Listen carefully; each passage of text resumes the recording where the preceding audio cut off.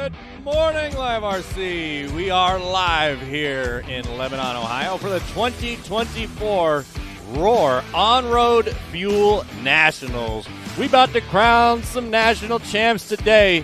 It's going to be a good one. I mean, we got guys from all over. We got reigning, defending champions. We've got champions like 30 times. We got guys who competed in the Worlds.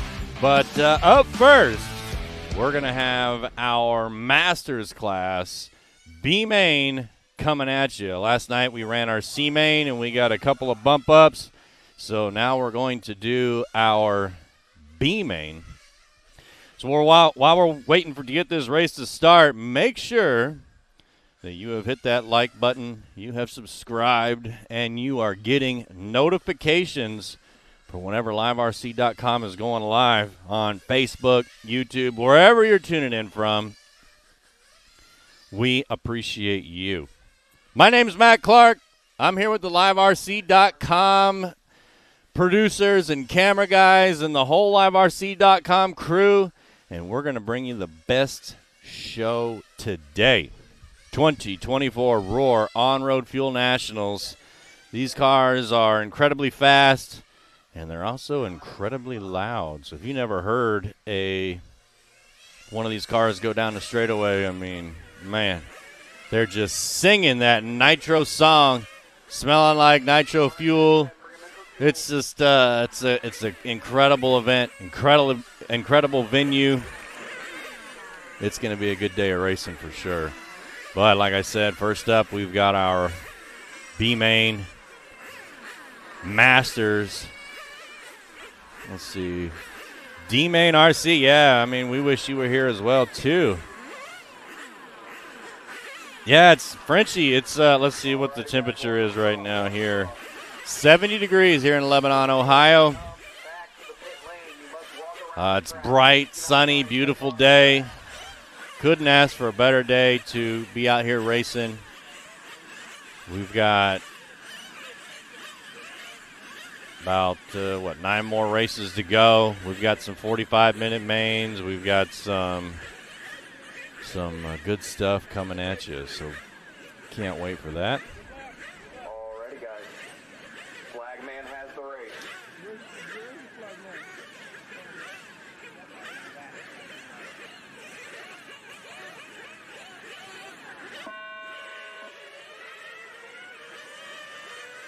And we're off. Alrighty, guys, we're off and away we go. David Lee, nice start for him. Already with probably about a second gap to the second place car.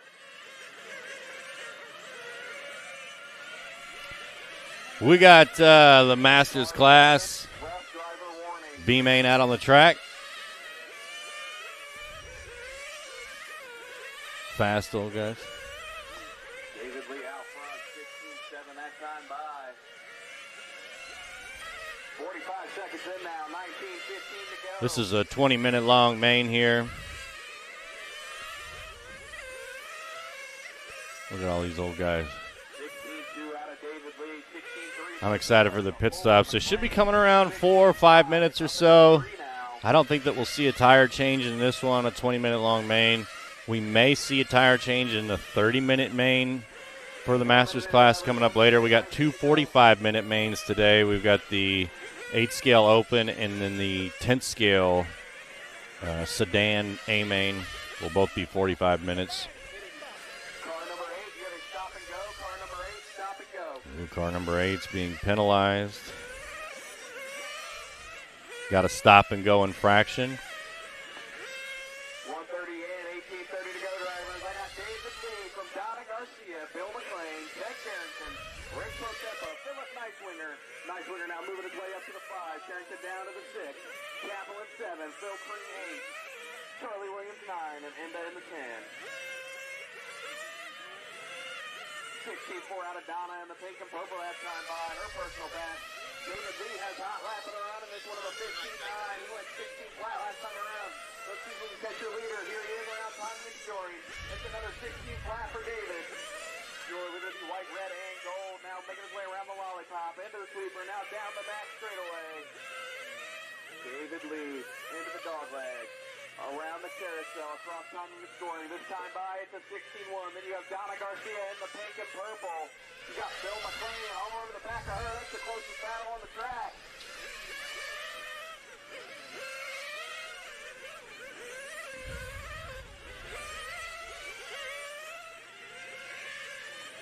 Donna and Bill fighting for that bump spot. Bill gets around. These guys are trying to compete for one of those two elusive transfer spots into the main.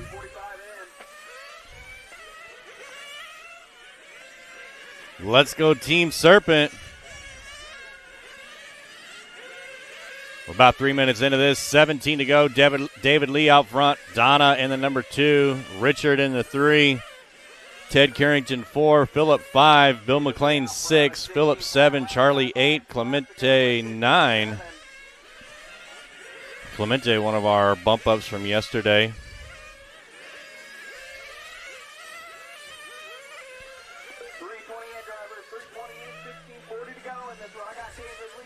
$16:40 left. We should have some pit stops coming up soon. That's always my favorite part, watching these guys do the pit stops, especially the pit strategy.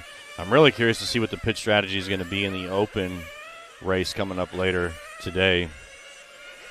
So David Lee out front now, Ted Carrington in the number 2. David Lee with a huge lead here, almost 11 seconds up on Ted Carrington.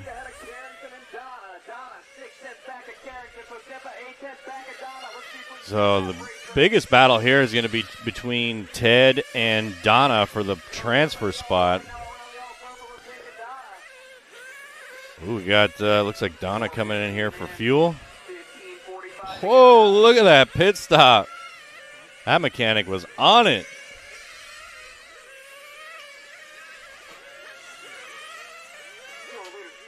$15:30 left.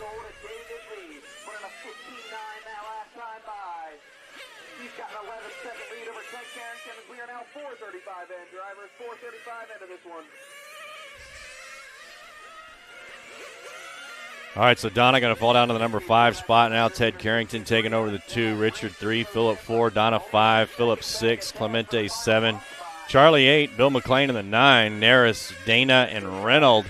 Looks like Naris with some problems. Dana and Reynolds were no-shows here. We are now officially 5 minutes in, drivers. 5 and 15 to go. 5 and 15 to go in this one. Yeah, we're definitely going to see some tire changes for sure in the A main, the 45-minute main. Like BJ said. Maybe not the 30. I did talk to a couple of drivers yesterday during practice, and they were trying to go out with larger tires. That way they could try to avoid the pit stop to see how their car was handling. So, you know, I mean, people are coming up with different strategies here today. Not sure what they're going to do, but we're going to find out. Looks like David Lee came in for his pit stop on the last lap. Ted Carrington 2. Donna now back up to the 3.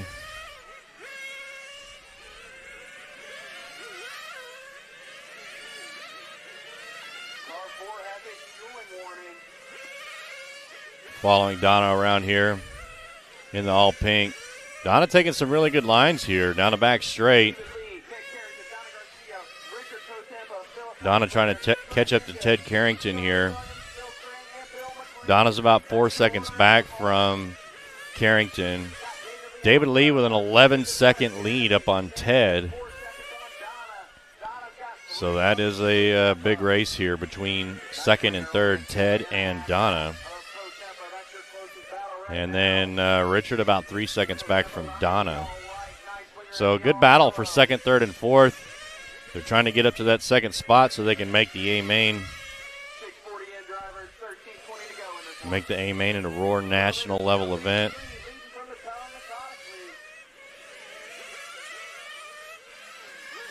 Here's second place, Ted Carrington. Ted in the green and black. Still about 10 seconds back from David Lee. And then you can see Donna coming into the frame right there through the middle of the track. So Ted Carrington with about a 7-second lead now up on Donna. So Ted able to check out just a little bit. We are 7:15 into this, 12:45 left to go. Ted working his way through traffic here. Now onto the right side. 8 seconds up on Donna now. So Ted slowly pulling away, keeping that lead. 12 minutes, 30 seconds left. But it's going to be tough for him to catch up to David Lee. David Lee with a commanding lead. Here's Donna right here in the pink in the number 3 position. Ted Carrington with a 15.6 on the last one. Donna with a 16.5, about a 9-second deficit now does Donna have on Ted. Richard in the 3, Philip 5, Richard 4, Philip 5, Clemente 6, Philip 7. Now we got Charlie, Bill, Naris, Dana, and Reynolds all out of this one. So 7 cars left out on the track.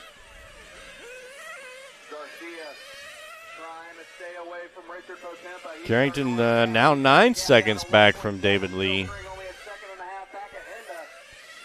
We're following Donna here in the all pink. Donna in for fuel.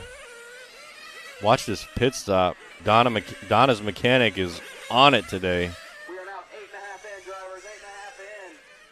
You can see the track marshal standing down there looking for the mechanics to make sure that they bring the cars completely over the line, that board. They have to bring them all the way back behind pit lane so that way no fuel gets spilt onto pit lane. If they do, then the track official will call them for a stop and go for the infraction. And basically that stop and go is equivalent to 2 pit stops. So Ted Carrington now taking over David Lee. So Ted Carrington able to catch him, but here comes Ted in for fuel.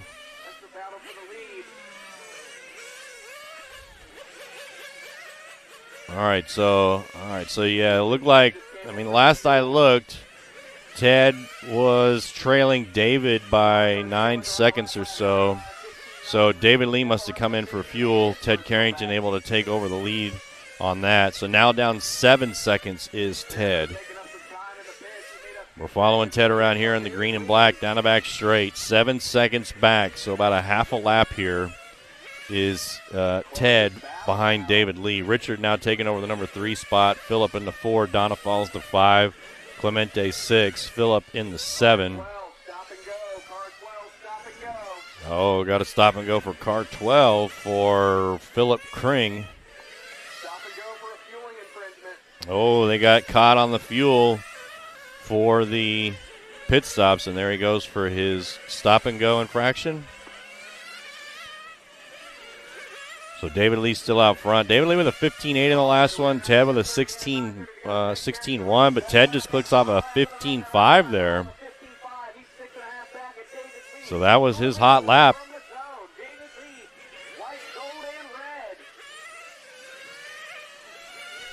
David Lee out front. Ted Carrington in the 2. Donna 3. Richard 4. Philip 5. Clemente 6. And Philip in 7. Here's our leader, David Lee, in the white, gold, and red. David Lee with a 16 flat. Ted Carrington with a 16 flat. Donna now back up to the number 3 spot. Looks like Donna's about 12 seconds back from Ted. Ted 7 seconds back from David Lee. We're watching David Lee here.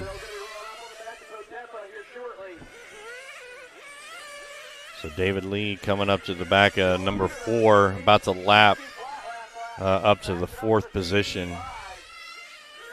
8:30 left to go. Getting around traffic, so traffic playing nice here with our leader. Ooh, David goes real wide on that. Traffic gave him the spot, but then David Lee went real wide. So David going to have to get that spot back again from Potempa there in the number 4 spot. David Lee out front, Ted in the 2, Donna 3, Phillip 4, Richard 5, Clemente 6, Phillip in the 7. Here they come down the back straight. Check out that liverc.com camera.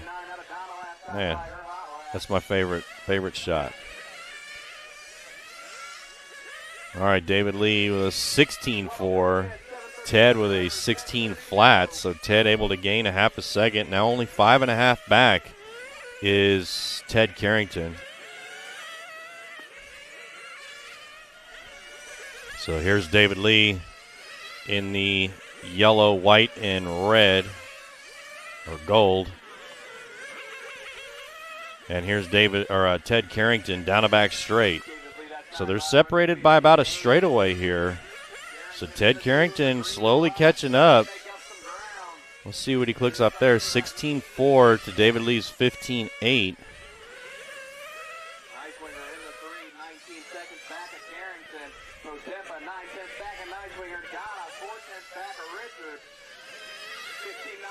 So Carrington now 6.5 back. Carrington with a couple of laps up on number 3, Neiswanger. I think about 15 seconds or so, 16 seconds. So David and Ted checking out of this one, looking for those 2 transfer spots with 6 minutes 30 to go. We're following Ted Carrington in the number 2 car in the green and black. We got a 20-ish more laps, 25 maybe more laps. Oh! Ted Carrington flaming out right there, the number 2 driver. Here comes the marshals to get him. There's the leader right there for a lap, the leader in for fuel. Oh, tough break there for Ted Carrington. That's going to allow Neiswanger to catch up for sure. So Ted Carrington flaming out, maybe running out of fuel. There he is, the mechanic getting him fired back up. Frantically trying to get him fired back up. Oh, man. Major troubles there for Ted Carrington. So Neiswanger moving up to the number 2 now. David Lee out front, Neiswanger in the 2, Potempa in the 3. Here's our leader right here. The battle, though, for second and third for that transfer spot between Neiswanger and Potempa, though. Only 2 seconds. So David Lee out front, we're following him. Neiswanger in the 2, Potempa in the 3, Garcia 4, into 5, Carrington 6. So Carrington falling way down here. Ted Carrington walking off the driver's stand. Can't get that car fired back up. Was putting it on an incredible run. Alrighty, drivers, 1:15:20 in, 4:40 to go. We got Potempa in the number 2, Garcia in the 3, Neiswanger in the 4. So Neiswanger was in the 4, but looks like he had his pit lap last lap. So everything's going to cycle back through. Second and third separated by 1 second. So that battle for the bump spot is shaping up here. David Lee checked out. Way out front. Got a lap, at least a lap. Now 4 seconds separates Garcia and Neiswanger.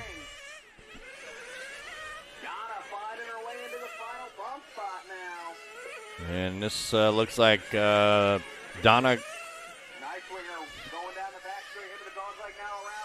Yeah, there's Donna in the pink right there. So Donna up to the number 2 now. Neiswanger in the 3, so Donna with a pretty good lead. Here we pick up Donna.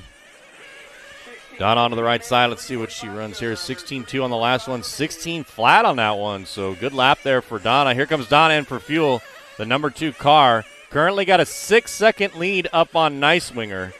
Man, that mechanic, Donna has got the mechanic out there. I mean, recruited one of the fastest mechanics that she could. And out here just laying down some laps and doesn't have to worry about mechanics holding her up. So Donna with about a 6-second pit stop there or less. So Garcia still holding on to the number 2 spot. 1 second back is Neiswanger. Here comes Donna through the loop. And Neiswanger now through the loop. So Donna got a pretty good lead.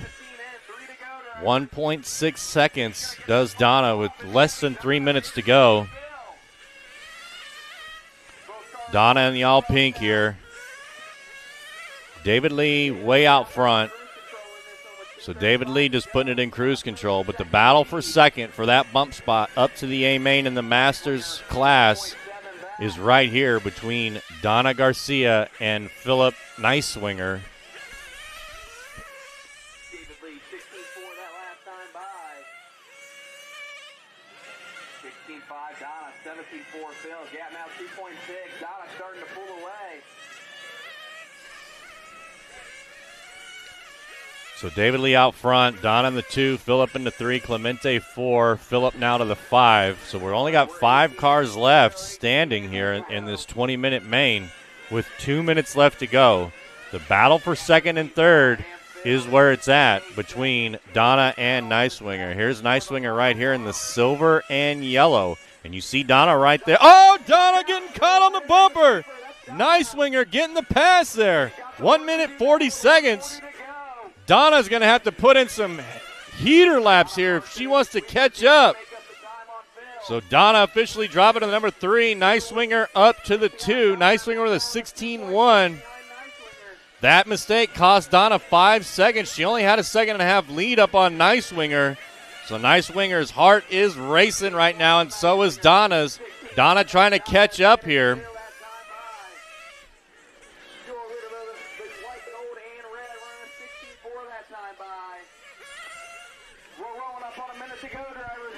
One minute left. David Lee checked out of this one.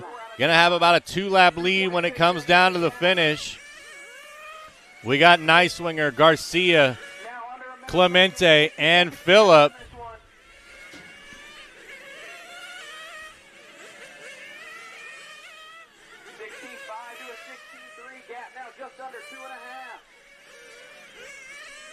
Let's see what the gap is here when they come across the line. Neiswinger coming around now. So Neiswinger there in the yellow. Here comes Garcia. So Neiswinger in the yellow, Garcia in the pink. Both down the back straight. This is for the bump with 15 seconds. They're going to get this final lap right here. 10 seconds left on the clock. It's Neiswinger and Garcia. Garcia putting in some hot laps here. Down to the right side of the track. Here she comes. Right up on Neiswinger's bumper. Donna gets it on the final turn. That was a photo finish here. In the Masters B main, Donna getting it by 0.03 of a second. Neiswinger goes really wide there. Holy crap, Donna Garcia on the final lap.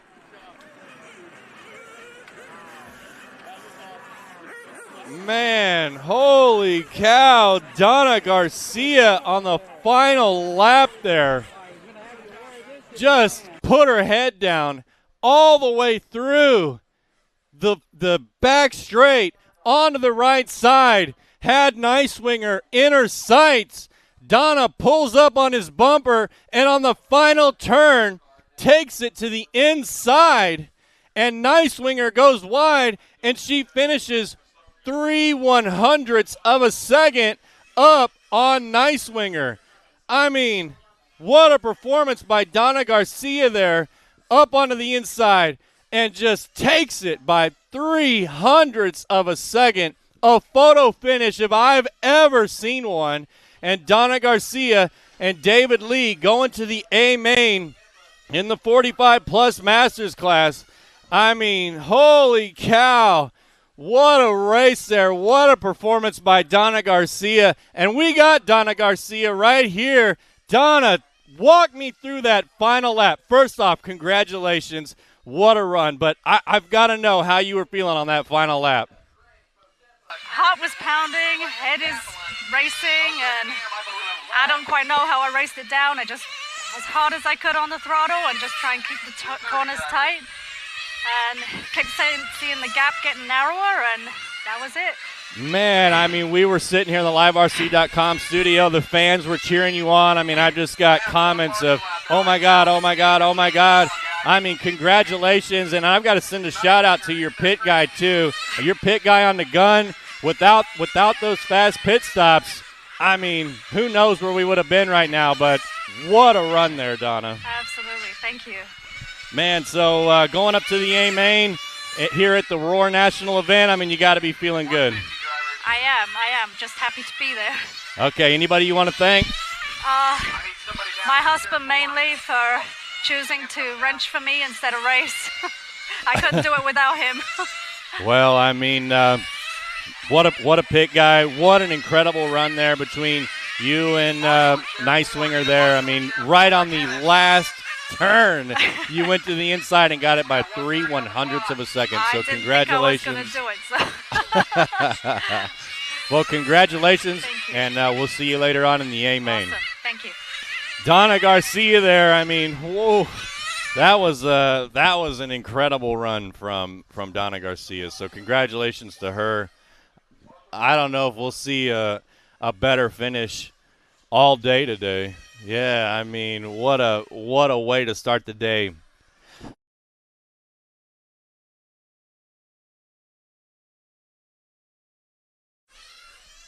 What an incredible day. But also congratulations to David Lee.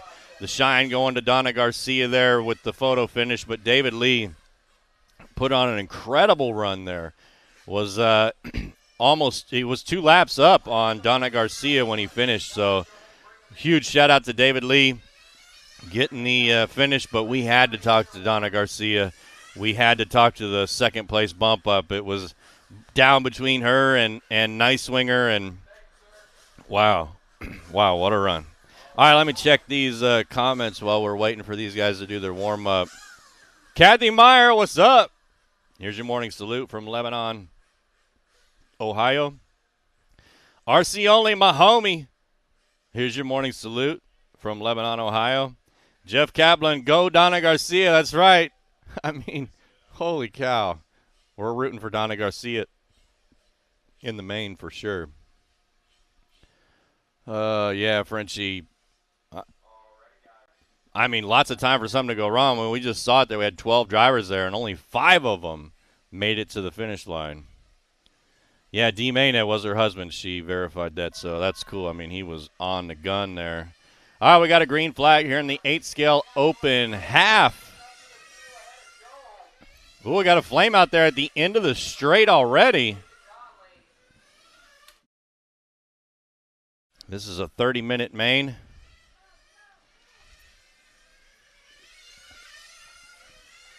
So we're just giving you nonstop action here at LiveRC.com.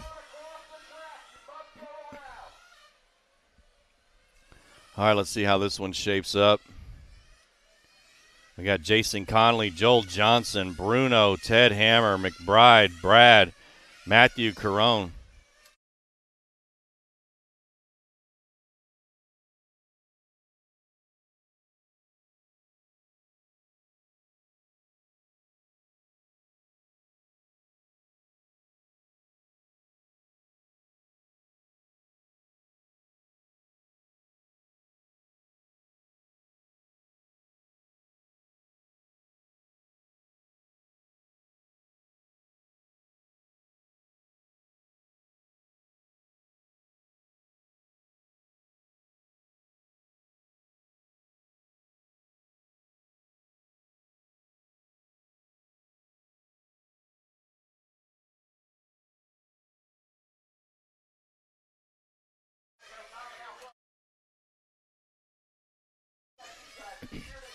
Ronnie Pena, what's up? All right, so we got Jason Connolly out front here, Joel Johnson in the 2, Bruno in the 3. Here is the battle for first and second place between Connolly and Joel Johnson. Down the back straight here. Now onto the right side, Jason Connolly in the green, Joel Johnson in the pink and white. These two drivers separated by half a second. This is the closest battle right here. We got third place is Bruno, fourth place McBride, fifth place Brad, sixth place Ted Hammer, seventh Matthew Carone, eighth Mikey Pabon. and then Richie Torres was a no-show.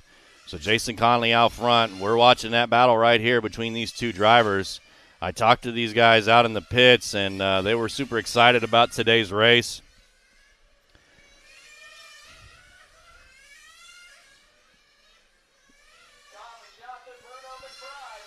So here they come down the back straight. Conley in that green. Joel Johnson in the pink and white. Yeah, you're right, Frenchie. Remember yesterday, I mean, he was we had a main last night where he had like a 6-lap lead and flamed out, and then transponder. I mean, it was just one thing after another for that driver, and he ended up losing it. And 2 other drivers got to bump up into the Masters class today.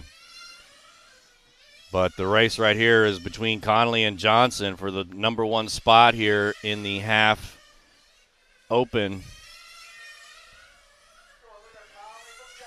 Still half a second, so both these drivers just continually running the same pace. Conley with a 15.4 on the last one. Joel Johnson with a 15.3. Here they come through the line. Conley with a 15.4. Johnson with a 15.4. So virtually identical lap times here for both these two drivers. Bruno with a 15.6. McBride 15.9. Hammer 15.5. Brad 15.9. Matthew Carone 16.9. Mikey with a 15.9. But the battle for first and second is what we're watching. The green of Jason Conley, the pink and white of Joel Johnson. Joel Johnson looks like he's ran a little bit hotter lap on that one. He did, 0.2 faster. We're taking the top 4 out of this one. Up to the main. Top 4 from the qualifying made the A, and then we're taking 4 out of this one, and then 4 out of the half odd to make the A main. Ooh, look at that pass right there.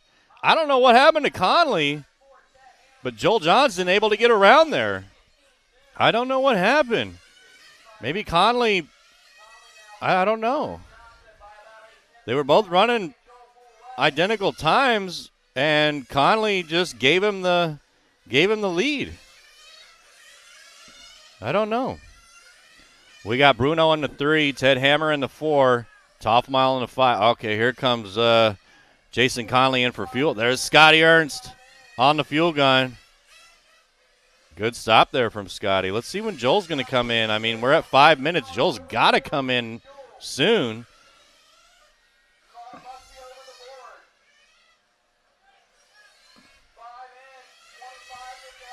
So where is Joel Johnson? Did he come in for fuel? Let's look. Yeah, so Joel Johnson came in for fuel on that last lap too. Here's Joel Johnson in the pink and white. Joel Johnson with about an 8-second pit stop. 7 or 8 seconds there. So now the race is between Conley and Bruno for the second and third place spot. Joel Johnson with about a 3-second lead up on Bruno. There they are right there in the yellow. Conley and Bruno. There's down the back straight they go. So Bruno in the 2, Conley in the 3, McBride in the 4. Ooh, trouble there.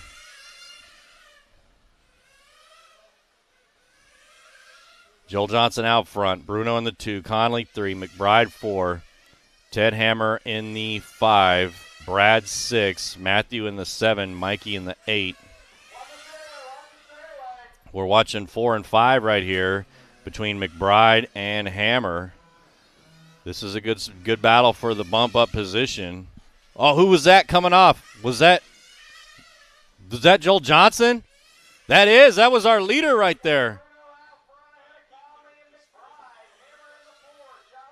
Oh, no.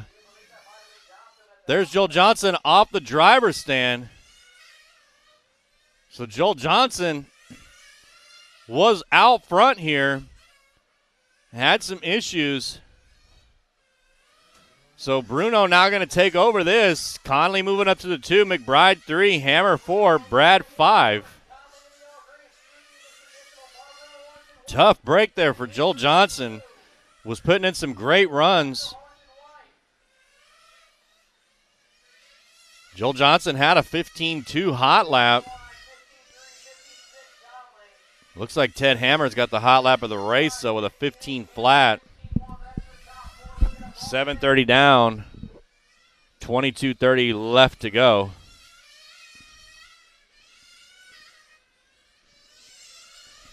We're watching Jason Conley here trying to catch up to Bruno for the lead.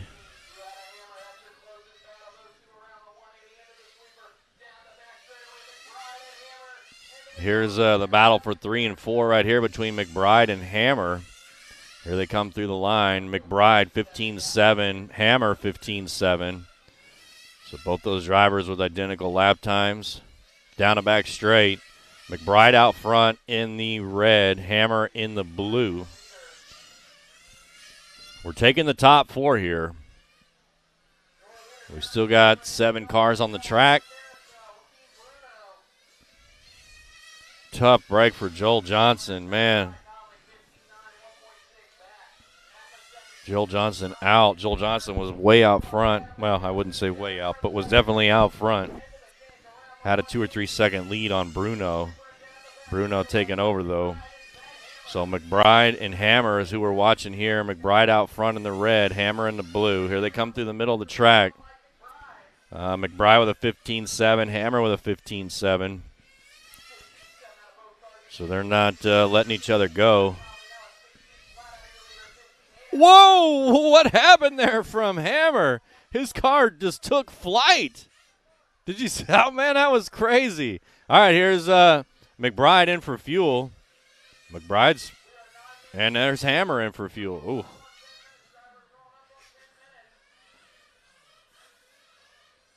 Oh, trouble for Hammer there.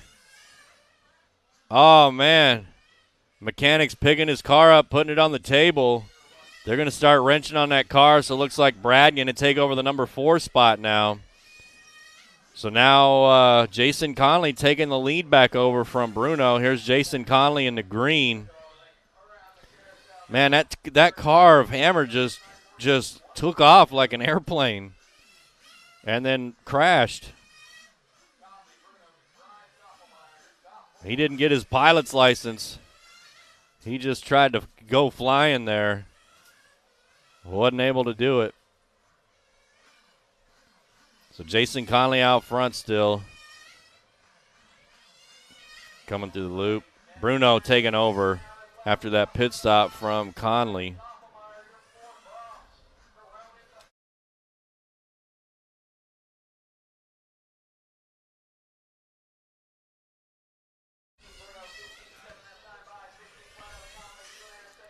So Bruno out front, Conley in the 2, McBride 3, Brad moving up to the 4, Matthew in the 5, Hammer out, Johnson out, Mikey out, Richie Torres a no-show. I hear him getting somebody fired up back out there. Looks like Hammer back out on the track now. So Hammer going to try to catch up, but Hammer going to be 5 laps down from number 4 spot, so very difficult. But 19 minutes left to go. Anything can happen. I mean, we've seen this. We've seen it happen. We got 7 cars back in this now. This is Jason Conley here in the green, trying to catch up to Bruno. 2.5 seconds back from Bruno for the lead. There's Hammer back out on the track. Down a back straight.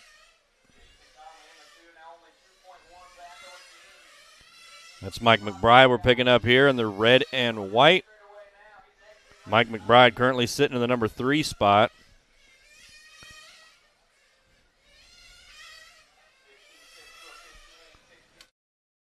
Time by Stoppelmeyer in that final bump. 11:45 in, drivers. 11:45 in.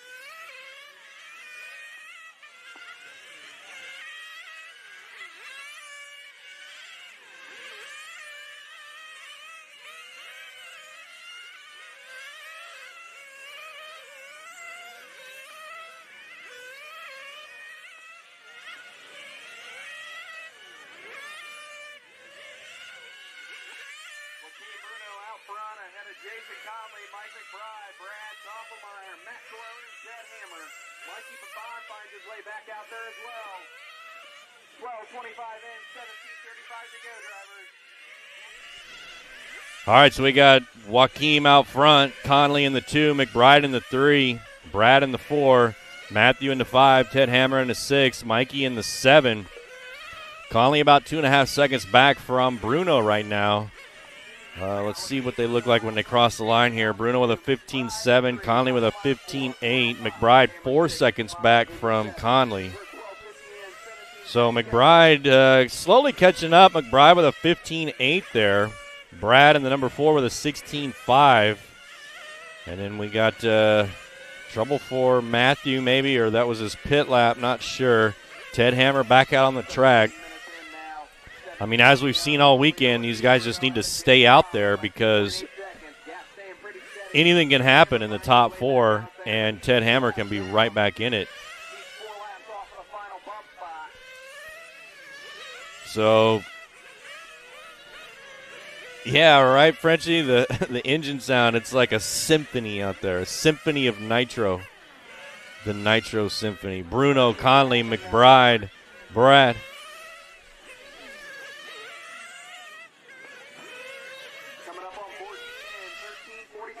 Brad, Matthew, Ted. All right, here's Brad in for fuel here in the orange and white. Brad has got quite the lead on Ted. So Ted now back up to the 5. Brad four laps up on Ted. Remember, Ted took flight on the right side of the track, and something happened to his car. Bruno now 3 seconds back from Conley, so Conley taking over that number 1 spot. Bruno in the 2, McBride 3, Brad 4, Ted 5, Matthew 6, Mikey in the 7. The gap between 1 and 2 is 2.8 seconds between Conley and Bruno. McBride 12 seconds back from number 2.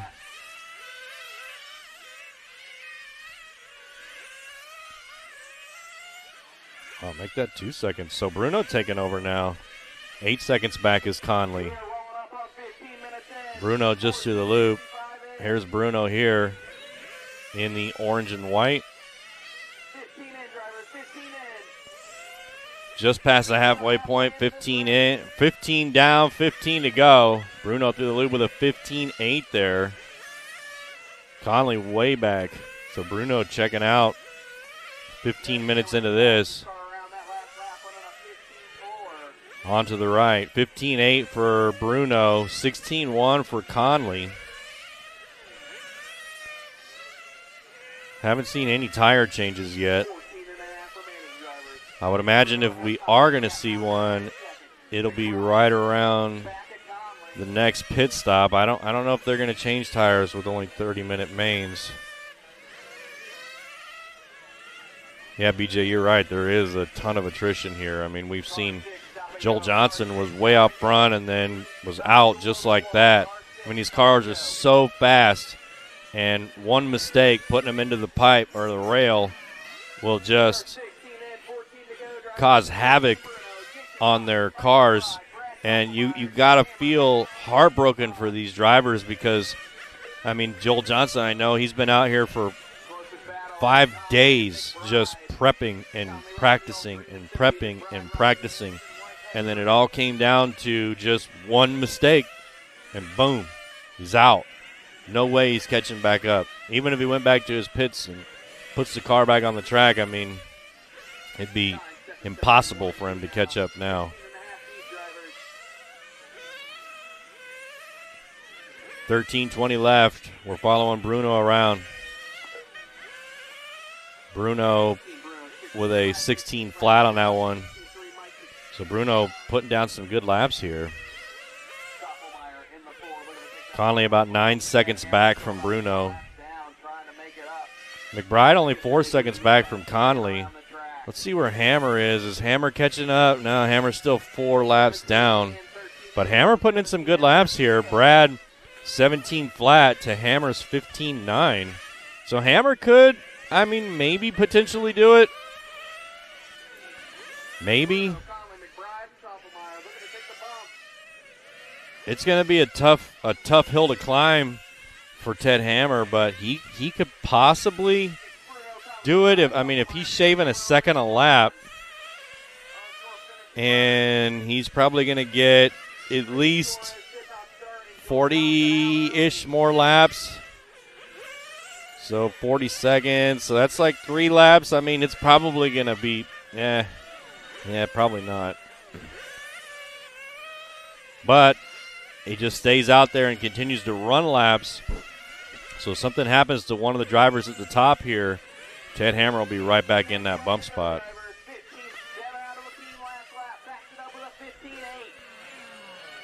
All right, coming in for fuel here for Bruno.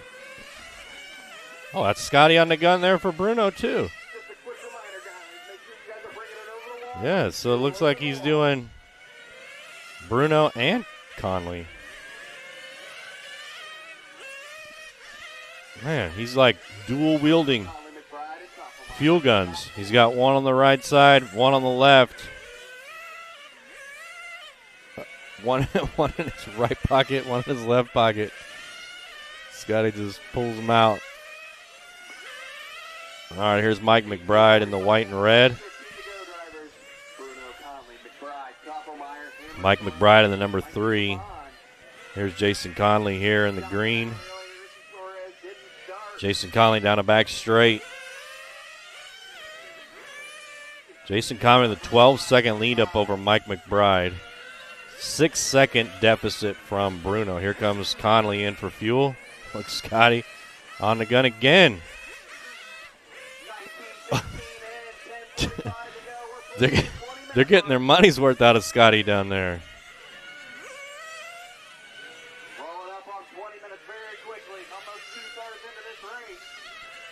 All right, Mike McBride, let's see what he looks like here. So Conley now 15 seconds back from Bruno. So Bruno checking out. Mike McBride only 3 seconds back from Conley now. So there goes Conley through the loop. Let's find Mike McBride. Mike McBride now through the loop.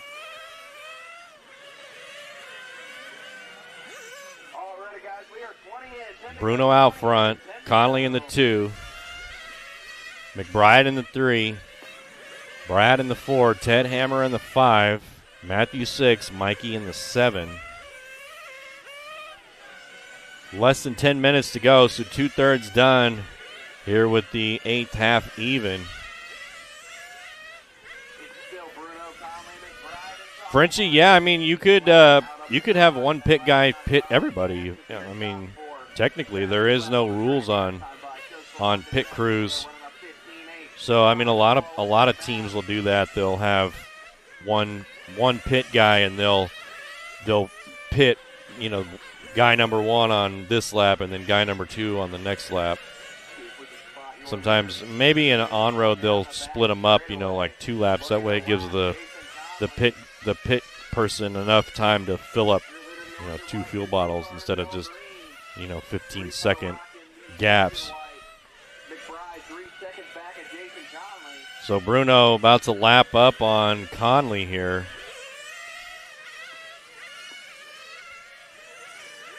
Watching Conley, and then that's Bruno right behind him. So Bruno about to lap the field.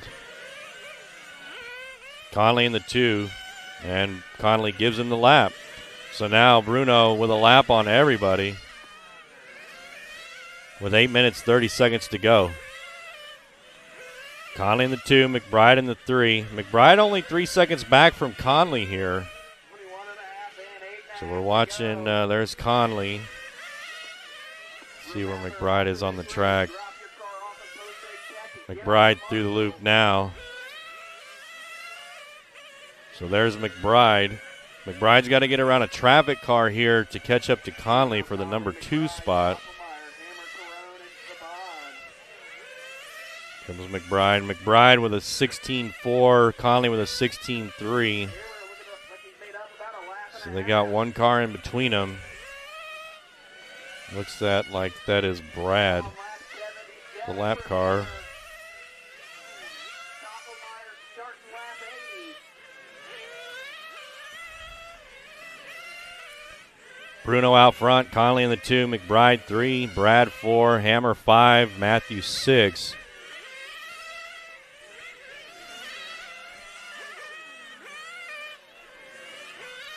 McBride there with a 16.3, Conley with a 16.1. Here is McBride in for fuel. Oh, good pit stop there for McBride. Scotty's got his work cut out for him if he's going to try to compete with that fuel stop. McBride trying to catch up to the number 2 spot, Conley. Top 4 making the A, but the higher up they can get here, then the higher position they'll start in the main. Got 7 minutes left, so McBride's going to need another pit stop.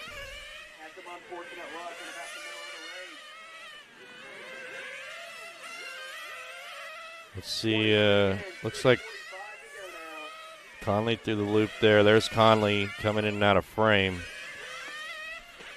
Conley going to have to come in for fuel soon.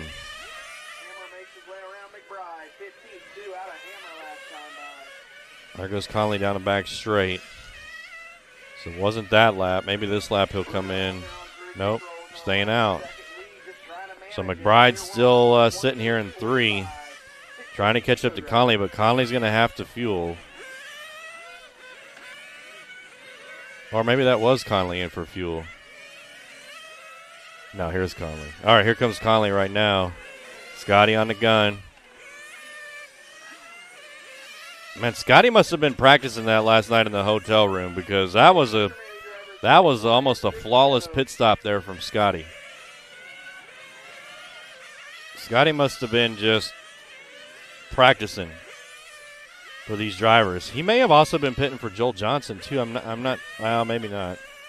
But I think he is pitting for Bruno and Conley. So Conley down the back straight.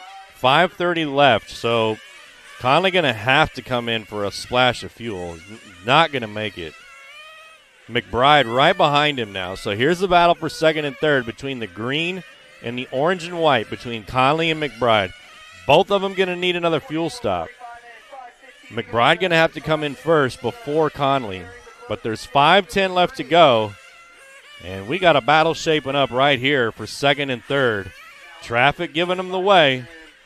Here they come down the back straight. Conley in the green, McBride in the white and red. Now through the loop. Conley with a 16.5. McBride with a 16.6.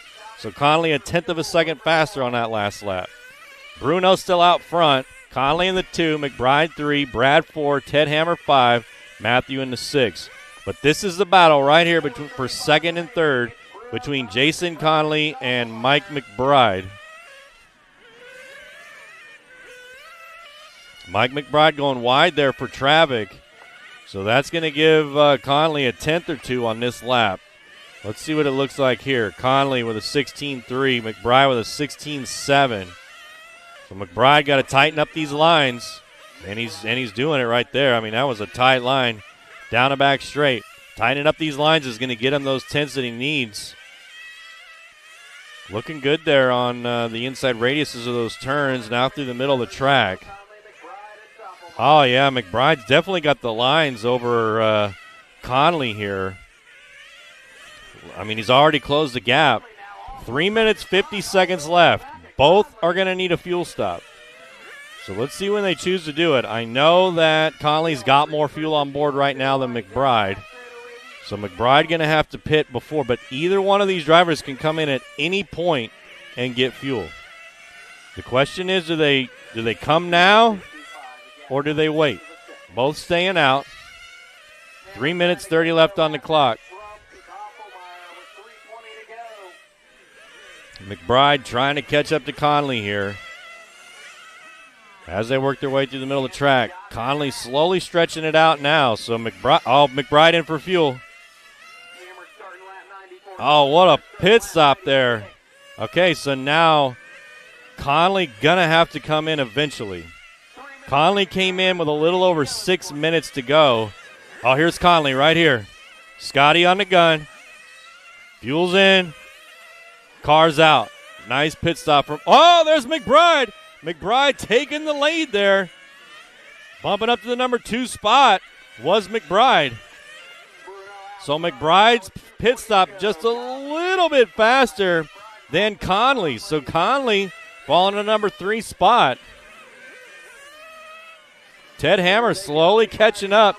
Ted Hammer now only down 2 laps for the transfer position, but there's only 2 minutes and 20 seconds left. There's no way, unless something happens, that Ted Hammer will be able to catch up. This is the battle for second and third. Mike McBride taking over. Jason Conley falling to the 3, but Bruno is up almost 2 laps here on the field with 2 minutes to go. Bruno, McBride, Conley, Brad, Ted Hammer, and Matthew rounding out our 6 drivers that we've got left on the track. This is the battle for second and third between Mike McBride in the orange and white and Jason Conley in the green. Here they come down the back straight. Last lap, 16.2 for McBride, 16 flat for Conley. So Conley gains 2/10 on that one. 16 flat for McBride on that one and 16.2 for Conley. So McBride, oh man, Conley finding the line there. Straight line cam. Here we are for second and third place. Top, oh man, Conley getting in the paint there, slowing him up. About a half a second separates these 2 drivers as they come down the back straight with 1 minute left to go. Both these drivers can get the transfer spot, but they're just now battling for position into the big show, the A-Main, coming up later this afternoon here at the 2024 On-Road Fuel Nationals. The battle between Mike McBride and Jason Conley for the second and third place spot. Brad in the 4. Let's see if Conley can catch him, but looks like McBride just stretching it out. 1/10 of a second every lap here.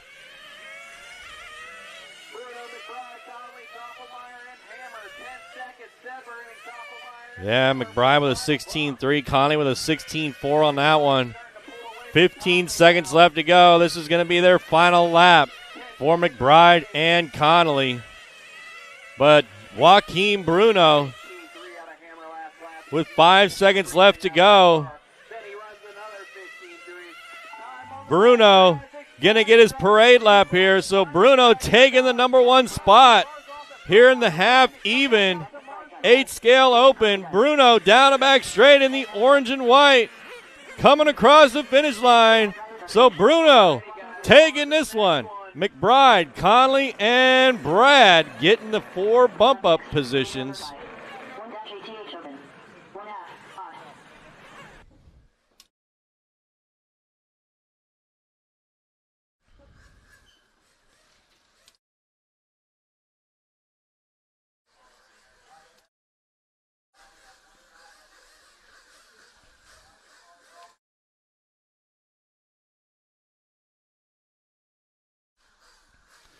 So good run there from Bruno, showing us how it's done. We got the half odd coming up here. Bearcat, what's up? Thanks for tuning in. It's cool that you made it. You got to come stop by the liverc.com studio and say what's up to us. All right, so we're taking 4 more drivers from this one as well. We got Bruno from the last one. Just kind of got out front and never looked back. Let's talk to him. Bruno, man, what a great run there. So congratulations. How did that feel? Great, man. I was pacing Joel and Jason for a while, and we were all super close, driving super hard, and drove into trouble. And then I passed Jason, and then I saw that Jason was running out of tires a little bit, so I started managing the car and just making sure the car was going to be okay all the way. We were planning on maybe doing a change, but we ended up going all the way, given the situation of driving easy. The tires were just easy on the tires. So super happy to win the semi and make it to the main. Yeah, man. I mean, all the way to the main here at the Roar Nationals. It's got to feel good to make it to the big show. It feels amazing. Thank you. Yeah. Anybody you want to thank? Capricorn and USA, Paolo Morganti for the amazing pit work and the technical skills. my friends, my wife, my friend Wallo for the support and the fuel, Energy America, my beautiful wife at home who's letting me doing this crazy hobby, my daughter that I miss a lot. And, yes, sir. All right. Well, congratulations to them. Make sure you send them a text and tell them you made it. I will. All right, sir. Congratulations. All right, we got Bruno there. I mean, what a great run from him and those other 3 drivers. We got our half odd about to start right now. I'm going to take a quick pause, and I will be right back.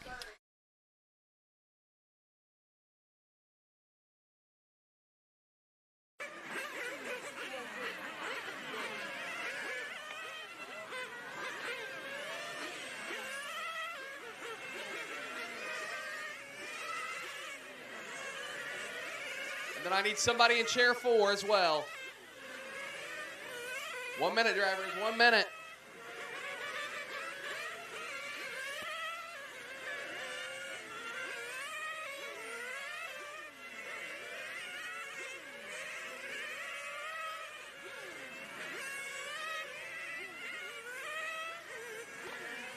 $50 seconds.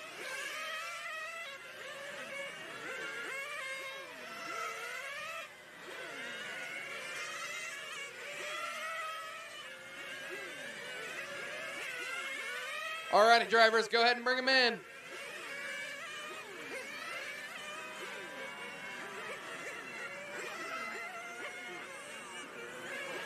I need somebody down at chair 4, and I need him now. Chair 4 is supposed to be Bruno.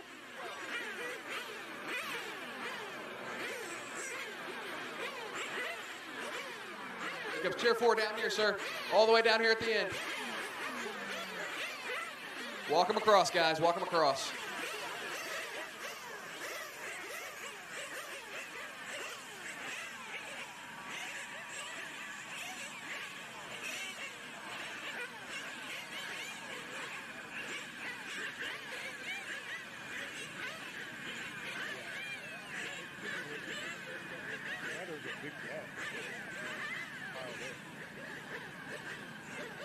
All righty, guys. Flag man has the race.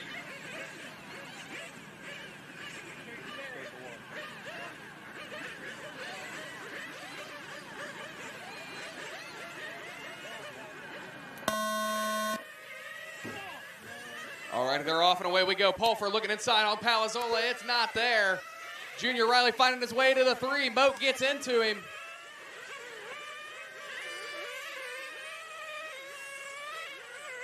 Here we go. Palazzola and Pulfer with an early lead. 15-6 to a 15-8. Pulfer trying to run him down.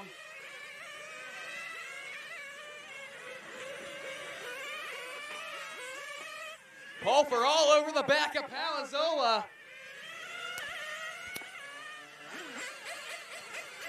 15-3 Palazzola, 15-5 Pulfer.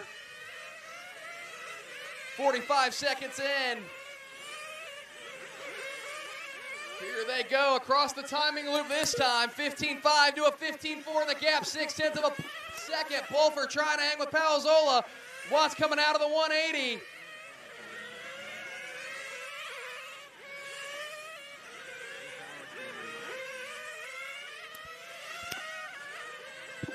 Palazzola now 1.2 over Pulfer. Closest battle is between Boyles and Krell. Let's see if we can pick those guys up. Here they are crossing the timing stripe now. Krell gets around Boyles. Pulfer trying to make his way around Moat. That is not for position. Thank you, Adam, for giving way. Palazzola with a big lead now, 2 seconds. Watts coming across the timing loop, wide around the timing loop, wide around the timing loop. Still got marshals there, it's clear. Palazzola, Pulfer, Nicholas, Morgan, Krell, Moat, Boyles, Nazario, and Riley. 15-5 to a 15-8, 15-5 now out of Pulfer, marginally quicker gap, 2.3. Palazzola down the end of the straightaway.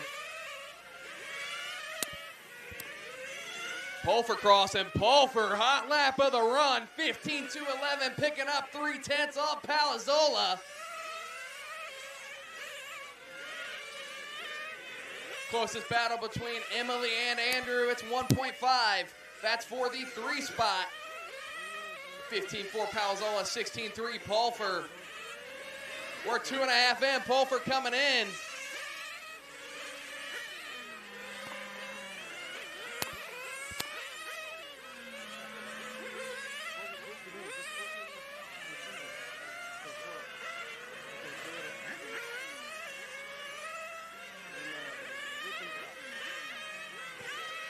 We're 3 minutes in, guys. 27 to go.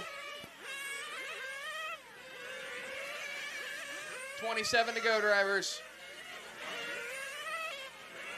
Pulfer had to pull it. Watch the straightaway, watch the straightaway. Inside on the straight, inside on the straight.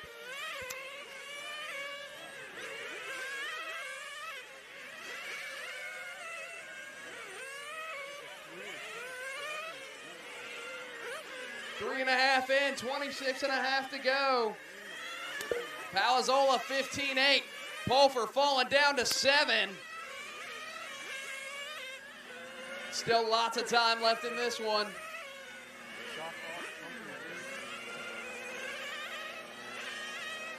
Looks like Pulfer's back in the pits again.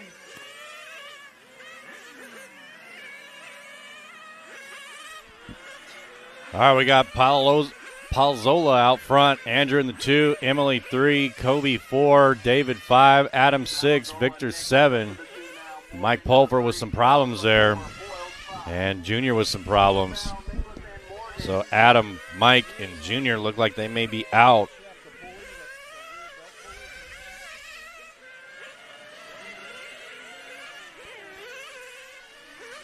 Mike got about a 5-second lead up here on Andrew. Andrew with about an 8-second lead on Emily. So battle for 3 and 4 is where it's at here. David Boyles in the 5, Victor in the 6. This is a 30-minute main. 25-20 left to go. Drivers starting to cycle in for fuel here.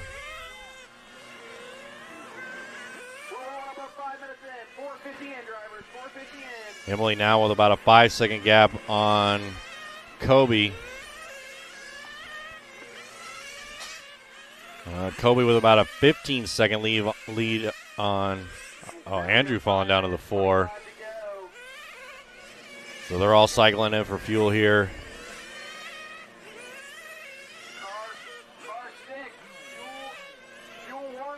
Looks like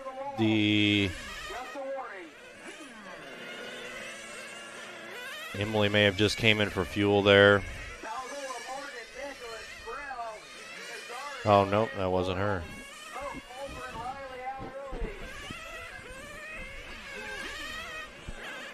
Yeah, the track looks really good, Bearcat.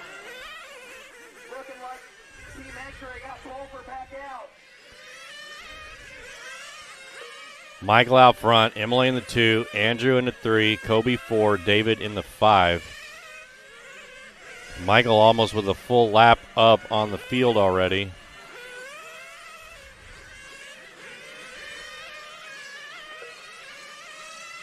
Following Michael here in the pink.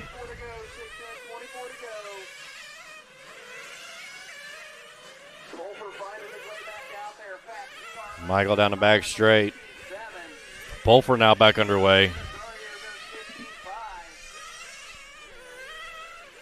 So like we were saying earlier, I mean, if they can get out there, it's always good because you never know what's going to happen. Like BJ said, this is always a race of attrition.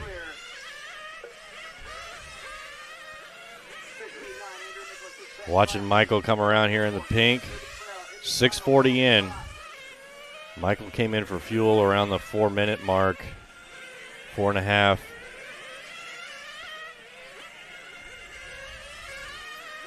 So Michael with a huge lead here on Emily in the number 2. Battle for second and third is where it's at between Emily and Andrew. 1 second separates those two drivers. Here they come in on the back straight. Now onto the right side. Emily through. Emily in that white car in the number 2 position. Emily with a 16.3 on that one. Andrew with a 16.1. 1 second separates them. Emily through, and then Andrew. So Andrew in the yellow and orange. Emily in the white. This is the battle for second and third. Both these drivers almost have a lap on Kobe in the 4 position.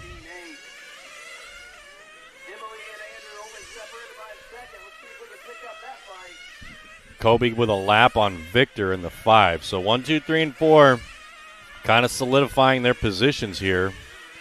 And then we get Pulfer in the 7 coming into the mix. Looks like Andrew making the pass there.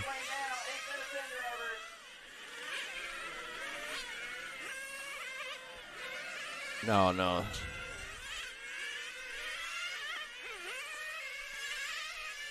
Yeah, he did. Looks like Emily may have came in for fuel. So Andrew in the 2, Emily in the 3. So Emily now going to be 6 seconds back from Andrew. Andrew in that yellow and orange.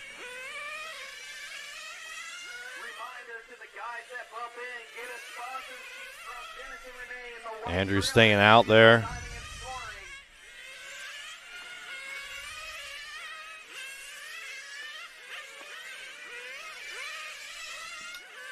We don't have a sponsor sheet. We will say your name and where you are starting. That is all we got. 9 and 21 to go. 15-4 Palazzolo that time by. Palazzolo beats White Car. So Michael out front, Andrew in the 2, Emily 3, Kobe 4, Victor 5, David 6, Pulfer in the 7.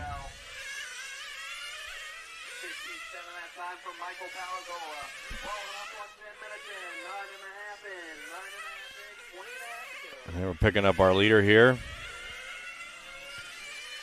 Down and back straight he goes. Got to get around some traffic here. 15-7 on the last one, 16-5 on this one. Oh, getting a little out of control there. 20 minutes left to go.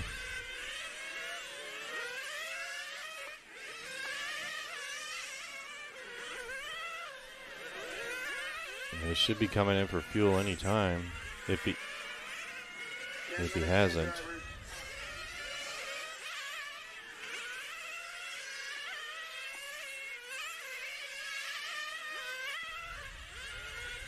Let's see if it's this one. Yeah, here it is. Oh, look at that shot. Michael in for fuel. Good pit stop there.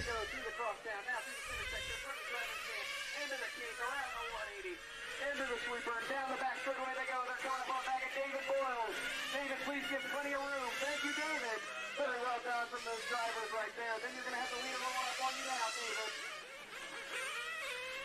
Thank you, David. 20 minutes left. We got Emily in the 2, Andrew in the 3. So Emily taking back over the number 2 spot now. Emily in the white. Andrew in the yellow.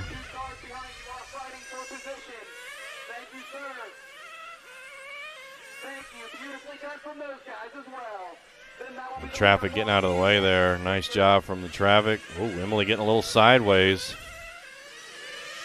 Emily through the loop there with a 16.7. Andrew with a 16.7. So identical lap times from both of them. And here they come down a back straight. Oh, looking to the inside there. Didn't have the speed. Emily holding it off. Top 4 going to bump, but they want to try to get as high up as possible to move up the grid in the A main. Emily with a little bit faster on that one. 15.8 to Andrew's 16.3. Andrew getting sideways there.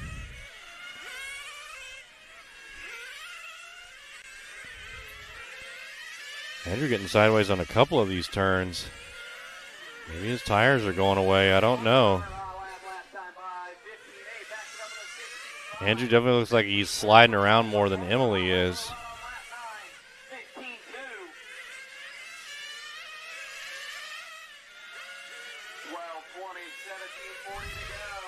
Yeah, I don't know. I mean, it looks like Andrew's car is getting a little hard to handle. 12:30 down, 17:30 to go.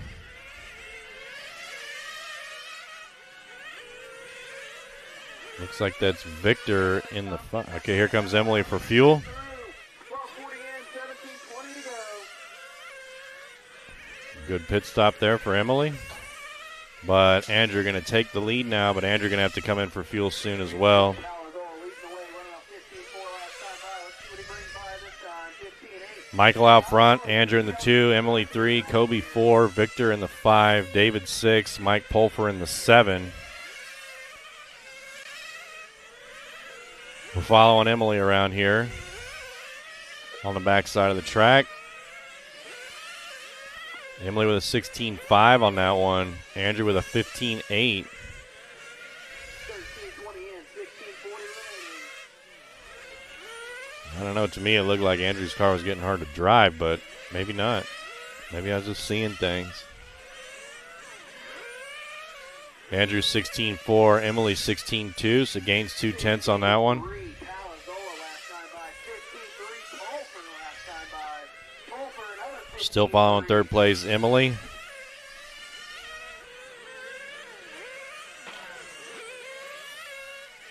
Watch pit lane, watch pit lane. It's clear.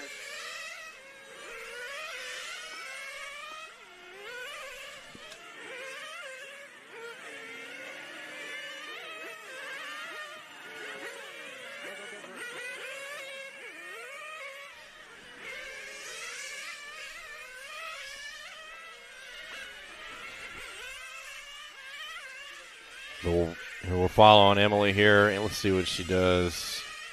16.7 to Andrew's 16.3. Ahead of Nicholas Morgan, Crown, Nazario. Boyles and Pulfer. Here comes Andrew in for fuel. Let's see if we can see Emily pass here. 15.6 for Pulfer last time by. Fastest car around. Yeah, looks like Emily makes the pass there. So now the race is on again for second and third. We're rolling up on the 15-minute mark. 14. This is the battle right here. 15 down, 15 to go. Halfway through.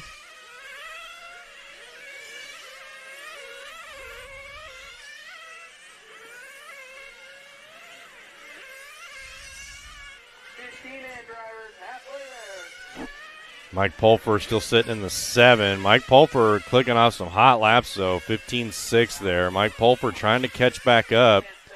Mike Pulfer is down about 6 laps or so from the 4th place transfer spot. 14 and a half to go. So still plenty of time. I don't know if there's enough time to make up 6 laps. Got a car upside down there.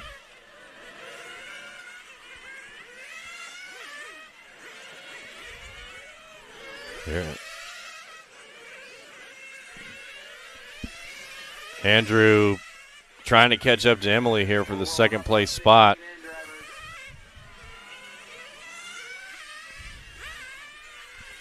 Emily will have to come in for fuel before Andrew.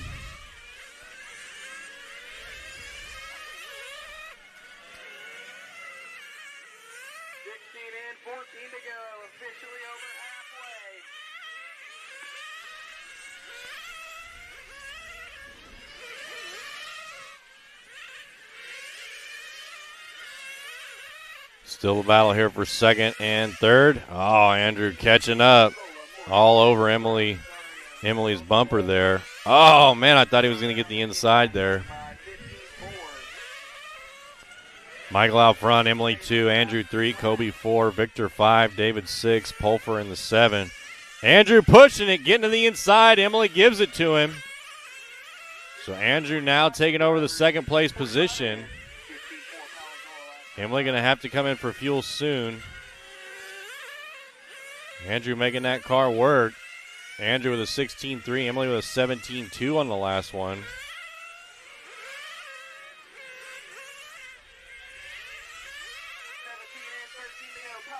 "13 minutes left.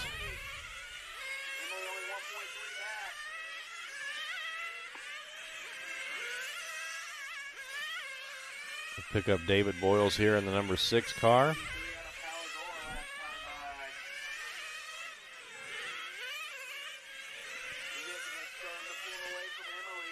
And here's our leader in the white and blue. Man, I got to apologize. I thought he was the pink car for a while, but he's not. This is the leader here in the white and blue. Michael. Michael with a 15.4 on that one.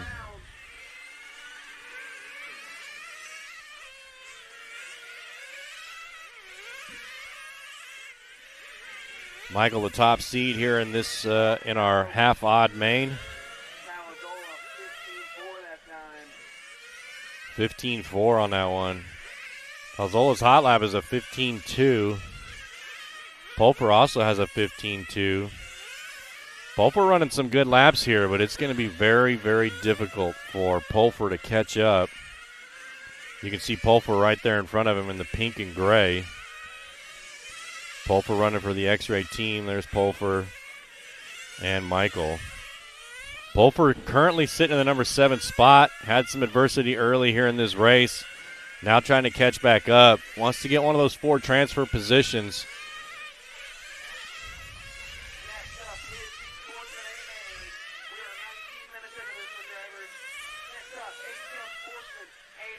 Pulper about to catch up to David Boyles here in the number 6, so he might get that. Boyles there in the red. Here comes Pulper in the pink, going to get that position back. We're picking up Andrew here in the yellow and orange.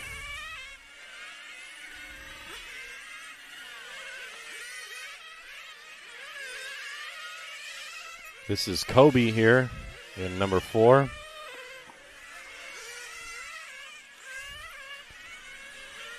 Kobe with the last lap, 16.1.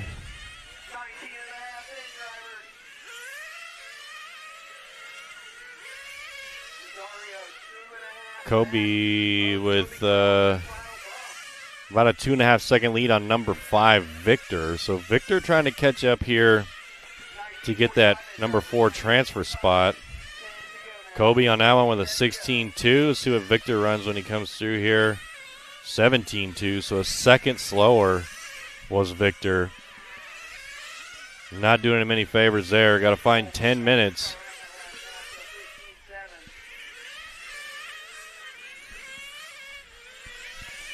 Yeah, I see you guys talking about fuel, and another thing that I think you got to take into consideration too is these cars are running at full throttle a lot more than off-road cars are. You know, I mean, off-road cars definitely are running at full throttle, but, you know, these ones are just, like, constantly pinned. Everywhere they go, it's just full throttle, full throttle, full throttle. So they could be using more fuel for that as well. Michael out front, Andrew in the 2, Emily 3, Kobe 4, Victor 5, David 6, Mike Pulfer in the 7. Pulfer may get the pass here. We're still watching number 4, Kobe. Coming in for fuel. Good pit stop there for Kobe. It's definitely going to give Victor an opportunity to catch up. Mike Pulfer getting around the number 7, so up to number 6 now.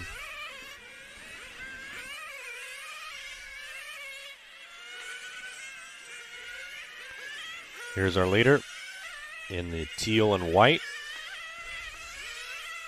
15.7 on that last lap for our leader, Michael. Michael with about a 3-lap lead now on the field.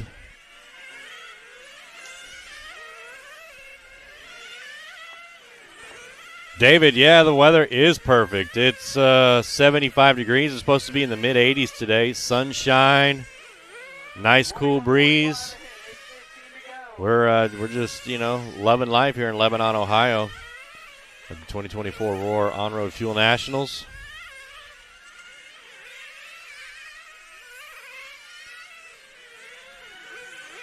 Watching Michael put down some hot laps here. 8 minutes left to go in this race.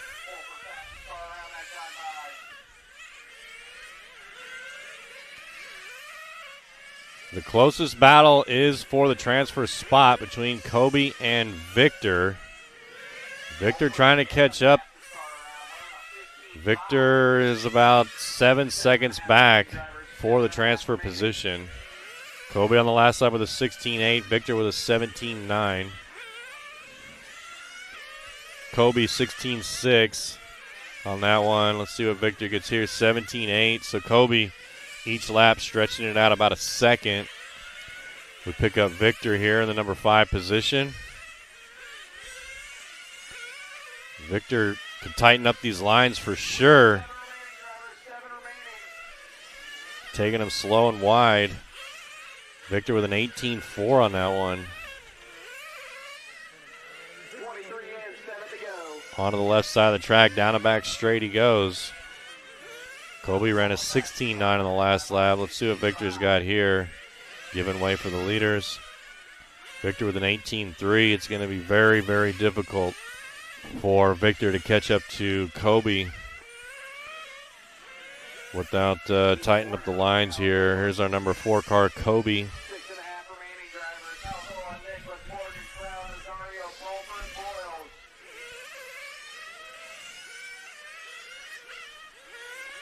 So Kobe going to try to come around and put a lap on Victor, the number 5 car. Looks like he does.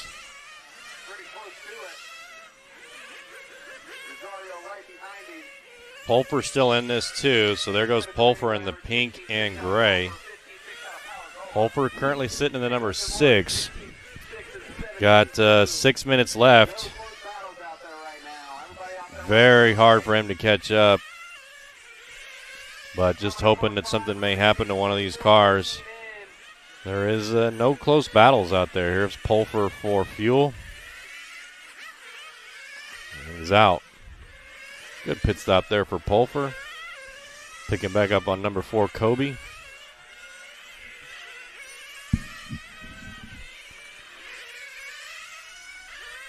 Mike with 3 laps up on the field.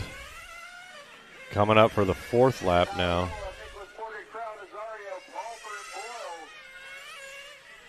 Nichols with a 7-second lead on Emily. Emily got about a lap and a half or so on number 4, Kobe. Oh, something may have happened to Victor, number 5, so that could bring Pulfer up to the 5. But Pulfer's still going to be 3 laps down. Yeah, so Pulfer now to the 5. Pulfer 3 laps down from Kobe. These are all 4-wheel drive cars, Brent. All-wheel drive. Right there, here's Mike Pulfer. So Pulfer really got to put down some hot laps, and he is. 15.9 there for Pulfer. So you can see Pulfer moving his way up, getting around. That was number 2, Andrew. But Pulfer still a few laps down. Pulfer going to have to really put in some work here if he wants to catch up to Kobe for that number 4 transfer spot. Let's see. Going to put the lap on him here in a second. 15.7 there for Pulfer. So it looks like Pulfer going to get another lap here on Kobe. Kobe with a long lap, so he did.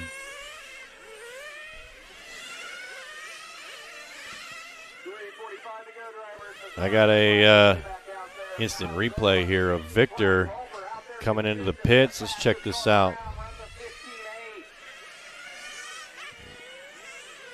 Yeah, so something up with flaming out there possibly. Mechanic picking it up. Victor trying to get back out there. But here's Mike Pulfer. So Mike Pulfer on lap 89, Kobe on lap 91. So definitely has a lot of work to do with 3 minutes and 20 seconds. I don't know that he's going to be able to do it. 2 laps is what he needs. There's Kobe in the 4 in the pink. So here he comes. He's might be able to put the lap on, and then he will be in. And there it is. All right, so he gets. So now he's just 1 lap down, or 2 laps down. Excuse me, 2 laps down from Kobe, with only 3 minutes to go, and he's consistently running about 2 seconds faster than Kobe. With 3 minutes, I don't know. I mean, that's going to be a tough one. Pulfer really going to have to put in some heater laps. I don't know where he is on fuel. I mean, he did come in for fuel, so he may be good. I don't know where Kobe is on fuel. So maybe Kobe going to have to come in. Here comes Kobe there in the pink. Pulfer desperately trying to catch him. I mean, Pulfer with a 15.7, so Pulfer doing everything that he can here to catch up with 2 minutes, 15 seconds. Kobe, man, Kobe there with an 18.4. All right, so Pulfer with 2 minutes for the transfer spot. I mean, this is really the closest race on the battle is for the transfer between 4 and 5 here. Kobe on that one with a 17.1. Pulfer with a 17.4. So not sure what happened to Pulfer. There's Pulfer on the back in the pink and gray. Let's see what he runs here. Oh, so Pulfer came in for fuel. Man, with a minute 30. Pulfer going to have to pray for a miracle here. Pulfer definitely faster, but with trouble early, put him down too far, and now he's a lap down, 2 laps down from Kobe. 15.6 on that one for Pulfer, so Pulfer really's got the speed, but it may not, unless something just drastically happens to Kobe here in the last minute. Final minute. Michael, though, leading this one. Going to take it home. Michael with a 4-lap lead on number 2, Andrew. Michael got 40 seconds left to go. And he's going to sail his way into the A main. Andrew in the 2, Emily in the 3, Kobe in the 4. That looks like it's going to be our top 4. Here's our leader in the teal and white. 20 seconds left. Going to get this one and another lap. Here comes Michael down the back straight. Going to go through the start-finish line. 1 lap. Oh, he flames. Oh, no. Okay, I don't know what happened. He psyched me out. 3 seconds left. Maybe he was just going to hold up and not do the last lap. I don't know. I'm not sure what's going on with Michael there. But here he comes through the start-finish line for the final time. There it is. Michael taking it home. Andrew going to be in the 2, Emily 3, Kobe in the 4. So that is our top 4. Pulfer put on a heck of a run there in the end, but ended up about a lap down there from Kobe from the transfer spot. So tough break for Mike Pulfer. But Michael taking that one, a commanding lead, 4 laps up on the competition. What a great run there from Michael. I mean, geez, really put on a great run there.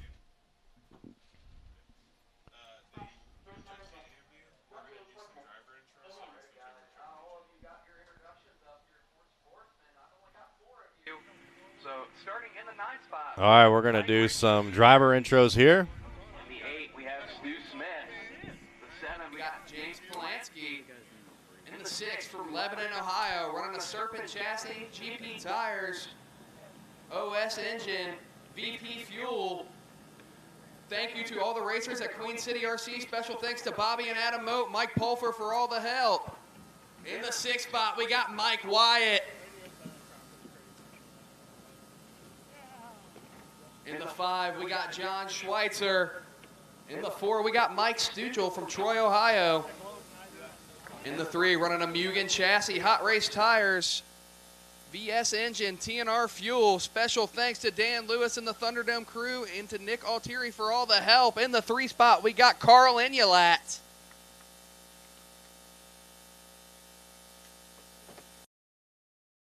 In the 2, from Indiana, running an Infinity chassis, OS engine, Hot Race tires, and special thanks to his wife. In the 2 spot, we got Mike Parker.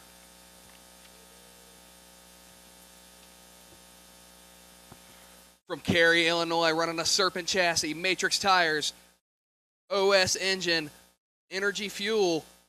Special thanks to my wife. Thanks to Phil and the guys for having a fun week. In the one spot, your TQ here in ATL Sportsman at the 2024 On-Road Fuel Nationals, Mike Becker.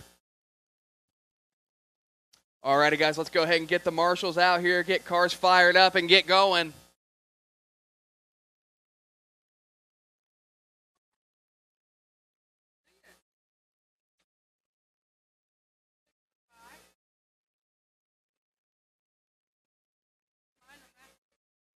We have raffle tickets down here for an Infiniti touring car. Track is open. Looking for my marshals: Palazzola, Nicholas, Morgan, Krell, Pulfer, Boyles, Nazario, Moat, and Junior Riley.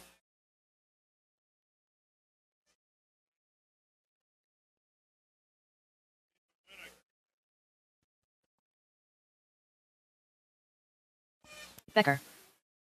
Marshals. Palazzola, Mike Nicholas, Morgan, Krell, Pulfer, Boyles, Nazario, Moat, and Riley. Michael Parker. Mike Stechel. John Joseph Schweitzer. Marshals. I see Palazzola out there. Drivers, please be mindful of our marshals making their way around the track. James M. Palinski.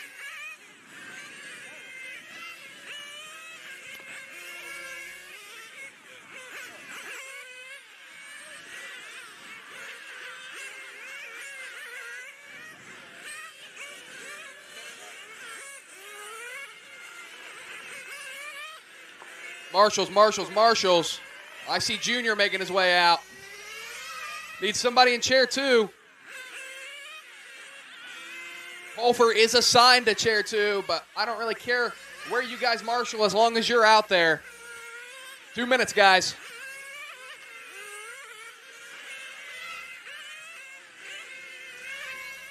Marshals.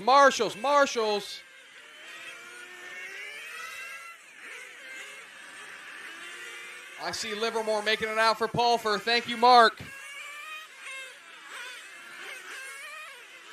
All right, we're all set on that. We got 145 drivers.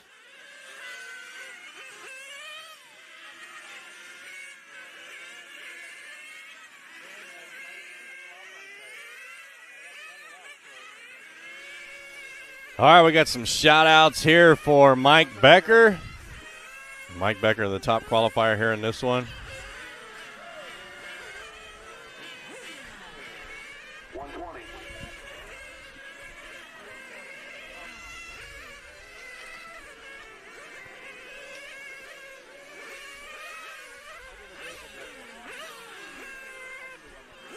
I talked to Mike Pulfer's pit crew there, and they said that his pulley came loose on his belt drive, and so they had to bring him in and fix that and then put him back out, so it cost him a few laps there.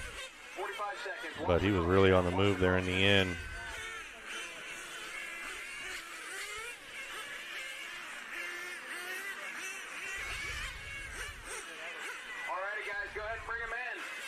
Got a shout out for Rusty.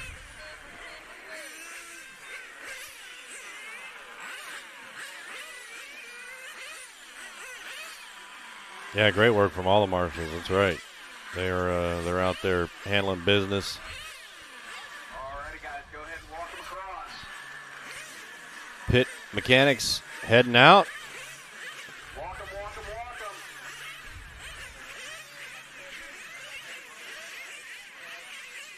15-minute main here for the Sportsmans.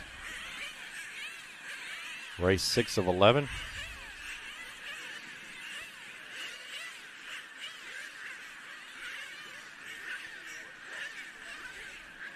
About to get this one started.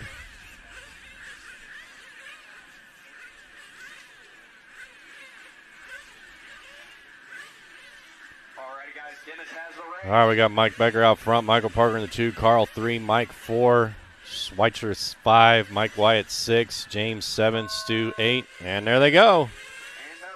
Mike Ritchie in the 9. Yeah, good start here for the Sportsman. Mike Becker going to lead us around here in the yellow. Here comes down the back straight. Mike Becker opens up a 17-1, 17-1 for Mike Becker there. 17-4 for Carl.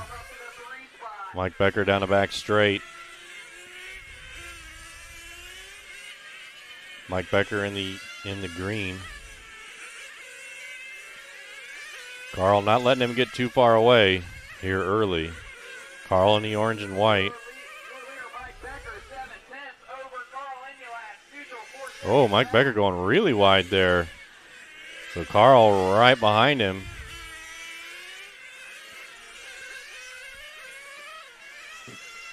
Next up is your Masters A main.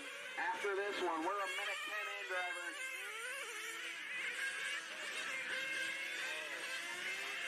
Reminder, if you have not gotten your sponsor sheet in, you need to Trouble there for Carl. get it, or else I'm just going to call your spot and name.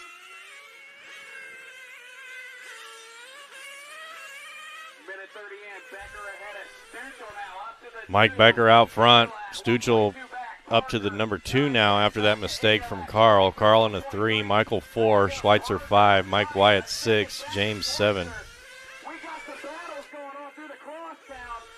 Stuchel in 2. Oh, good battle here for second and third between Carl and Mike Stuchel. Oh, Carl going to the inside. Couldn't make it. Did make it stick.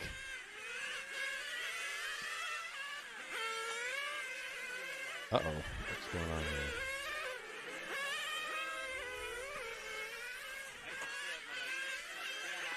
Your leader, the all neon yellow of Mike Becker, Mike Stuchel in the Mike out front. There's Mike Stuchel in the 2. So this is for 3 and 4 here. There goes Carl in the 3 in the orange and white. Mike in the red. And then Schweitzer in the 5. So 3, 4, and 5 right there. 2.5 in, drivers, 2.5 in. Hot lap belongs to Mike Becker, 17-1. Mike Becker still out front here with a good lead. Schweitzer moving up to the 4. Carl down to the 5 now. Wyatt and Polanski is your order. So battle here between 3 and 4. 3 minutes in, drivers, 3 minutes in, 12 to go. 3 in, 12 to go.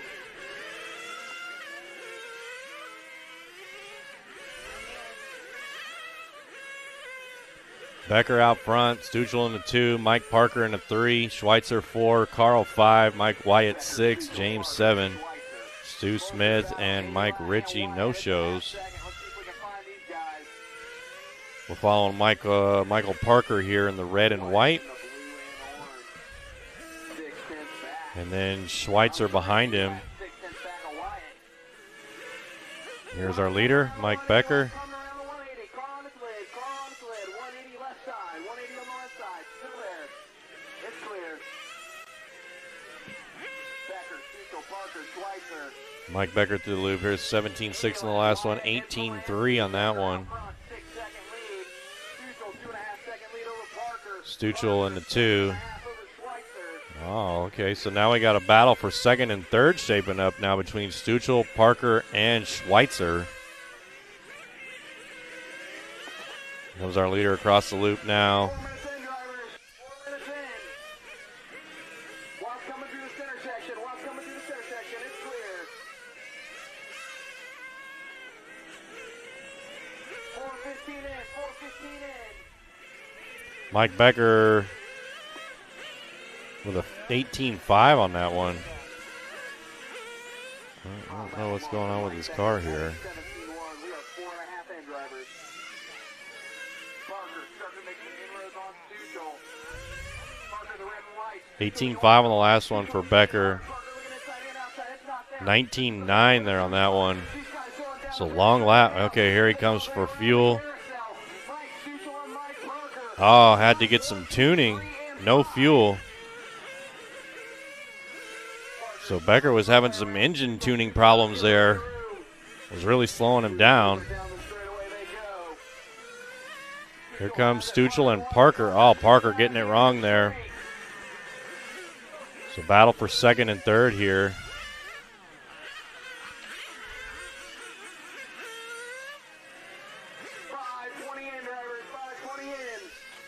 Third place into the pits, Mike Parker.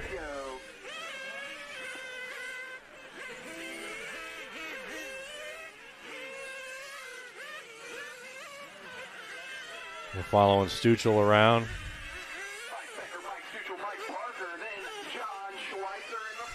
Oh, trouble in the pits there. Oh, more trouble.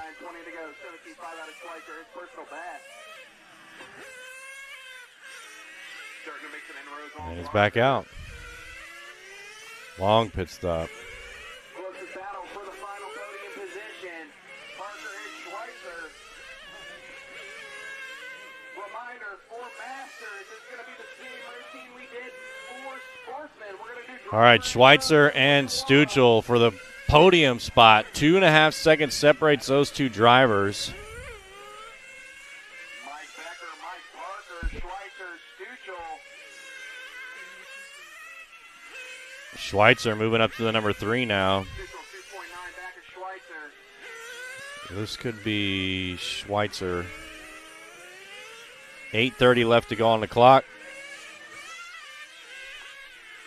This is Mike Stuchel. And here is Schweitzer in the number 3. 8:10 left. Following Schweitzer here. Schweitzer with an 18.4. Let's see what Stuchel does when he comes across. Stuchel with an 18.8. So Schweitzer gaining 4/10 on that one. I'm going to need some volunteer marshals for the next one. And if I don't get any, I'm going to start pointing fingers, and you're going to go out there. Martinez, what's up? Thanks for tuning in. Here is your morning salute from Lebanon, Ohio. Personal last 17-6 last time by Schweitzer in the 3, Stuchel 4, Mike Wyatt 5, Polanski 6. We're following John Schweitzer here, third place spot. Trying to hold on to that podium position. 18.3 on that one for Schweitzer. Let's see what Stuchel looks like. 19.2. So Schweitzer gaining another second there. Mike Becker way out front, about to put 2 laps up on Michael Parker.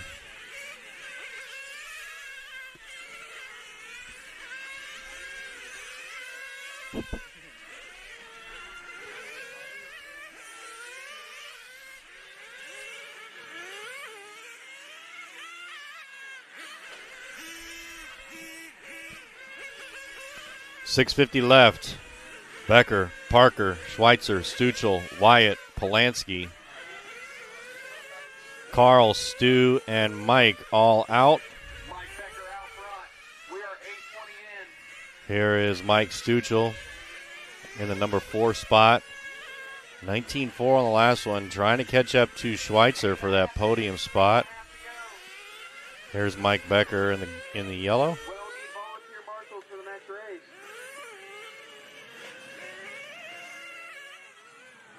There. Mike Becker coming around for another lap. 6 minutes Mike. remaining. 9 and 6 to go. Mike Becker with a 17.8 on that last one. Stuchel 2 seconds separating them. They're both going through the center section now. Michael Parker in the 2, Schweitzer 3. So Schweitzer now closing in for the number 2 spot on Parker. Stuchel, thank you, sir. That is some class act right there from Mike Stuchel.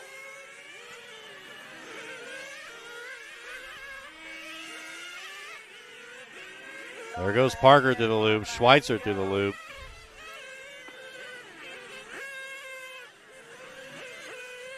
Here's Schweitzer here in the number 3 spot. Coming down the back straight, trying to catch up to Parker. Trails by about 2.5 seconds. Parker through the loop with a 19.1. Schweitzer with an 18.6. So Schweitzer gaining another half a second there.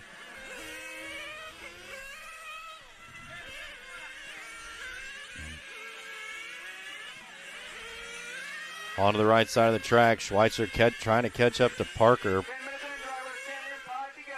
Parker does it. Schweitzer does it. Wyatt and Mike Stutzel. Schweitzer in for fuel here. Here comes Parker. Parker coming around for the lap. 4.5 ahead of Parker.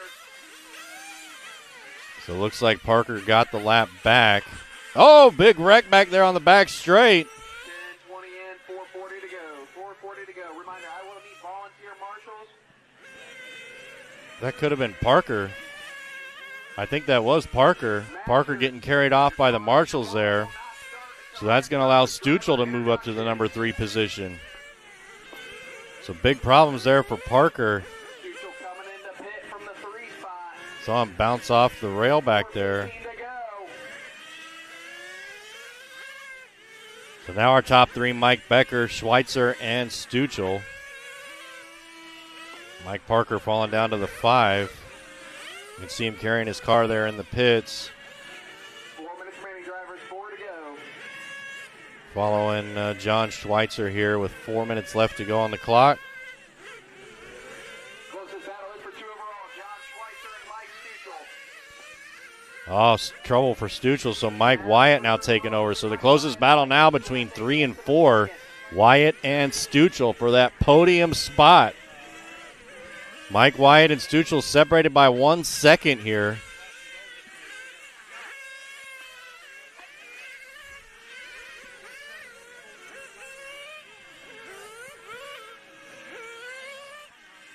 Schweitzer with a full lap up on the number 3 position. So the closest battle is for 3 and 4 between Wyatt and Stutzel. 3:10 to go. I will need volunteer marshals for the next race.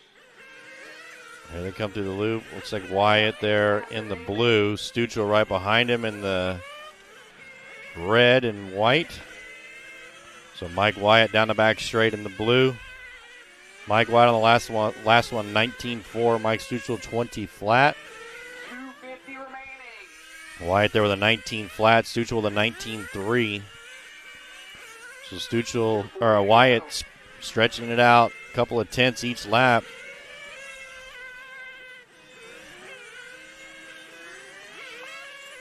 Here comes Wyatt through the loop. Wyatt 18.9. Stutzel 20.7. So almost 2 seconds faster on that one was Wyatt. With 2:15 left to go. Wyatt trying to hold on to that podium position. Mike Becker, John Schweitzer, Mike Wyatt. Mike Stutzel in 4. Wyatt with an 18 flat. Let's see what Stutzel gets here.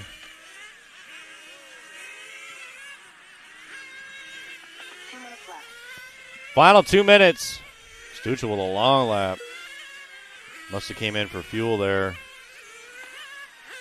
Becker out. Here is our leader, Mike Becker, with 1:45 left. Mike Becker, 2 laps on the entire field, trying to make it 3 on John Schweitzer. I got Becker, Schweitzer, Wyatt, and Stutzel. Here comes Mike Becker. Let's see if he can do 3 laps with 1:30 to go. You just see Schweitzer coming out of frame there.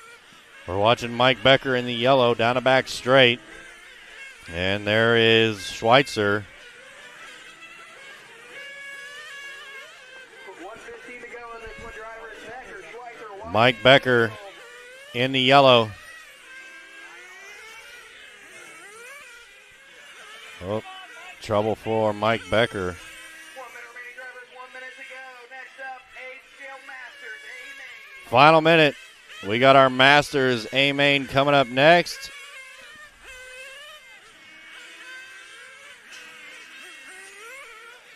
Less than a minute here for Mike Becker. 45 seconds to go, drivers. Out front, Becker, Schweitzer, never look Wyatt, back. Stutzel. Taking this one from tone to tone.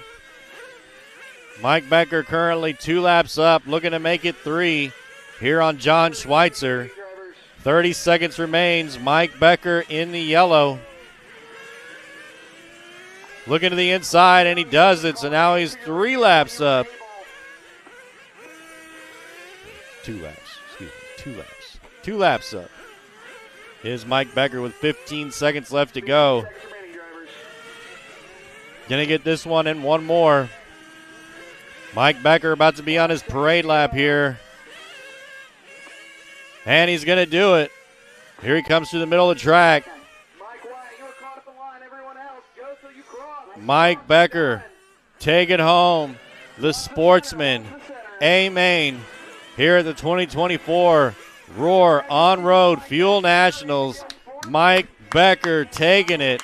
Schweitzer in the 2, Wyatt in the 3, Stuchel in the 4, and Polanski rounding out our top 5.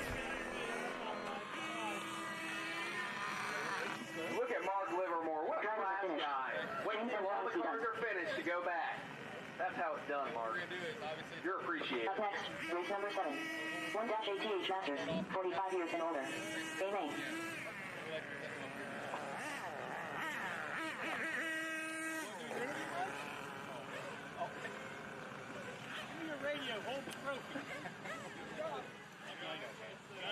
Nice run there from Mike Becker.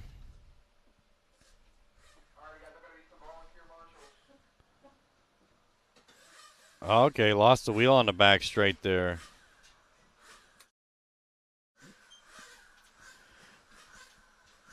Lauren tuning in, cheering on Mike Becker, and it worked. Edward Meyer, good morning from Wichita, Kansas. Here is your morning salute from Lebanon, Ohio.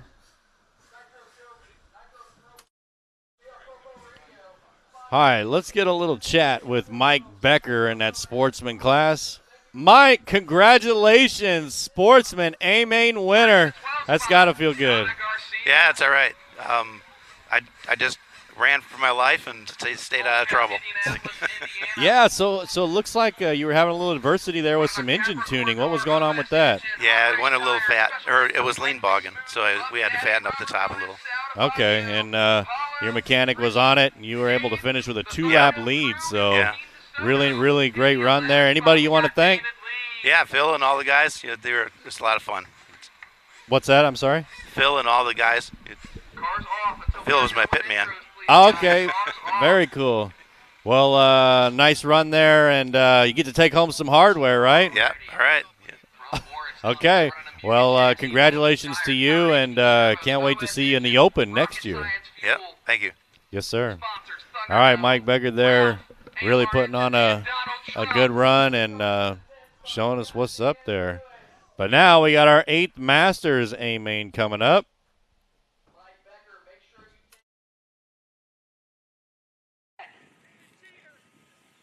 Alrighty, from Highland, Indiana, running a Mugen chassis, hot race tires, Super Diablo body, AMR engine, rocket science. All right, we're going to send it down to the track to do our driver intros. Winger Ralph Birch. Thanks to Carl Enulat for the pit work. Starting in the 9th spot, we got Nick Altieri.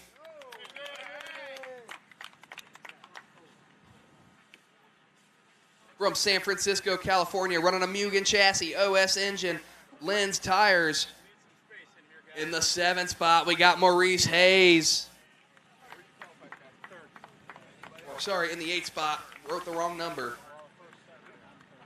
Alrighty, in the 7th spot from Lebanon, Ohio, running an X-Ray chassis, Alti tires, Diablo body, OS engine, Rocket Science fuel. Would like to thank Mike Pulver for all his support and guidance to help me get here. Queen City TSR car for providing an awesome place to race. And my wife Cheryl for her support and keeping our pit well fed all week. In the 7th spot, we got Mike Molnar. From Dallas, Texas, running a Mugen chassis, GI engine, Alti tire, sponsors, Mugen Racing, Alti, Rocket Science fuel, GI Mar engines. Special thanks to Emily for pitting and being my racing buddy, and thanks to the crew. Starting in 6th, we got Jeff Whiting.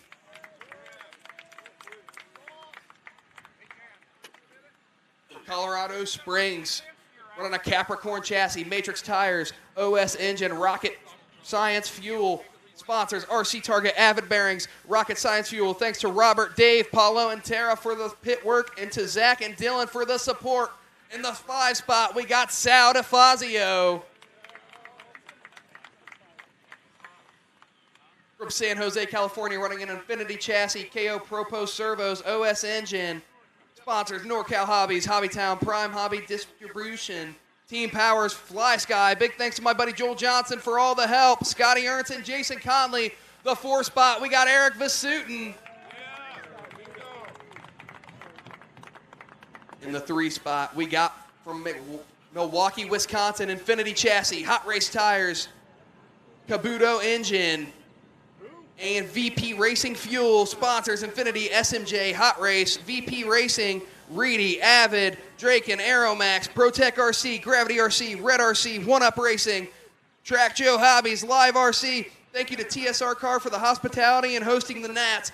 Thank you to Jason, Joel, and Eric for the good times. And the 3 spot, we got the man on the microphone, Scotty Ernst. Yay, Scotty. In the 2 spot, from Divide, Colorado, running a Capricorn chassis, Matrix Tires, OS Engine, Rocket Science Fuel. Thanks to RC Target, Paulo Morganti, and Tommy Horfier. Special thanks to Dave for all the great pit work. In the 2 spot, we got Robert Ronis. And from New York, running a Mugen chassis, Alti Tires, OS Engine, Flashpoint Battery, and Energy Fuel. Mugen USA, Absolute Hobbies, Alti Tires, World Championship Products. Thanks to everyone in my pits crew, your TQ here at 8 Scale Masters at the 2024 Roar On-Road Fuel Nationals. Wallow Walker. All righty, guys, warm up. Time to begin.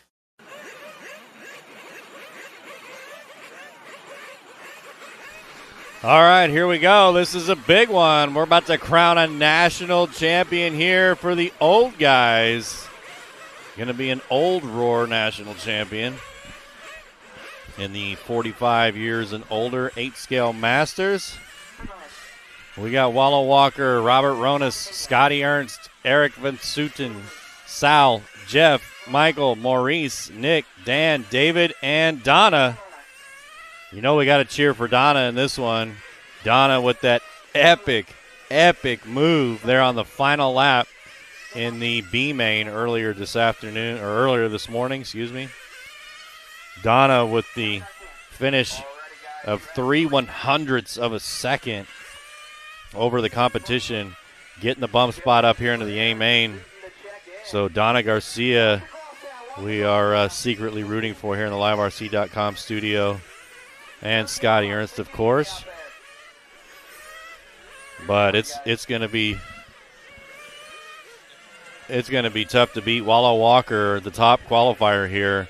Wallow yesterday showing some impressive laps, but as we've seen all morning, and like our LiveRC.com staff BJ said in the chat, this is a race of attrition. So can these drivers make it for the full 30 minutes? That's sometimes what it comes down to. We just saw it in the sportsman class. We saw it in the halves, odds and evens for the 8-scale open class. Anything can happen here. Anything. We got a minute grace call here. Frenchie, yeah, you're old. 49? Shoot. You're old.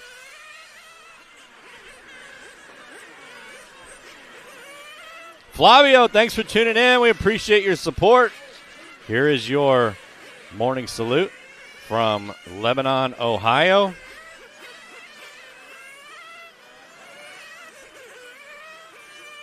Dane says, let's go, Jeff. Maloney says, my money's on Sal. About to find out. Sal starting in the number 5 position. Jeff starting in the 6. Got a bunch of people saying, let's go, Donna. I agree. Donna with the impressive run earlier in the B main with the impressive photo finish. 3/100ths of a second getting Donna into the B main here, from the B main to the A main here in the 8th Masters class at the 2024 Roar On-Road Fuel Nationals. Was super excited to get into it and getting her money's worth, that's for sure. I got people texting me from home saying, let's go, Scotty. Got some Scotty fans out there.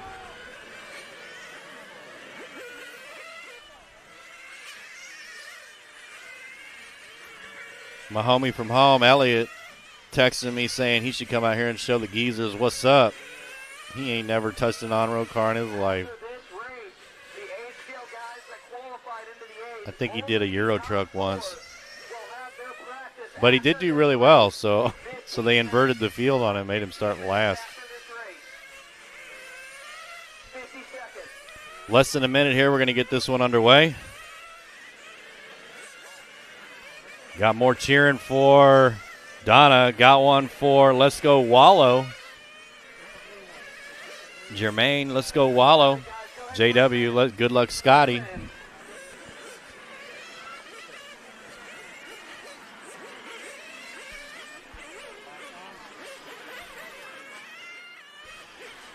After this race, they're going to do a 15-minute A-Main warm-up for the 8-scale open drivers for the top 4 who made the A-Main, who don't have to bump up into it in the evens and the odds. So we will broadcast that live so you can watch the A-Main warm-up. It's going to be a 15-minute race. We're race 7 of 11 here. 7, 11. 7-11. Who can name that song?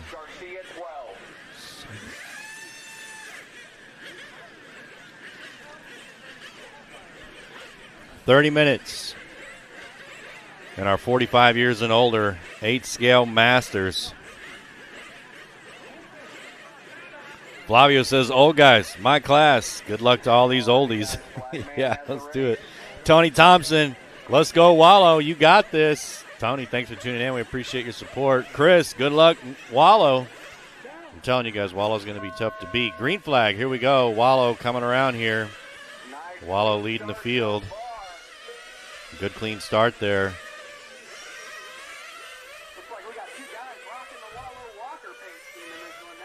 I got people texting me from home. They know this song.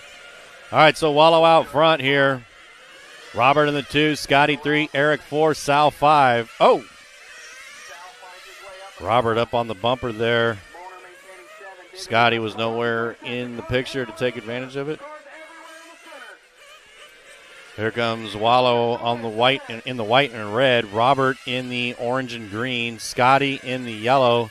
And Sal right behind Scotty. So Sal from the 5 to the 4 now. Wallow and Robert here on the right side. 30-minute long main. 29 minutes to go. Jose saying, let's go Wallow. Yeah, JW, it was super cool meeting you too, man. Thanks for coming out. Thanks for supporting LiveRC.com. Thanks for supporting Scotty and I. We really appreciate it. JW, one of our big contributors here in the chat. We really appreciate him. All right, we got Wallow here out front. Robert all over his bumper here as they come down the back straight. Oh, big pile up in the straight. Robert getting caught up in that. So Scotty able to try to catch up here. Scotty got to get around traffic. Scotty into number 3 right now. Here he comes down the back straight. Scotty in the all yellow. Wallow and Robert crossing the start-finish line now. We're following Scotty here in the yellow, though. And that looks like Sal right behind Scotty for the number 4 position. So 3 and 4 up on traffic right here.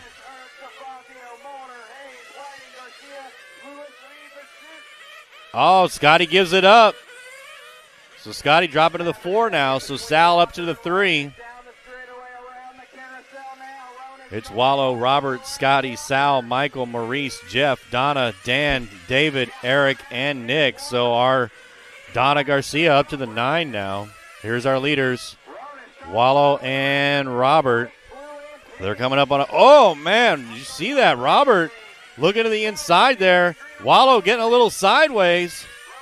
Here they come in front of the driver's stand now. Wallow out. Oh, man, Robert jumping that car. Getting a little air. This ain't off-road, Robert. Got to keep it on the pavement. So good news there for Wallow, able to stretch it out by a 10th or 2. Wallow out front, Robert in the 2, Sal 3, Scotty 4, Michael rounding out our top 5. Number 1 and 2 right here through the center section. They got traffic in front of them that they got to get around. Robert not letting Wallow get away. Wallow on the last one, 15-7. Robert with a 15-4. Traffic getting out of their way there. They got one car in between them now. Oh, Wallow getting caught up. Robert getting around. More trouble there for Wallow. So Robert taking over that top spot now. So Robert going to have a good lead here over Wallow early in this one. 3:30 down, 26:30 to go. Sal now up to the 2, so Sal taking over the number 2 spot from Wallow. Scotty in the 4. You can see Scotty right there. Got to get around some traffic to catch up to Wallow. We're following Wallow here through the center of the track. Wallow falling down 2 positions. Onto the right side. Oh, more trouble for Wallow. So Scotty trying to catch up now. Scotty got to get around this traffic. It's Robert, Sal, Wallow, Scotty, Jeff, Michael, Maurice, Donna, David, Dan, Eric, and Nick. Oh, here comes Scotty.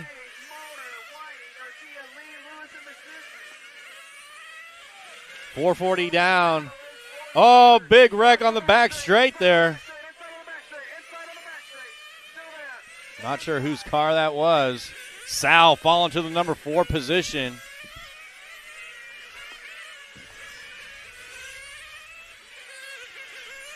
So Robert out front, Wallow to the 2, Scotty to the 3. So here's the battle for 3 and 4. Here comes Scotty for fuel. And Scotty back out.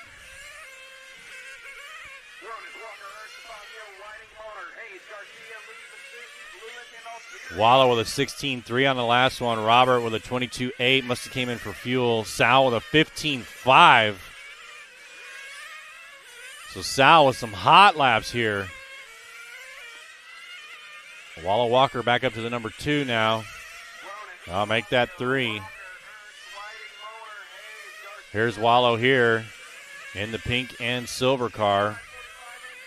Wallow must have came in for fuel around the 5-minute mark.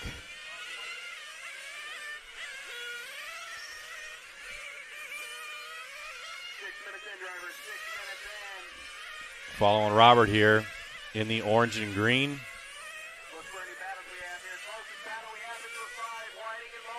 15-7 there for Robert.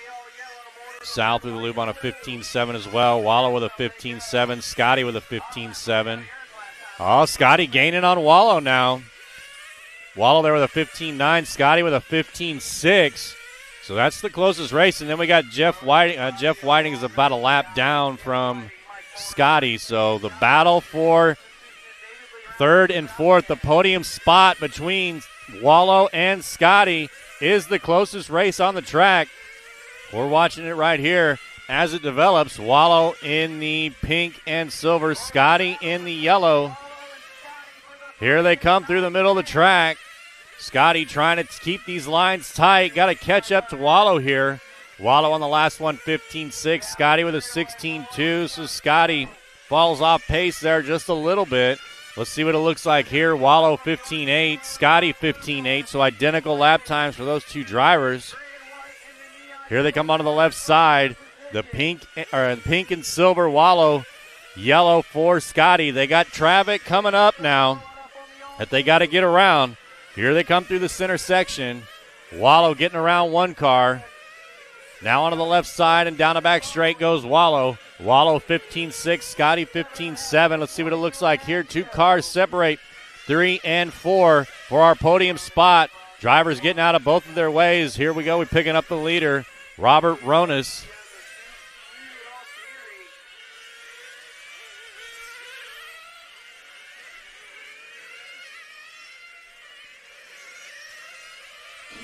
So Wallow now up to the 2, Scotty to the 3, Sal falling to the 4. Sal must have came in for fuel. Sal the 25-second lap there. So now Looks like Sal in the second place crash, falling down to the number 4. So we got ourselves a battle for second, third, and fourth between Wallow, Scotty, and Sal. Here's Sal up on the back bumper of Scotty right now for the podium spot. Here they come through the middle of the track. Scotty keeping these lines tight. So is Sal. Last lap, 15.9 for Scotty, 15.7 for Sal. On to the right side, Scotty in the yellow, Sal in the stripes, pink and silver stripes. Sal all over his bumper, looking to the inside. Scotty gives it up there. Letting Sal get by for the number 3 spot, so knocking Scotty off the podium. So Sal now up to the 3. Sal now trails Wallow by 4 seconds. Sal in for fuel. So Scotty going to get that number 3 spot back, but Scotty going to have to come in for fuel soon. Let's see if he comes in on this lap. 9 minutes has expired. 21 minutes left. Scotty staying out. Going to get a couple more laps in that number 3 position. Scotty trails Wallow by, let's see. Robert's got about 4 seconds up on Wallow. Wallow's got about 5 seconds on Scotty. Scotty going to have to come in for fuel soon. 9:30 down. 20:30 left to go. Let's see if he chooses to come in here. Currently got a pretty good lead on Sal, but Sal came in for fuel. Oh, was that Sal there? Who was that? That's Sal right there. That's Sal. Flaming out. So good news for the rest of the field. Sal, one of the fastest drivers, pressuring everybody, flaming out. So Scotty hold on to the number 3 spot. 10 down, 20 to go. Scotty trying to catch up to Wallow here. I'll give you the guys the gap when they come across the start-finish line here. 3 seconds for Wallow, 5 seconds for Scotty. Here is Sal. Looks like big trouble there for Sal. Tough break there for Sal.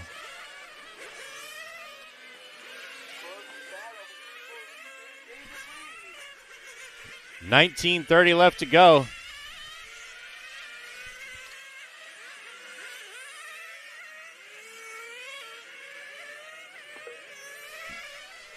Robert, Wallow, Scotty, Michael, Jeff, Donna, Eric, Sal, Maurice, David, and Nick. Look at this. Donna from the 12 all the way up to the 6 now.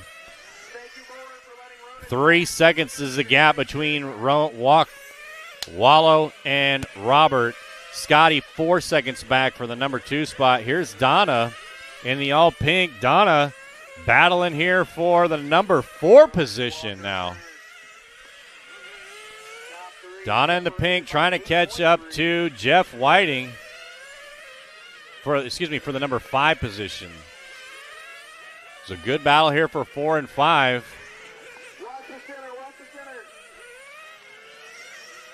Donna down the back straight in the all pink. Last lap, Jeff Whiting 15.7. Donna with a 16.7. This one, Jeff with a 16.1. Donna with a 16.9. Here comes Donna for fuel. Fastest pit guy right there for sure. All right, looks like we're picking up Robert, our leader here, in the orange and green.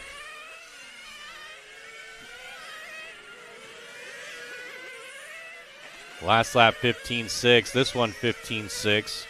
So Robert staying really consistent here.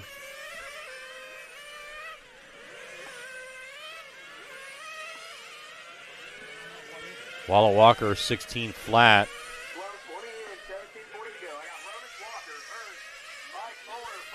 Scotty about 6 seconds back in the number 3 spot. Walker about 5 seconds back from Robert in the 2 spot. So 1 through 3 separated by 11 seconds.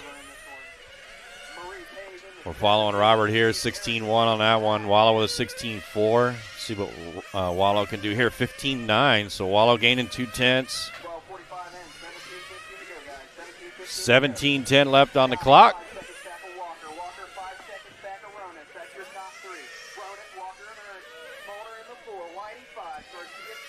Now looks like Sal did not get back out on the track, so Sal is out.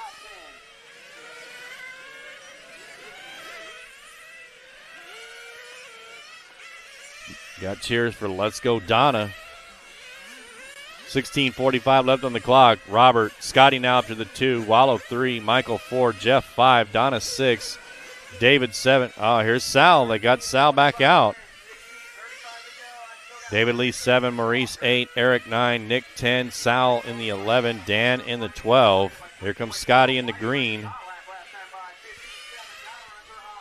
Sal going to try to get some laps. Sal 11 laps down from the podium position. Wallow. Scotty currently sitting in the number 2. Scotty on the last one, 16 flat.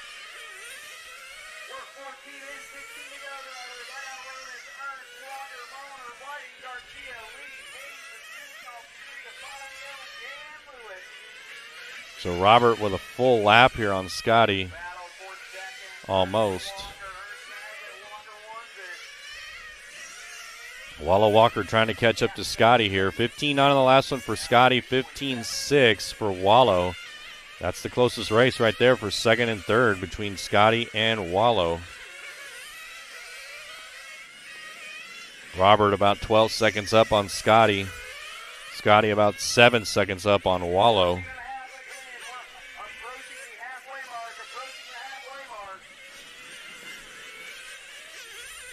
15 left to go, almost halfway through.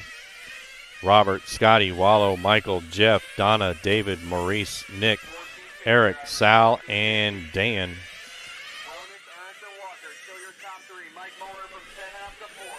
Here we are at the halfway point, 15 down, 15 to go. Got more cheers for Donna. Donna currently sitting in the 6. Here's third place.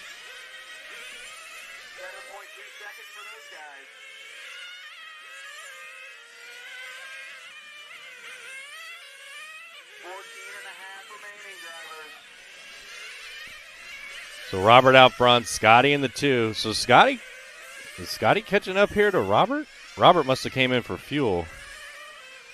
Yeah, Robert had a 23-second lap there, so Robert in for fuel. Here's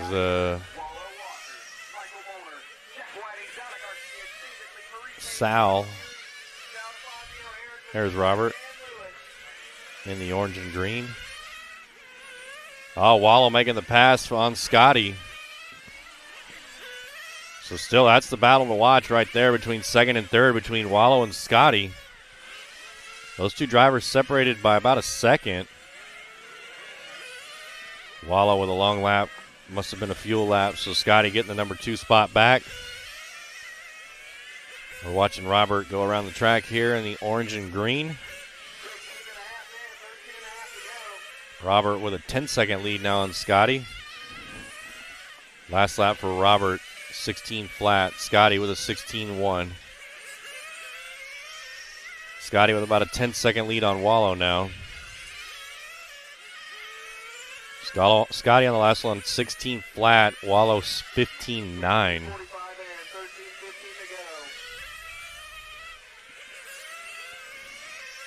Those three drivers, 1, 2, and 3, Robert, Scotty, and Wallow, got a full lap on the rest of the field. Still watching Robert here in the orange and green.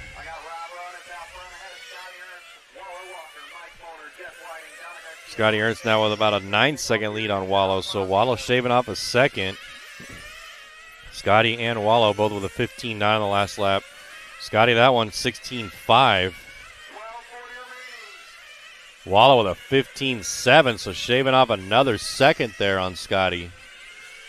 So Wallow slowly making his way back up onto Scotty.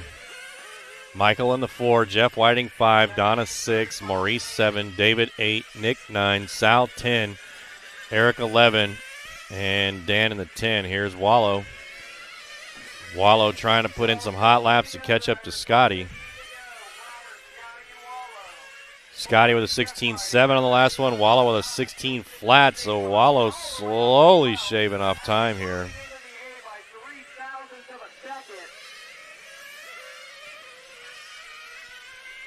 Robert with a 12-second lead now on Scotty.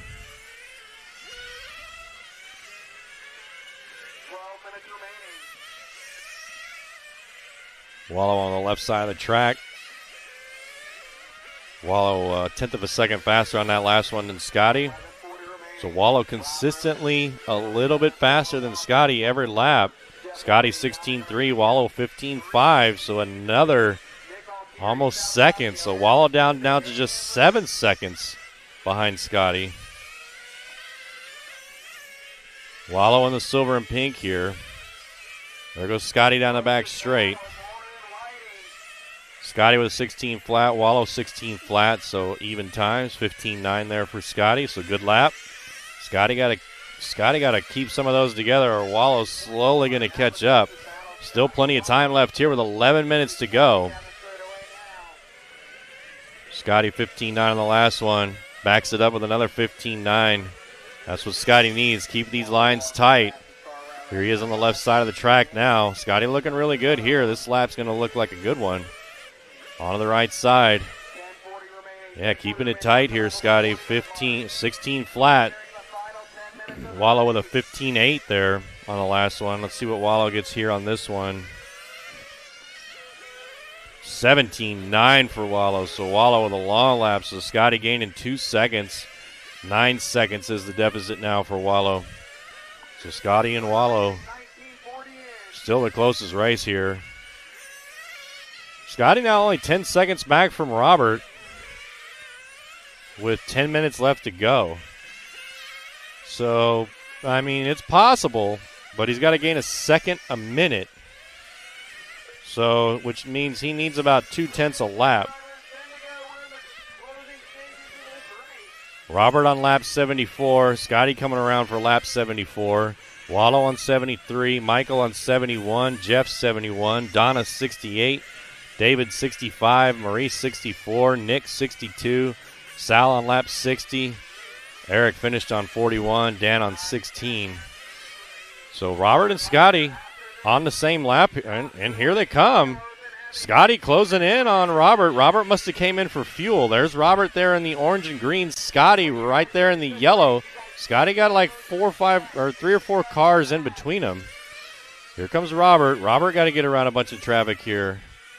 And they're all getting out of his way. Scotty in for fuel. Scotty back out. Good fuel stop there for Scotty. See what the gap is here. Robert with a 16 flat.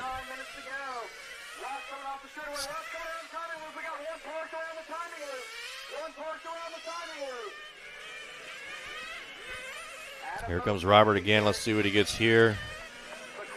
15.9. Scotty with about a 7-second pit stop there. 6-second pit stop.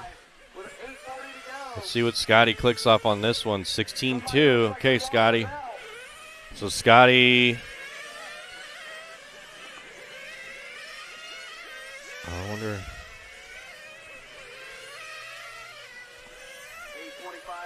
16.2, 16.3. Wallow in for fuel. Looks like Michael lost a belt on the back straight. So that's going to drop him down to the 5.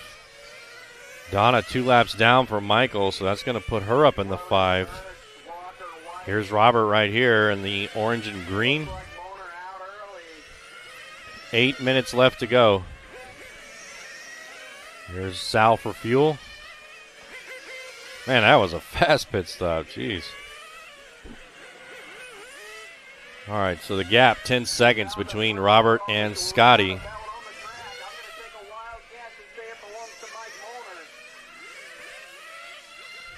The gap, 10 seconds for Scotty and Wallow. So 1 and 2 separated by 10 seconds. 2 and 3, 10 seconds. Wallow on lap 81, Jeff on 79. So Wallow with 2 laps up on Jeff. So 1, 2, and 3 got 2 laps on the field. Picking up Scotty here.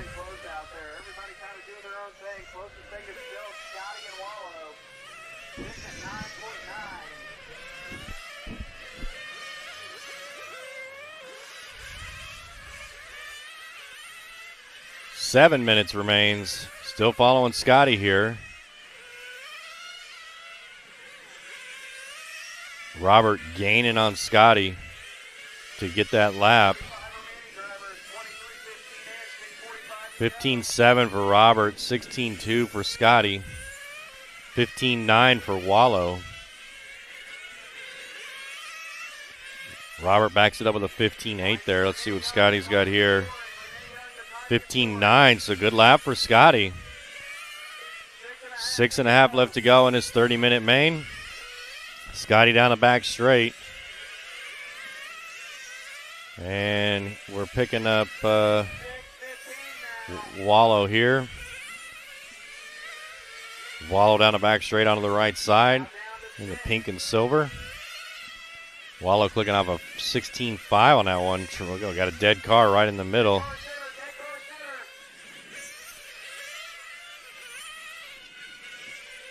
Nine seconds now, the gap between Robert and Scotty.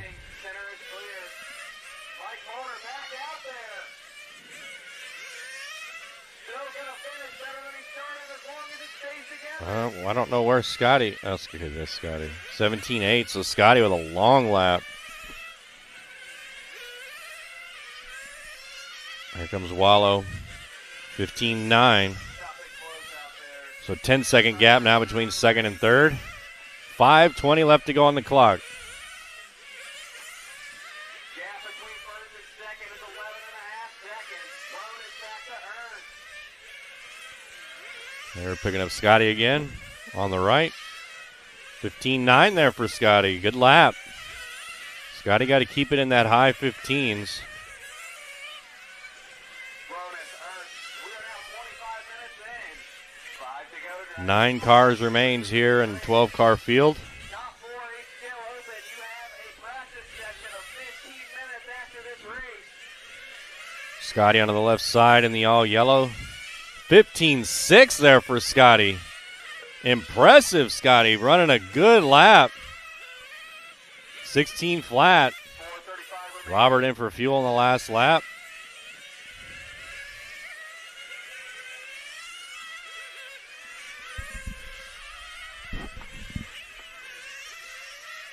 Scotty going to probably be coming in for fuel soon here. So you see Robert going in and out of frame there, but he just came in for fuel. Scotty's still going to have to come in for fuel one more time. 4:10 left to go on the clock.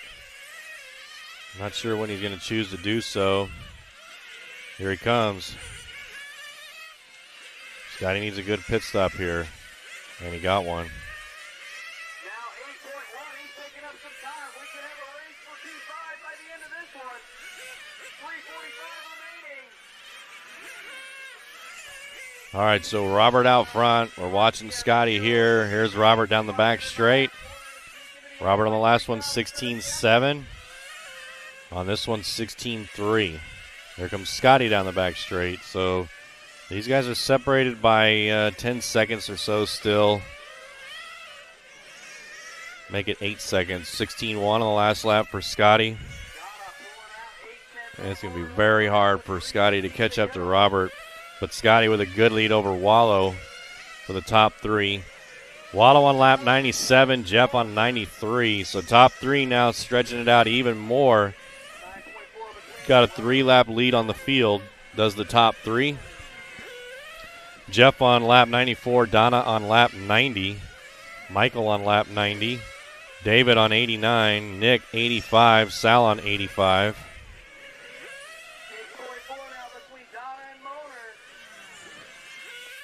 Robert with a 15-3 hot lap. Scotty with a 15-6. Wallow with a 15-1. Jeff 15-7. Donna 16 flat. We're watching Robert here. Robert there with a 15-8. Good lap. Scotty with a 16-1. Wallow with a 16-1. Scotty there with a 16-4. Here's Scotty. And Donna. Donna sitting in the number 5 spot right now. Donna bumping up from the B main, starting in the position 12, now up to number 5. So finishing top, may finish top 5 here in the 8th Masters with less than 2 minutes to go. Donna in the all pink through the start-finish line.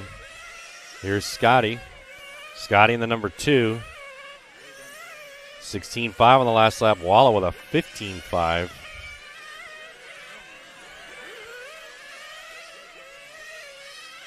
"12 seconds is the gap between Wallow and Scotty. Make it 11 seconds. 120 remaining. Robert Ronan. Oh, what happened to Robert there? What happened to Robert? Scotty getting around Robert there. What happened? Scotty now out to position number 1. More trouble for Robert there. So Scotty now out front. 1 minute left. Scotty caught him in the last minute. Robert developing some problems. So Robert down to the number 2 right now. Wallow coming up for the pass as well. So the battle for second and third between Robert and Wallow, a couple of tenths of a second.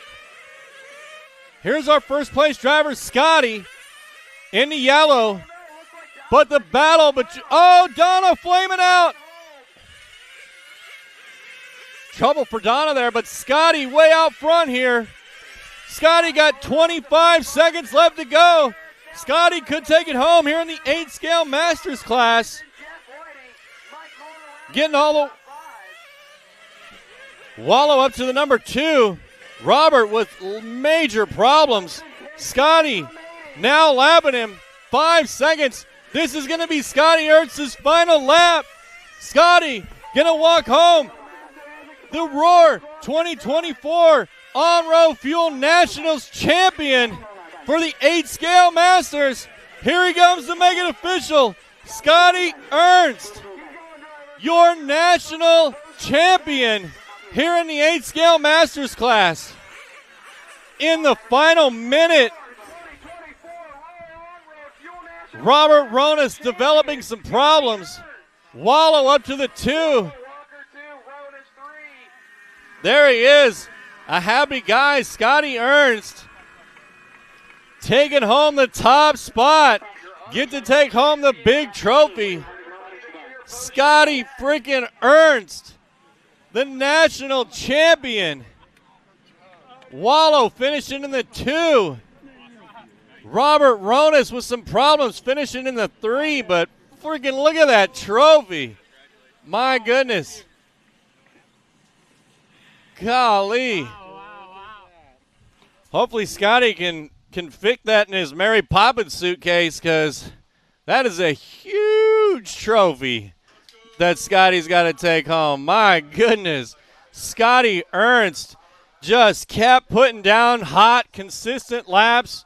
16 seconds, 15-9, 15-9, 16 seconds, back to back to back.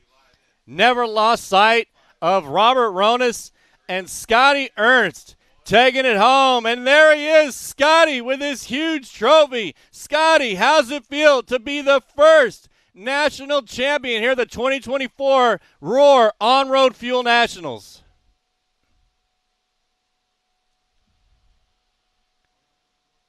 Rarity, not a lot of people get to experience this, and yeah, it's us old guys, but there's a lot of us old guys that have been doing this for a long time, and it's truly a joy. I had great competition there. Tough luck for Robert, but we talked about, me and my mechanic Jason and Joel, we all talked about it. It's a long race, and we had a strategy, and I knew I wasn't going to be up front at the start. I just paced it. Some bad luck. Tires are important, and I conserved my tires for the first 15 minutes. And I think I was going as fast at the end as I was in the front, except the last 3 laps, you know what I mean? Then I, backed it down, but it's an amazing feeling. Yeah, man, I mean, you stayed consistent there. You, Wallow, were battling it out for a while. You ended up there in the second place towards the second half of the race, and you never looked back. I mean, tell us about your prep. I know that you've been here for a couple of days just really putting in the work, and all that work has finally paid off. So tell us what that means to you. It means a lot because we put a lot of work in. Obviously, you know me, Matt. I don't get a lot of time to practice and things, especially in 8-scale racing.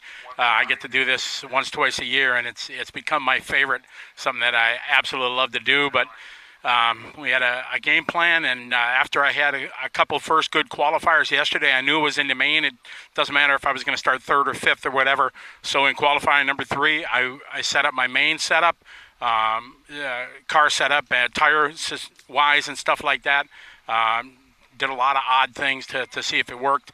It wasn't the fastest in qualifier 3, but I knew it would be good for a 30-minute pace, and you never know. Sometimes it works out. So good plan and paid off. Yeah, man, congratulations to you, and our liverc.com chat is just filled up with way to go, Scotty. Congrats, Hey, Scotty.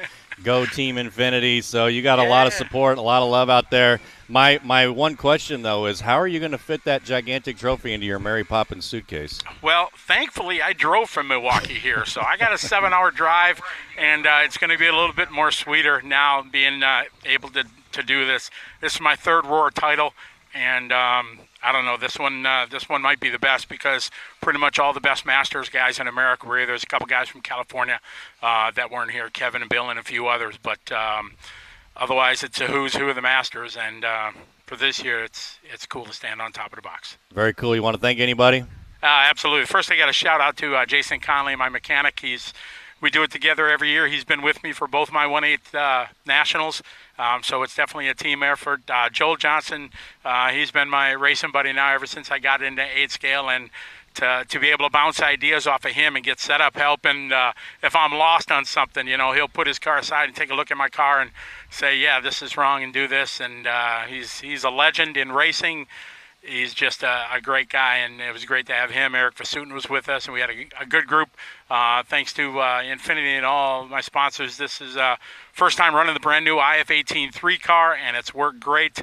Shout out to Jesse Davis over in Australia. He gave me some setup pointers here that as I was building the kit and everything. So a lot of great folks make it possible, and for us in Masters, it's a big deal still to us. We started the hobby many, many years ago, and we're continuing on. So thanks to everybody that believes in me and supports me. Well, probably the biggest shout-out here in the LiveRC.com fans is Jeff Ernst. He says, "Noise." Nice. My bro's watching. Thanks, bro. And glad, all right, Scotty. Well, glad congratulations there. Make sure since you drove, you buckle that trophy in really tight on your trip home back to Milwaukee. Absolutely. Thank you very much. Thanks, everybody on LiveRC for coming and covering the Roar Nats. We appreciate it. Yes, sir. Scotty Ernst, the first national champion here at the 2024 Roar On-Road Fuel Nationals. Scotty out there showing us what's up and how it's done, and couldn't be more proud of my friend Scotty, and he just he did really well there in the 8-scale Masters, and just he was up in the very top on the podium spot the whole race, never looked back, and wound up finishing in the #1 spot and got to take home the big trophy back to Milwaukee. So nice job to Scotty. Nice job to the rest of the field there. They put on a great race, and also huge shout out to Donna there from the B main all the way up to #5 spot. So congratulations to Donna and the rest of the top 5 finishers there in the 8-scale Masters. All right, LiveRC.com. We're going to take a 15-minute break here, and we're going to do the A main warm up. They got 15 minutes here to do some warm up and do some tire break-in or testing and tuning or whatever they choose to do. So we're going to leave you with that. We'll be back in about 15 minutes, about half past the hour.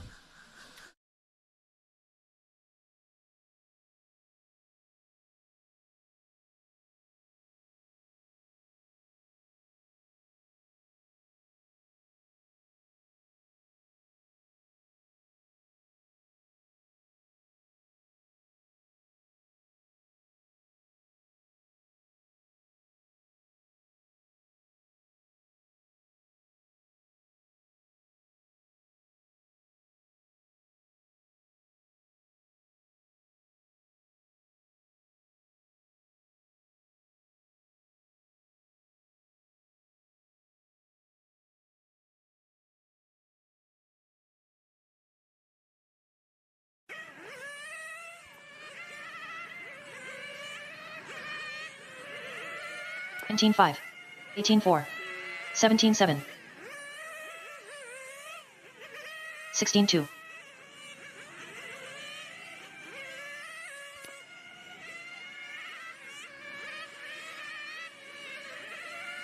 16 4, 17 7, 16 1,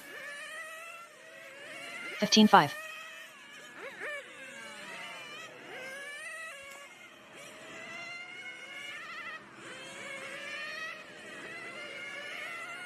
16-4. 15-8. 15-4.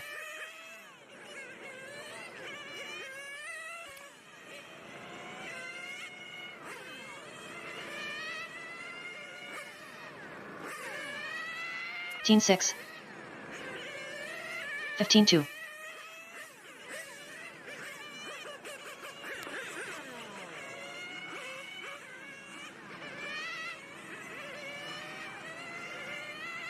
15 flat. 37 flat.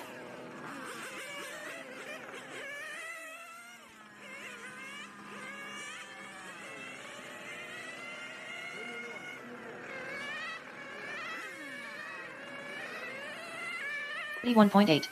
15-8.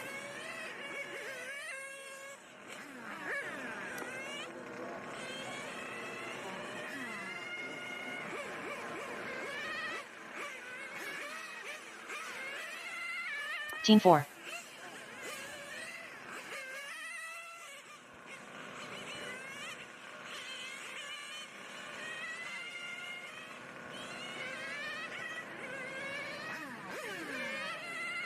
15 flat. Ralph Birch.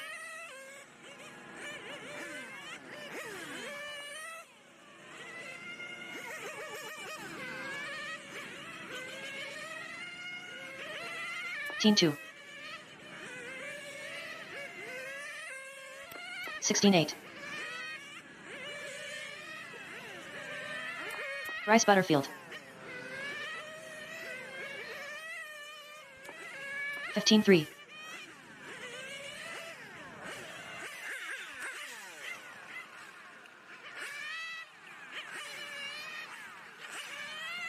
16-5.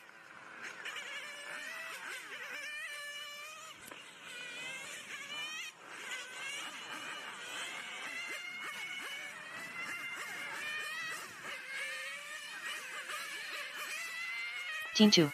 27.4.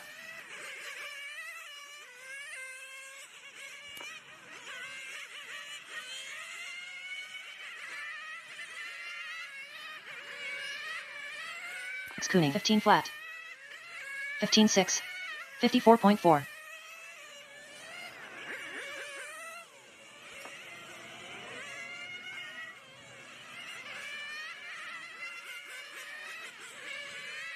15-9. 16-4. 15-9.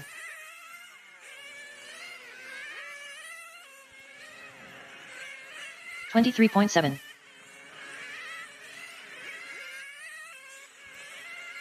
15-2. 16-1.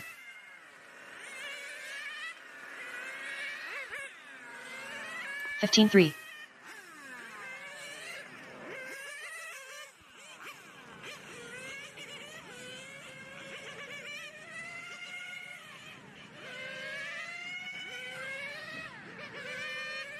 15 flat. 43.7.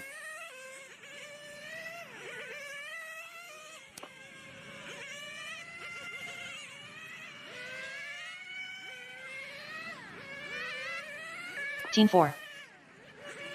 15 flat.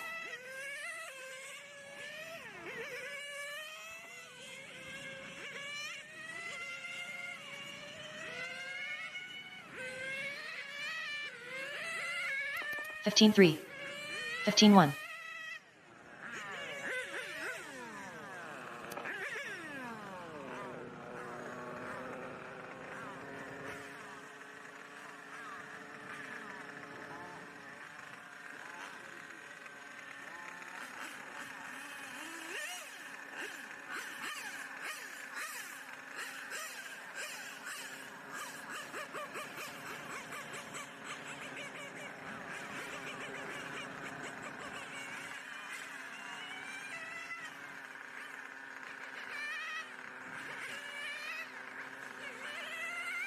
6 Cooning.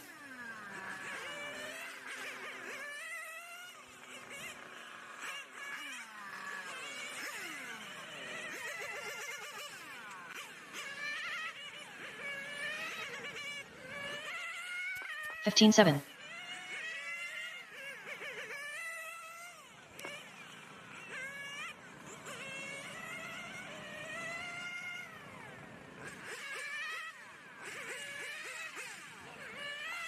All 15-5. cars have cleared Masters Tech. You may go and get your cars. Congratulations, Scotty Ernst, on your national title.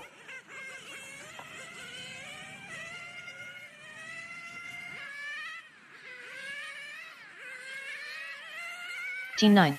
DJA Polaro.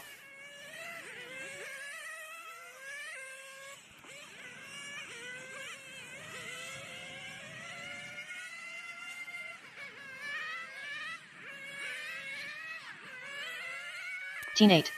15-3.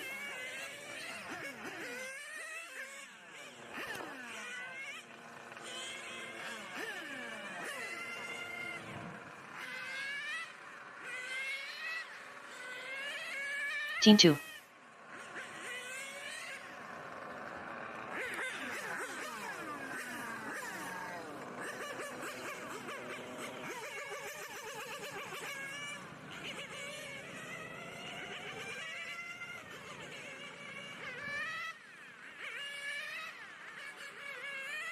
E7.1.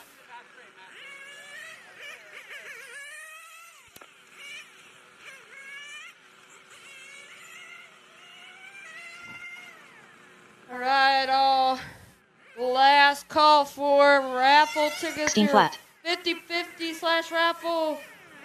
6 raffle tickets for $5. Be 50/50. It'll be 50/50. Plus we'll.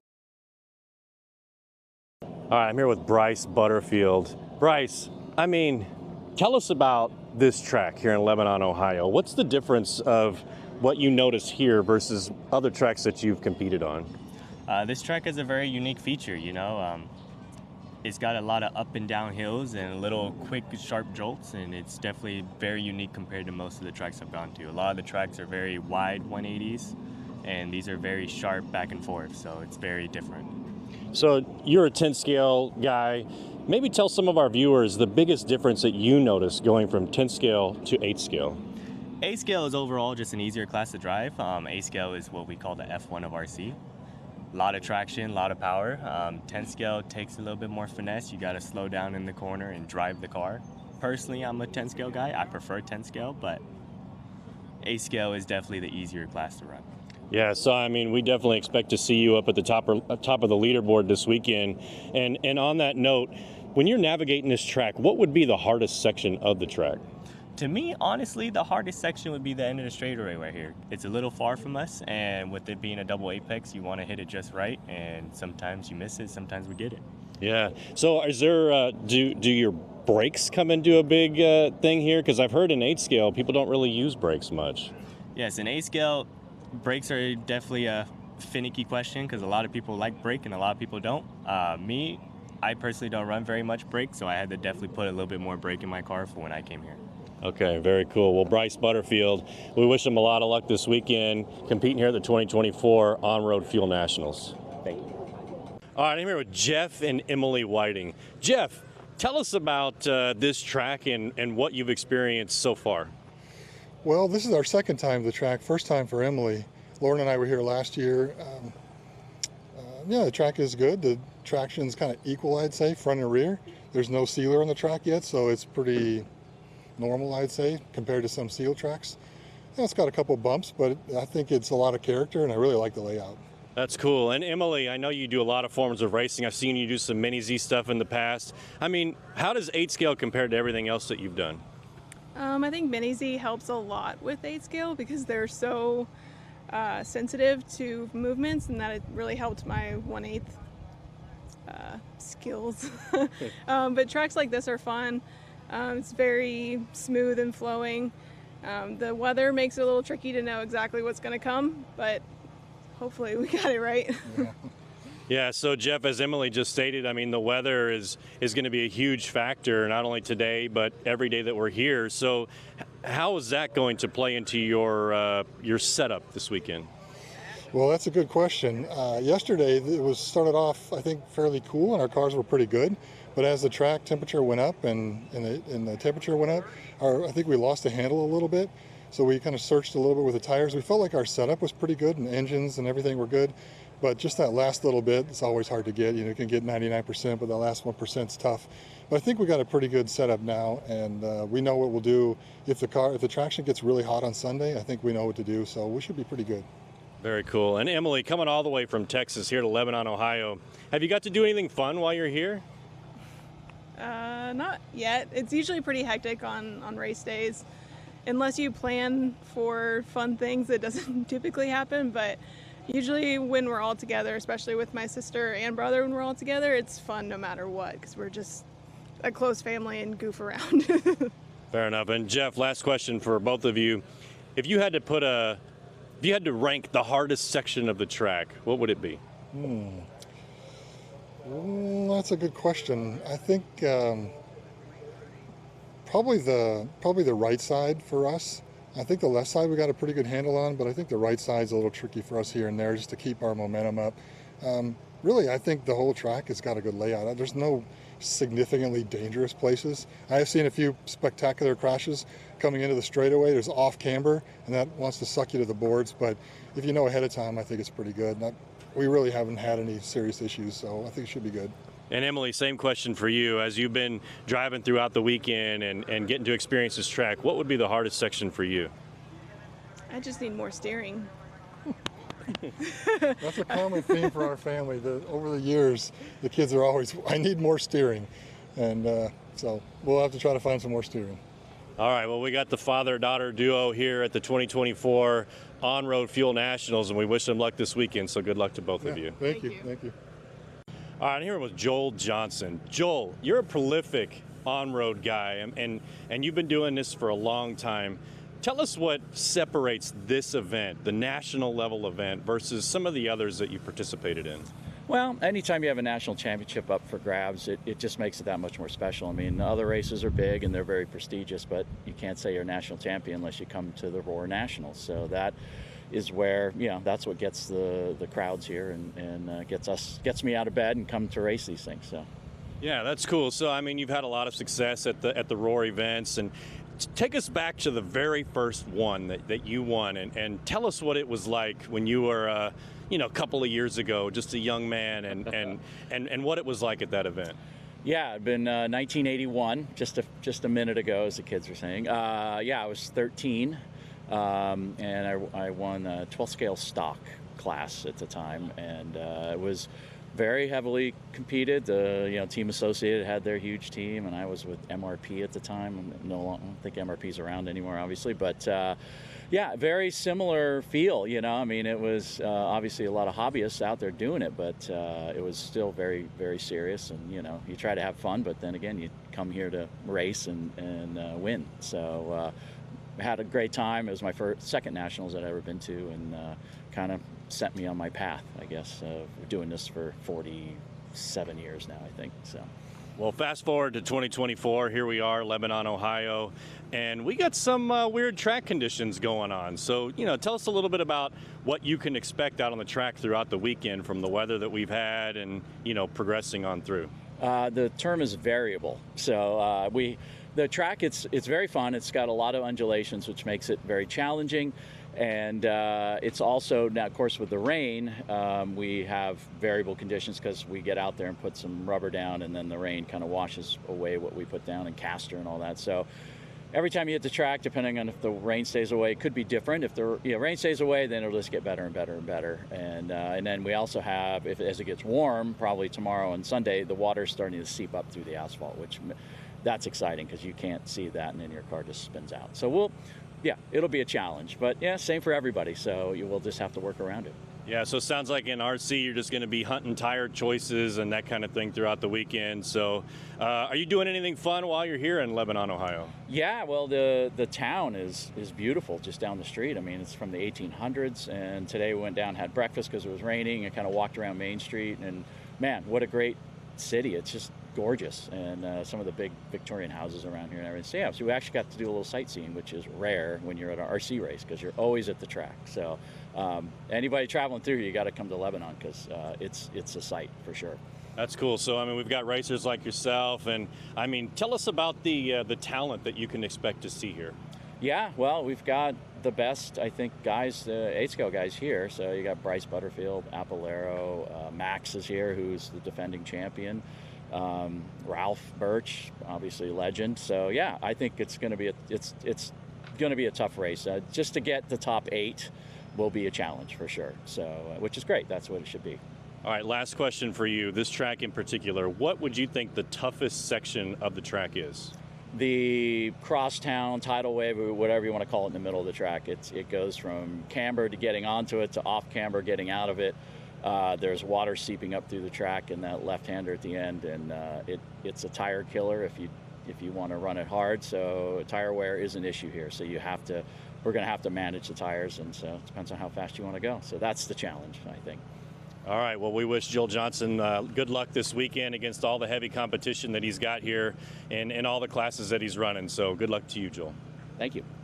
All right, I'm here with Max Kenning, the reigning, defending Roar National Champion from 2023. Max, what's it like to be back here for 2024? Feels pretty good. I've only been in this track one time, but looking forward to getting back. Well, hopefully, it's going to dry out a little bit today, and we'll get some running in today. So looking forward to getting back on track.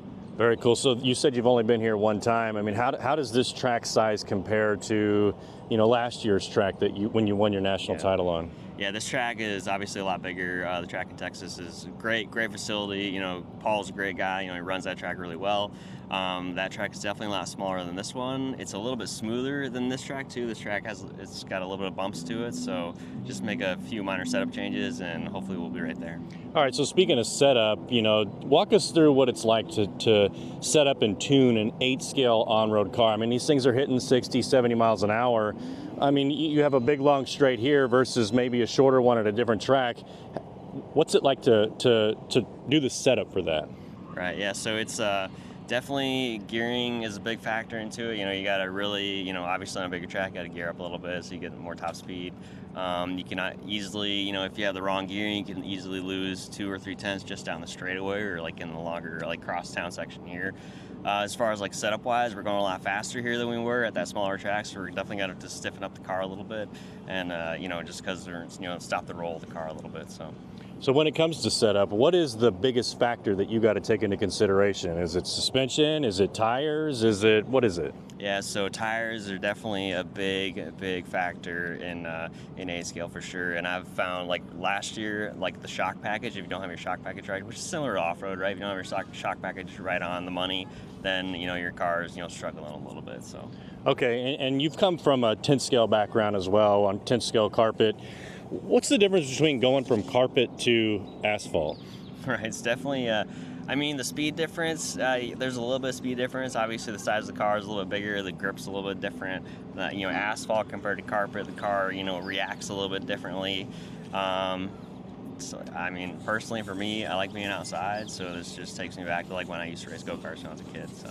All right, how about Lebanon, Ohio? Have you done anything cool while you're here? Have you got to go out on the town, maybe eat any good food? I mean, there's a barbecue truck over there. Right, I haven't been to the barbecue truck yet, but Mike, our guy that we're pitting in the trailer with, his wife's been cooking for us, so it's been pretty nice. Lebanon, it's a pretty small town, but it looks pretty nice. We've just been cruising down there. There's actually a really good coffee shop right there that I just went to, so. Very cool. So a coffee's your thing and some home-cooked food. Right. That's pretty cool. So last question for you. What is the hardest section of this track? Ooh, man, probably not crosstown, but right in front of the driver's stand, right after pit exit, going up and pitching the car in at 180. That's probably going to make it or break it for most of us. It definitely, it takes a lot of courage to go into that corner as fast as you can and then be able to be confident enough in your car so it sets in that 180 so you don't spin out or turn into soon or something like that. All right, well, we're wishing Max, the reigning defending champion, good luck this weekend, so good luck to you, Max. Well, thanks.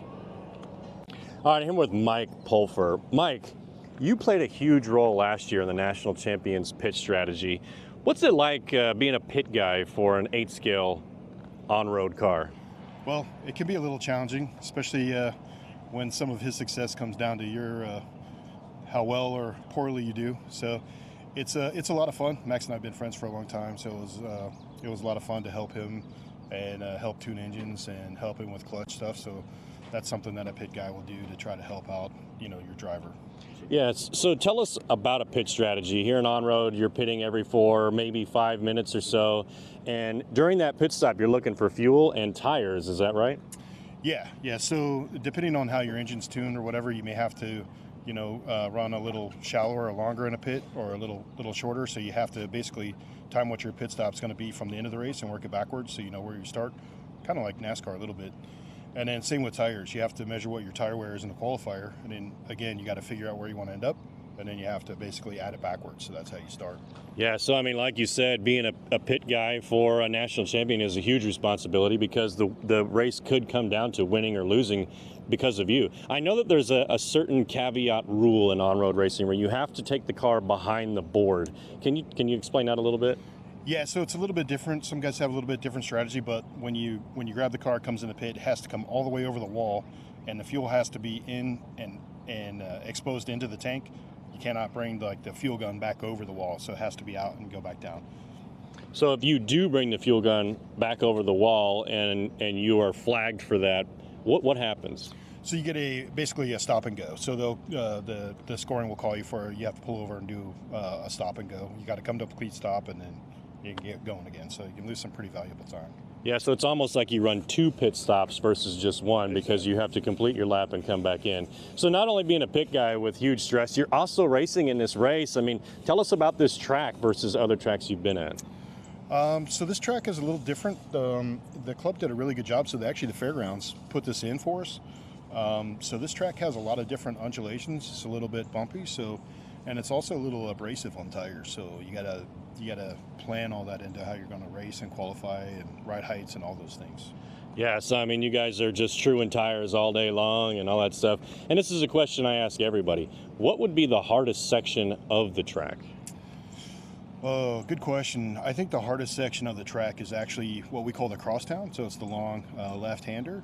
You carry a lot of speed through there, but the car doesn't want to steer. So braking points and getting timing through there, and also getting a good traction coming off, that's a lot of time can be gained or lost in that corner.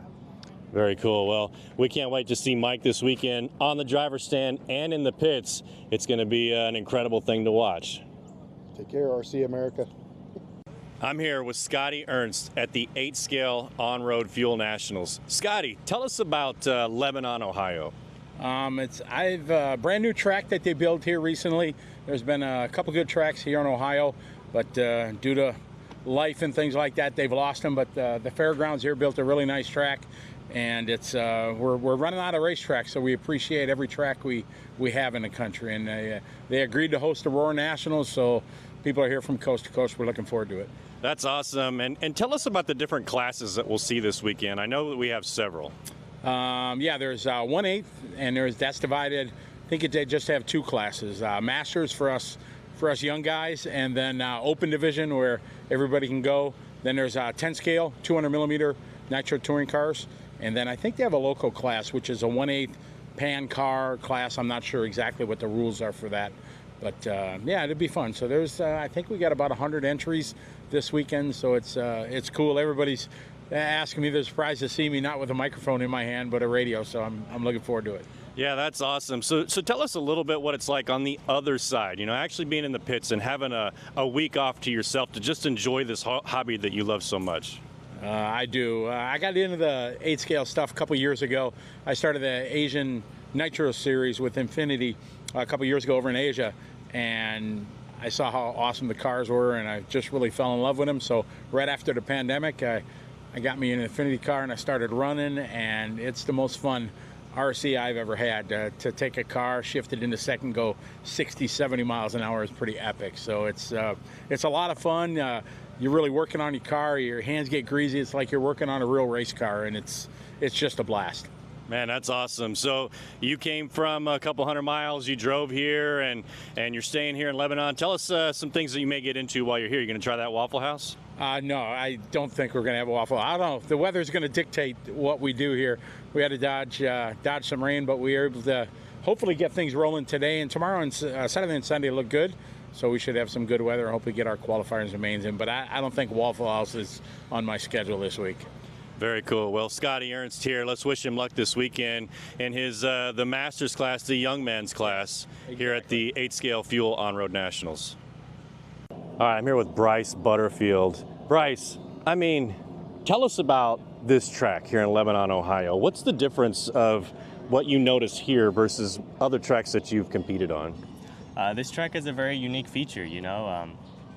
It's got a lot of up and down hills and little quick, sharp jolts, and it's definitely very unique compared to most of the tracks I've gone to. A lot of the tracks are very wide 180s, and these are very sharp back and forth, so it's very different. So you're a 10-scale guy.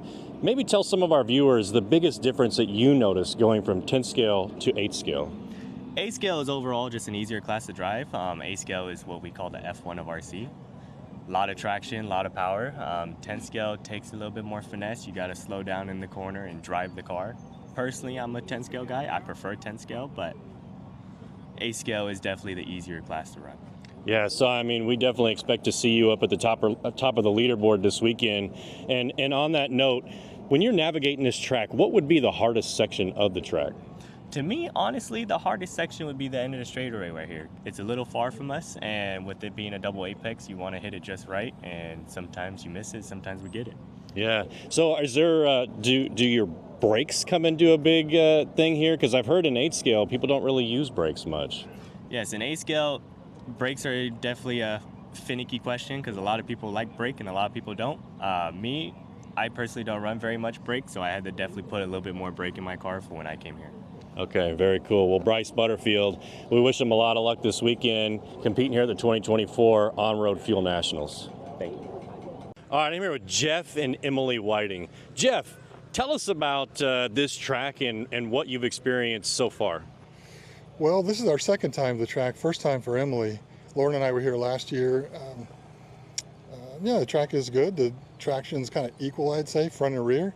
There's no sealer on the track yet, so it's pretty normal, I'd say, compared to some seal tracks. Yeah, it's got a couple bumps, but I think it's a lot of character, and I really like the layout. That's cool. And Emily, I know you do a lot of forms of racing. I've seen you do some Mini-Z stuff in the past. I mean, how does 8-scale compare to everything else that you've done? I think Mini-Z helps a lot with 8-scale because they're so sensitive to movements, and that it really helped my 1/8 skills. But tracks like this are fun. It's very smooth and flowing. The weather makes it a little tricky to know exactly what's going to come, but hopefully we got it right. Yeah, so Jeff, as Emily just stated, I mean, the weather is going to be a huge factor, not only today, but every day that we're here. So how is that going to play into your setup this weekend? Well, that's a good question. Yesterday, it started off, I think, fairly cool, and our cars were pretty good. But as the track temperature went up and the temperature went up, I think we lost the handle a little bit. So we kind of searched a little bit with the tires. We felt like our setup was pretty good and engines and everything were good. But just that last little bit, it's always hard to get. You know, you can get 99%, but that last 1% is tough. But I think we got a pretty good setup now, and we know what we'll do. If the traction gets really hot on Sunday, I think we know what to do. So we should be pretty good. Very cool. And Emily, coming all the way from Texas here to Lebanon, Ohio, have you got to do anything fun while you're here? Not yet. It's usually pretty hectic on race days.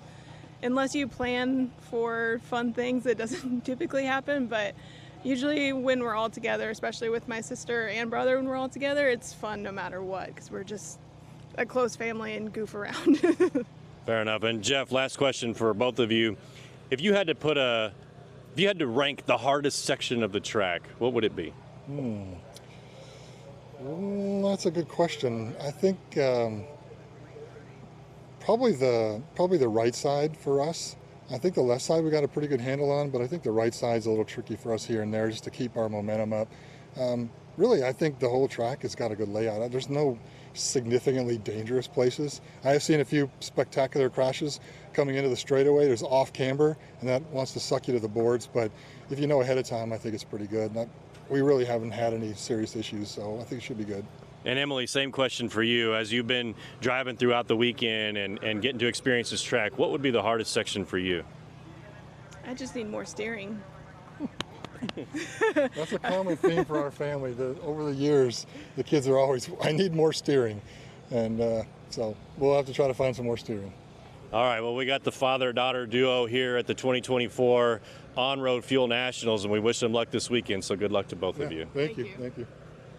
All right, I'm here with Joel Johnson. Joel, you're a prolific on-road guy, and you've been doing this for a long time. Tell us what separates this event, the national level event, versus some of the others that you participated in. Well, anytime you have a national championship up for grabs, it just makes it that much more special. I mean, the other races are big and they're very prestigious, but you can't say you're a national champion unless you come to the Roar Nationals. So that is where, that's what gets the crowds here and gets me out of bed and come to race these things. So. Yeah, that's cool. So, I mean, you've had a lot of success at the Roar events, and take us back to the very first one that you won, and tell us what it was like when you were, a couple of years ago, just a young man, and what it was like at that event. Yeah, it'd been 1981, just a minute ago, as the kids were saying. I was 13, and I won a 12 scale stock class at the time, and it was very heavily competed. The Team Associated had their huge team, and I was with MRP at the time. I don't think MRP's around anymore, obviously, but very similar feel. I mean, it was obviously a lot of hobbyists out there doing it, but it was still very, very serious. And you try to have fun, but then again, you come here to race and win. So had a great time. It was my second nationals that I'd ever been to, and kind of set me on my path, I guess. We're doing this for 47 years now, I think. So.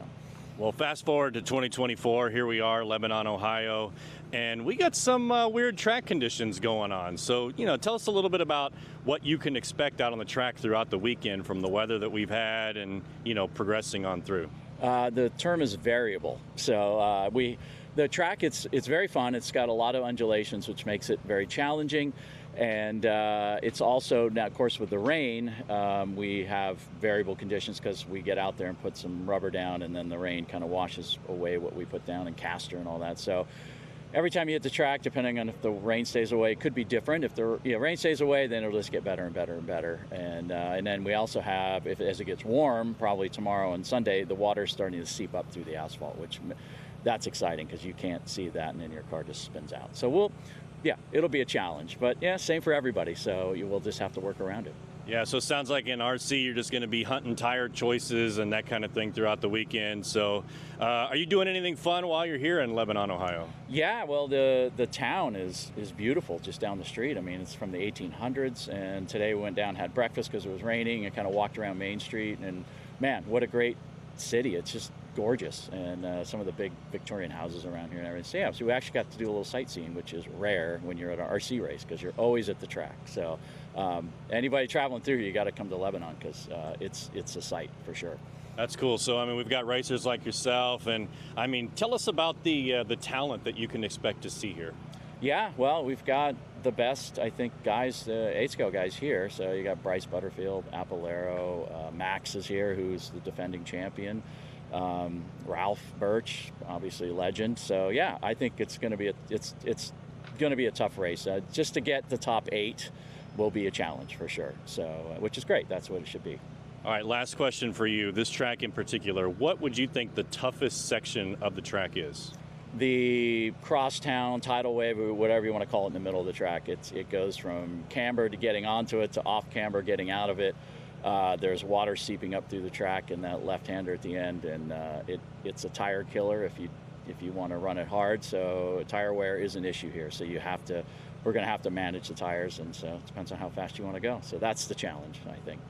All right, well, we wish Joel Johnson good luck this weekend against all the heavy competition that he's got here and all the classes that he's running. So good luck to you, Joel. Thank you.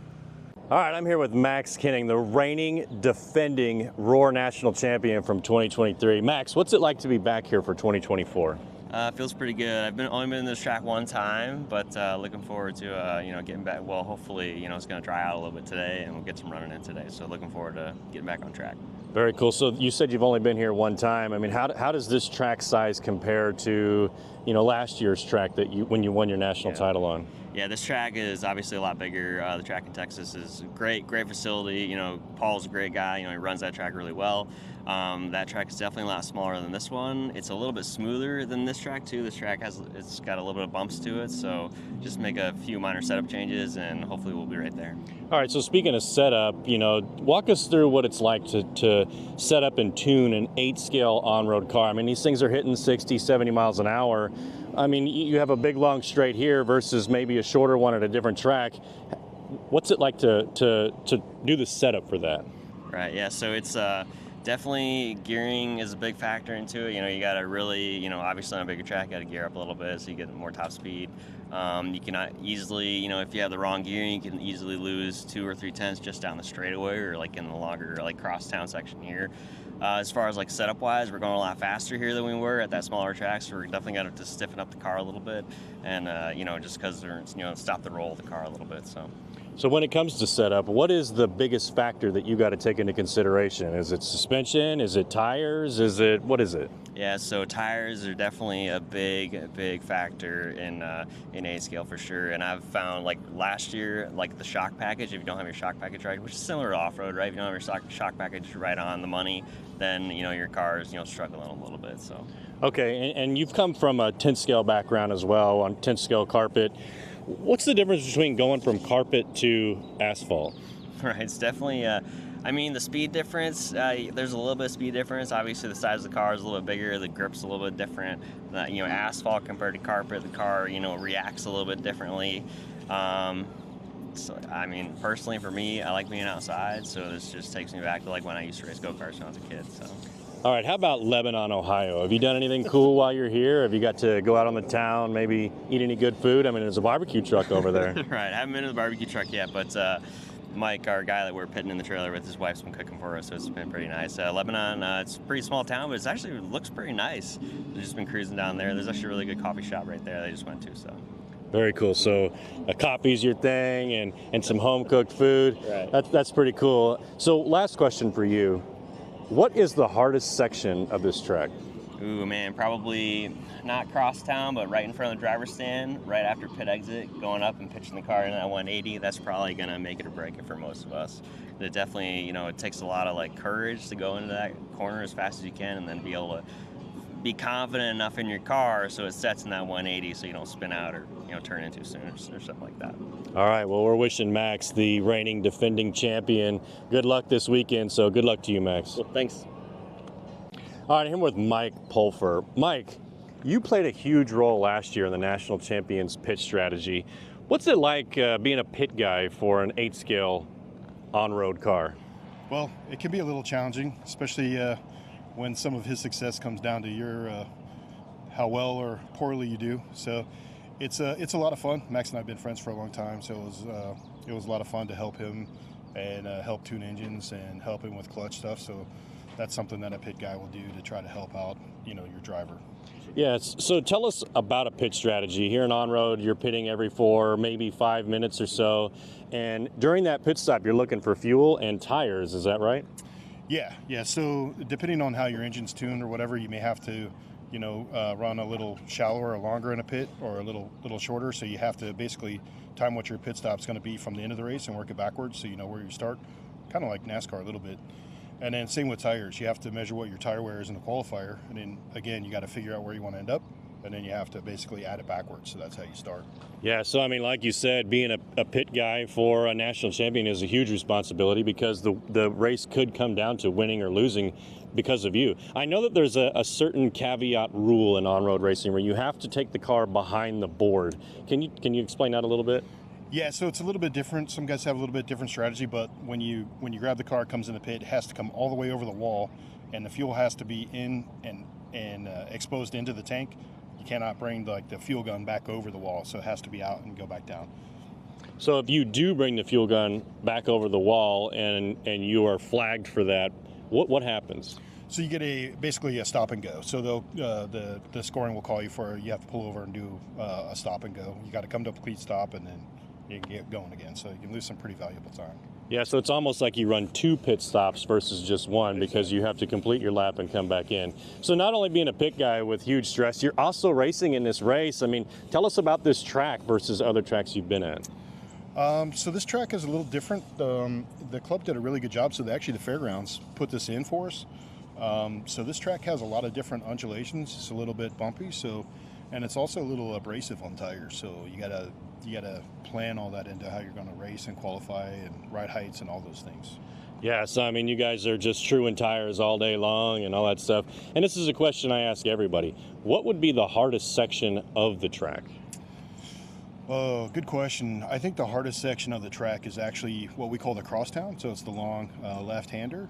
You carry a lot of speed through there, but the car doesn't want to steer. So braking points and getting timing through there and also getting a good traction coming off, that's a lot of time can be gained or lost in that corner. Very cool. Well, we can't wait to see Mike this weekend on the driver's stand and in the pits. It's going to be an incredible thing to watch. Take care, RC America.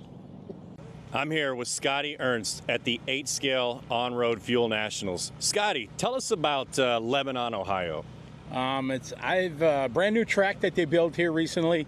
There's been a couple good tracks here in Ohio, but due to life and things like that, they've lost them. But the fairgrounds here built a really nice track, and it's we're running out of racetracks, so we appreciate every track we have in the country. And they agreed to host the Roar Nationals, so people are here from coast to coast. We're looking forward to it. That's awesome. And tell us about the different classes that we'll see this weekend. I know that we have several. Yeah, there's 1/8, and that's divided. I think they just have 2 classes: Masters for us young guys, and then Open Division where everybody can go. Then there's 10 scale, 200 millimeter nitro touring cars, and then I think they have a local class which is a 1/8 pan car class. I'm not sure exactly what the rules are for that, but yeah, it'd be fun. So there's I think we got about 100 entries this weekend, so it's cool. Everybody's asking me, they're surprised to see me not with a microphone in my hand but a radio, so I'm looking forward to it. Yeah, that's awesome. So tell us a little bit what it's like on the other side, actually being in the pits and having a week off to yourself to just enjoy this hobby that you love so much. I do. I got into the 8 scale stuff a couple years ago.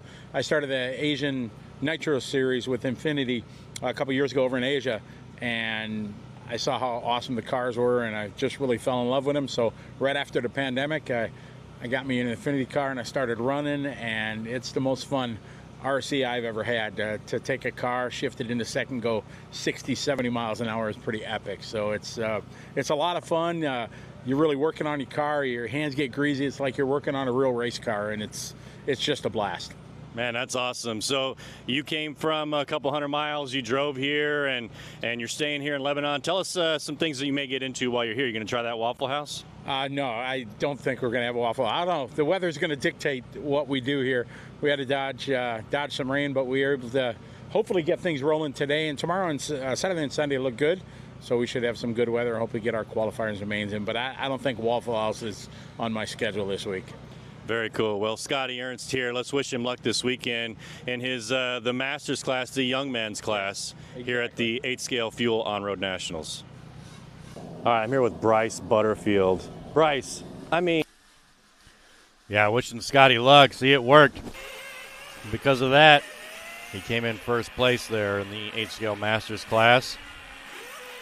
Bearcat John, yeah, they did run out of brisket, but they got cheeseburgers. 10 scale, 45-minute main.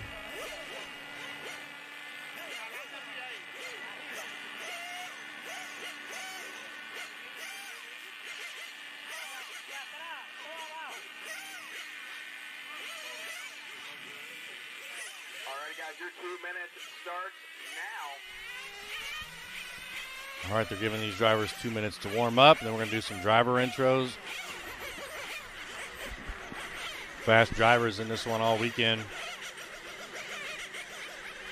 Butterfield, Apolero, Jose, David Dunn, Diot on the 5, Scott 6, Tori 7, August 8, Richard 9, Donna 10, Robert in the 11, Chris in the 12.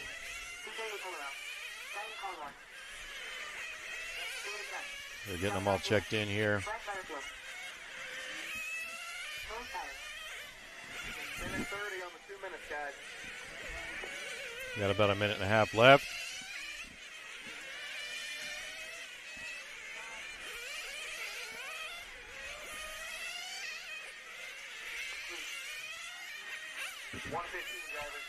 Got a shutout for Diata.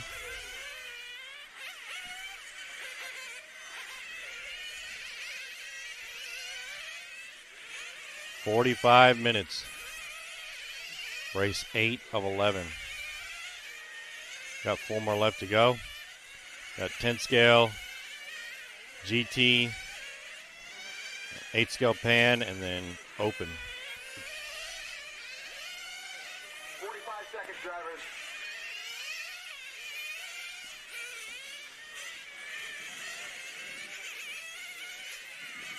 Keep running. 30 seconds. 2 45-minute mains this weekend, 10 scale and 8 scale. 20 seconds.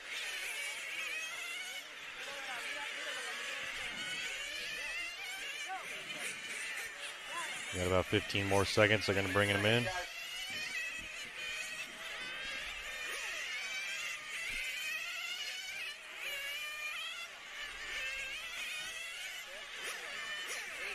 Alrighty, guys, 2 minutes is up. Go ahead and bring them in and kill the cars. We're going to do driver intros, and then do your regular 3 minutes.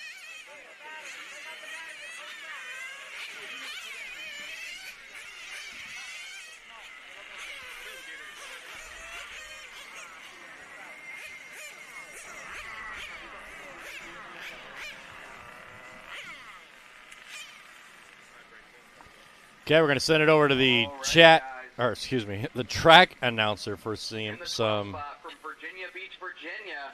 driver intros. Tires, Nova Rossi Engine. Sponsors Coastal RC in Chesapeake, Virginia. Frey Miller Trucking. My friends, my family. Special shout out to DJ and Scotty Ernst for helping me during my B main run and fixing my car again. A big thank you to both. And special shout out to Renee and Dennis for this amazing track and starting my first A main. In the 12th spot, we got Chris Leach. From Sacramento, running a Mugen chassis, Hot Race tires, Nova Rossi engine. Futaba Radios, other sponsors, Richard Brannon. Your 11th spot, Robert Brannon. From Eustis, Florida, running a Mugen chassis, Matrix tires, G1 engine. Nitro Pro Fuel sponsors Mugen Seiki USA, KO Pro Pro, Nitro Pro, Absolute Hobbies, and last but not least, my husband who chose to wrench for me instead of racing, number 10, Donna Garcia. From California, running a Mugen chassis, Hot Race tires, OS engine, Rocket Science fuel, and his only sponsor is himself. It's Richard Brannon. From Oakland, California, running a Mugen chassis, Team Power Servo, OS engine, VP fuel, Mugen Seiki, Jack Moore Speed, NorCal Hobbies. Your 8th spot, August O'Neill. From Seminole, Florida, running a Capricorn chassis, Hot Race tires. Oh, wow, sorry, guys. Sponsors Skyrocket Racing, Wallace Motorsports. Big thanks to my wife for all her help and support. In the 7th spot, we got Tori Skyers. From Henderson, Nevada, running a Capricorn chassis, Matrix tires, AMR engine, Rocket Science fuel. Sponsors RC Target, YB Slow, and Protoform. Thanks to Brad Toffelmeyer, Brett Parker, Steve McLaughlin, and Tony Palazzola. Your 6th spot, Scott Fisher. Out of New York, running an Infinity chassis, Hot Race tires, a Lacey tuned engine, Energy fuel. Sponsors a Lacey tuned USA, Diata tuned RC, a Lacey tuned Power HD, Hot Race tires, BM Clutch, Alti Tires America. Thanks to Mikey and Christian Byrne for the help this weekend. Thanks to everyone here that supports a Lacey tuned USA. Special thanks to Autos de Bayamon and Jose Lopez for their support always. In the 5 spot, we got Diata Collymore.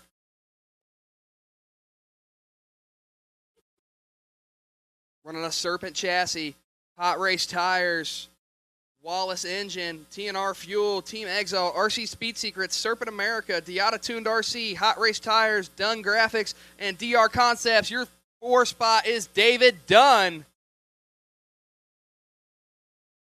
from the Dominican Republic, running a Serpent chassis, Hot Race Tires, Gamar Engine, Rocket Science Fuel, sponsors J-Spec Stickers, PT Oils, Well RC, and Absolute Hobby. Special thanks to Derek Butterfield, Eduardo Rodriguez, Paulo Morganti, and Joaquin De Soto for all the help. Your 3 spot, Jose Almonte from Miami, Florida, running an Infinity chassis, Hot Race Tires, Lens Body, GIMAR Engine, Energy Fuel, sponsors Wallace Motorsport, Hot Race Tires, Infinity, and Lens Bodies. Special thanks to Ricky Gary for all the teamwork and keeping the cars on point. Your 2 spot, DJ Apolero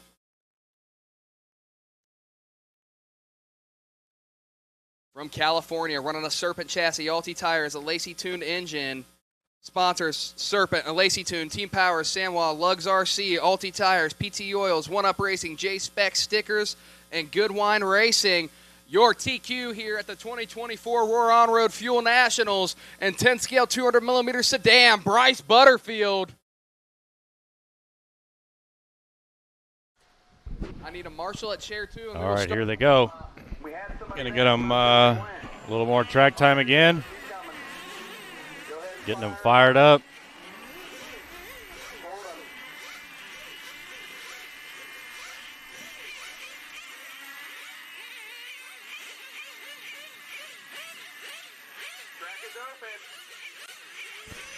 Here they go, letting them go.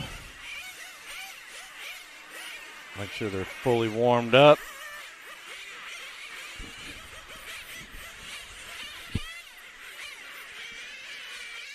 "45 minutes here in the 10-scale Nitro sedan.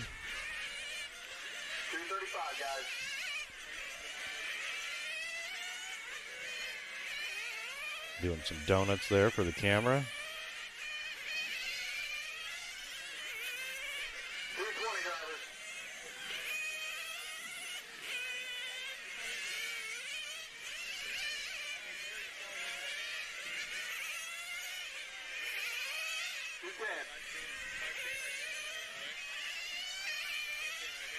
We got about 2 minutes.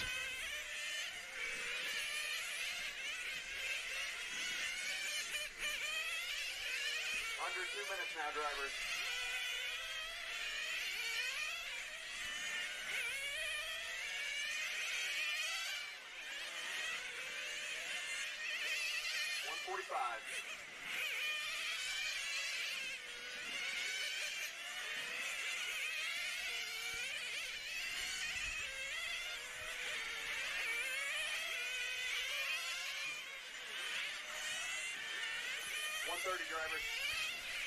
All right, minute and a half.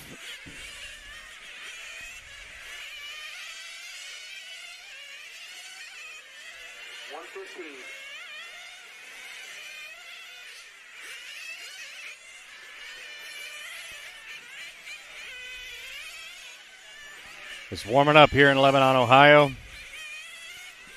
In the 80s now.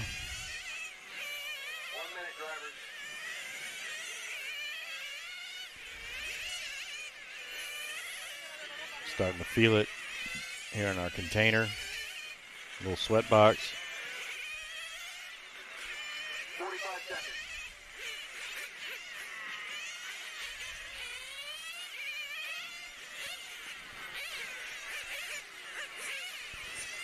Less than a minute. Bringing them in. We're hanging out there in the container there where it says TSR CAR. We're underneath the driver's stand in the liverc.com studio.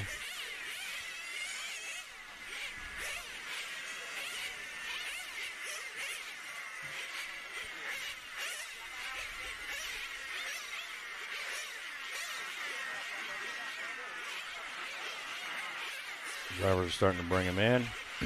Mechanics going to make their way out to the grid.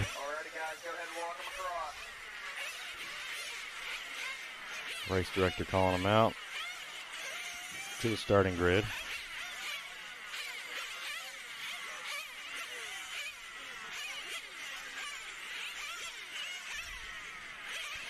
We got Butterfield starting out front. Apolero on the 2, Almonte 3, Dunn in the 4, Diata 5, Scott Fisher 6, Torrey 7, August 8, Richard 9, Donna 10, Robert 11, and Chris in the 12.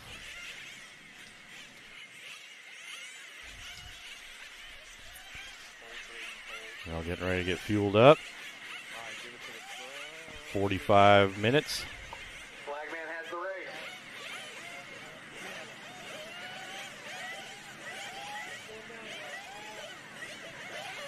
There we go, down and quiet, and they're off.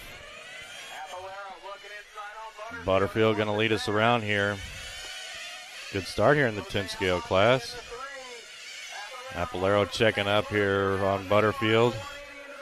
Onto the left side. Long way to go, though. Long way to go. Not going to win it on lap number 1. Oh, Apolero going to the inside. Couldn't make it stick. These are our leaders here. Butterfield in the yellow and white. Apolero in the all yellow. Down the back straight they go. Butterfield with a 16.8. Apolero with a 16.7 on that one. Now they're coming through the middle of the track. Butterfield, our top qualifier. So, like I said, it's early here. Got to get around some traffic already. Oh, Apolero to the looking to the inside. They couldn't make it stick. They got a lot of traffic here. Apolero looking strong. Only a minute in here. Apolero trying to contend every chance he gets here on Butterfield. Butterfield 16.4, Apolero 16.8. Butterfield just looking so smooth on all these turns on the infield here. And now we got Diata checking up here for the number 2 spot here. Diata on the inside there, getting sideways. So Apolero trying to fend off Diata and at the same time catch up to Butterfield. Doesn't want to let Butterfield get too far. 1, 2, and 3 down the back straight now. Butterfield, Apolero, and Diata.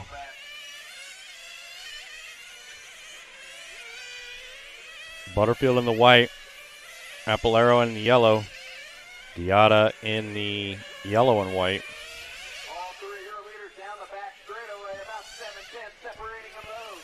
See Butterfield on this one, 16.5, Apolero 16.6, Diata 16.6. So really not gaining much time on that one for Butterfield. Jose in the 4, Dunn in the 5, Fisher 6, Torrey 7, Donna 8, Richard 9, Chris 10, Robert 11, August in the 12. Looks like August might be out. Close race here though for second and third between Apolero and Diata. Butterfield 16.2, setting a hot lap there.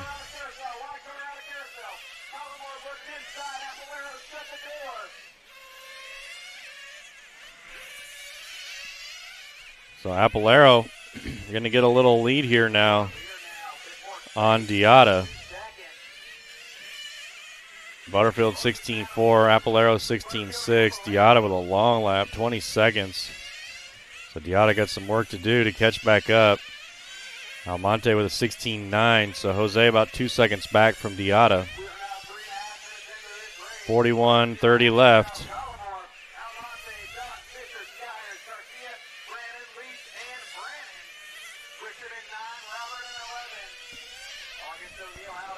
Oh, Butterfield getting into some traffic there.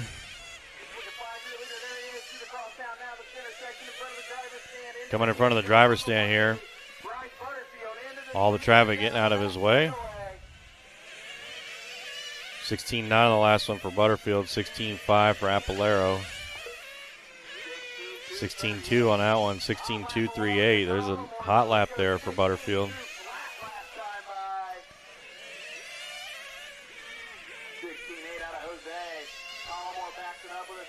Butterfield here in the white and yellow. 16.236 now for Butterfield, so another hot lap there.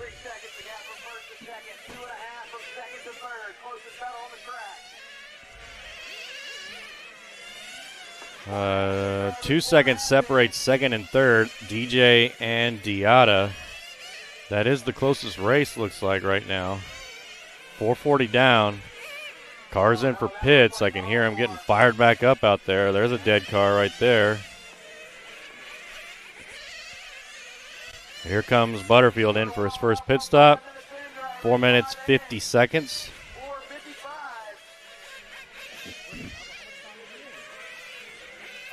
Another dead car at the end of pit lane there. So they're just falling out here. Apolero in the 2. Almonte 3. I'll make that David Dunn 3. Almonte falls to the 4. Diata just falling down the list here. I did see Marshall running back with Diata's car earlier. So hopefully they were able to get him fired back up. Looks like they did. He's back underway.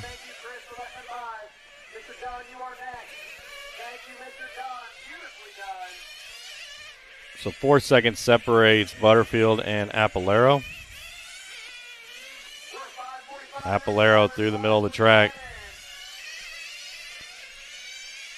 About 6 minutes into this one, 39 minutes to go. Butterfield with a 5-second lead on Apolero. Dunn in the 3, Fisher in the 4, Jose in the 5, Diata 6, Torrey 7, Donna 8, Richard 9, Chris 10, Robert 11, August in the 12. Butterfield just flawless lap after flawless lap. 16-1 on that one, so his fast lap 16-147, just runs another 16-159. Nobody able to keep up with Butterfield here. Apolero with a 16-4 hot lap.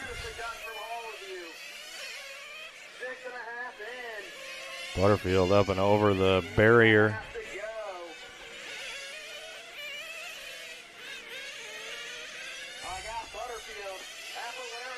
$17 flat on that one for Butterfield.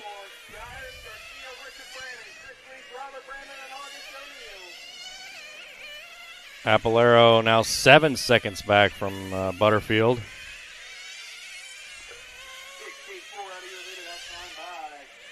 Picking up Apolero here in the number 2 car in the green. 16.5 on that one for Apolero. 7 seconds back from Butterfield. Getting into some traffic there. More traffic, so long lap here for Apolero. But got a 1 lap up on David Dunn.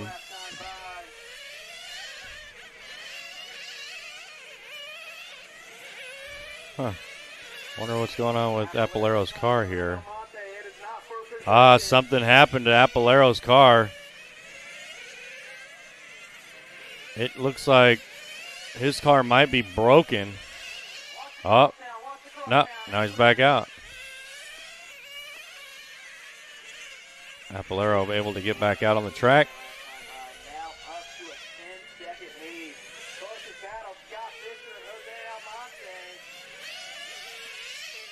Oh, Apolero cannot turn left. Something wrong with his car. Got to bring it back in. Mechanic right there. So it looks like David Dunn going to take over the number 2 spot.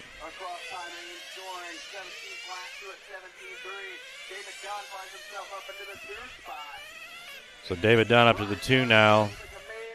Jose may be able to jump up to the number 3.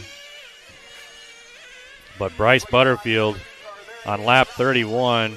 David Dunn on 30. So Butterfield about to come up and lap second place for the second lap. There comes Butterfield just out of the frame there. Watching David Dunn here.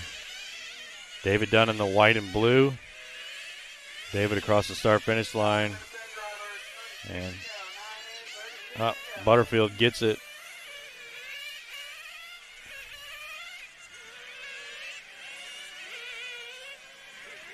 So Butterfield now 2 laps up in the white and yellow.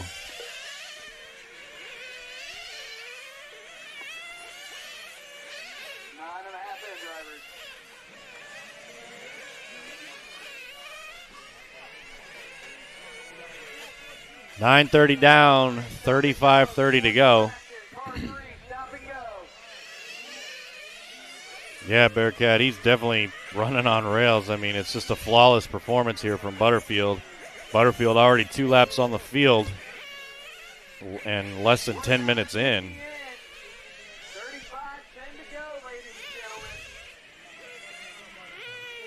I think that was Diata again, flaming out there in the pits. Mechanic there trying to get it fired back up. There's Scotty.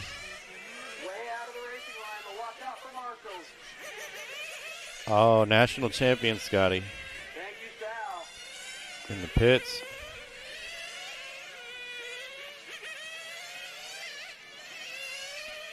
So Bryce Butterfield there with a 16.9.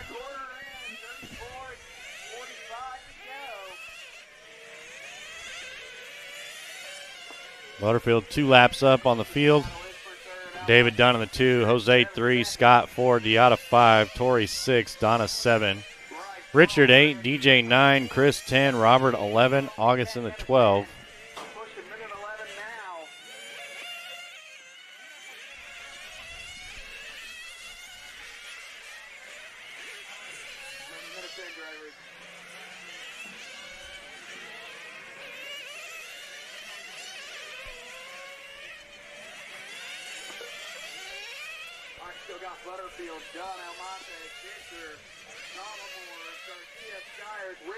So Butterfield looking for lap number 3 next. About a half a lap back from doing that on David Dunn. Dunn on lap 38, Almonte 38, Scott Fisher 37, Diata 35, Tori 33, Donna 33, Richard 32, Chris 30, Apolero 28, Robert 22. Looks like August may be back out there again.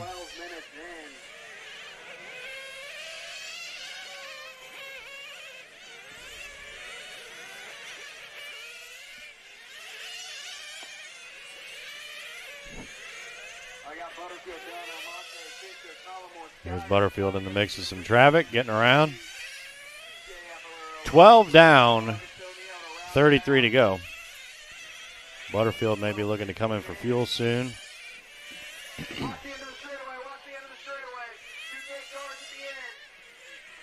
Oh, I got 2 more cars coming up. Is that Donna? Yeah, Donna was one of those.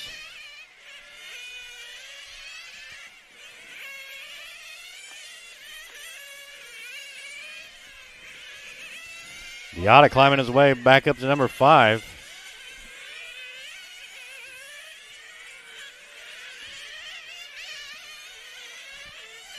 Following Diata here in the yellow and orange.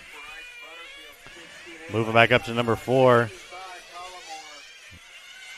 They're getting cars fired back up out there.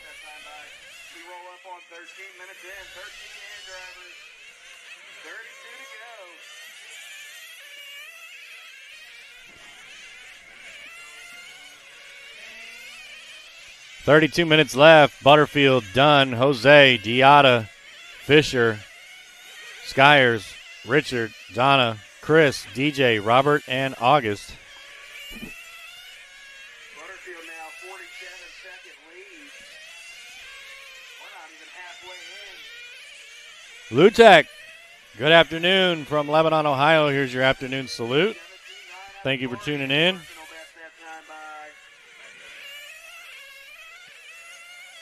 We are doing well here in Lebanon, Ohio. We got, it's like in the mid-80s. They brought us a fan, so we got some air moving around in here in the LiveRC.com studio. We're hanging out watching Bryce Butterfield way out front here.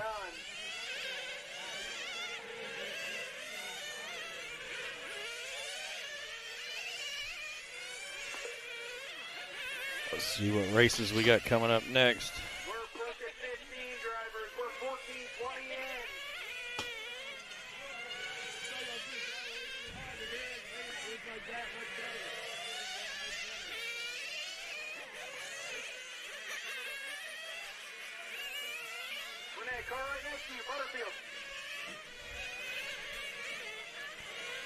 Next up, we got our Pan Car A main, 8 minutes. Oh, Butterfield flaming out. But Butterfield, oh, he's got that gas tank open, got to get it closed. Butterfield with like a 5-lap lead, or 3-lap lead, excuse me. Fired back up and back out. Let's see, what's the time? Time remaining 30 minutes, so came in at 30 minutes. Eighth Pan Car A main up next, followed by 8th GT, which is a 30-minute main. And then we've got our 8th scale open, the final race of the day.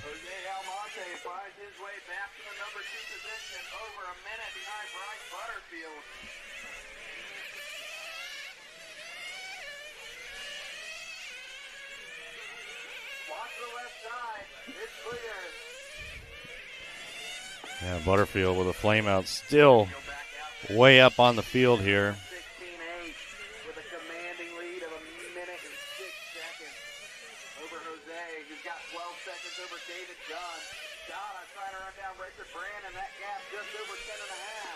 Butterfield 16.8 on that one. Jose with a 17.2. David Dunn 18.9. Diata 16.6. So Diata trying to catch back up to that podium spot, but Diata's down a couple of laps from the number 3 driver, David. Watching Butterfield here in the white and yellow.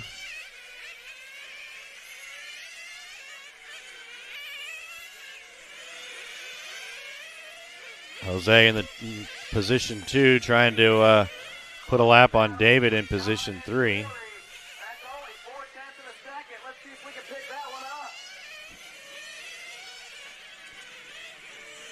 Battle between 6 and 7, between Donna and Tori here.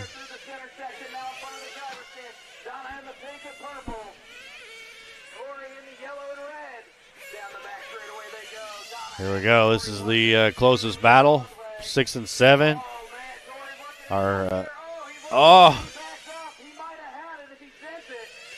Donna bumping up earlier in the Masters class. Now here in the 10th scale, trying to hold on to that 6th place spot from Tori. Tori in the yellow and orange, Donna in the pink. Here they come through the middle of the track. Okay, Butterfield getting around both of them as they battle. Here they come down the back straight. Donna with a small gap here on Tori. Tori in the pink with the white wing. Or excuse me, Donna in the pink with the white wing. Tori in the orange and yellow.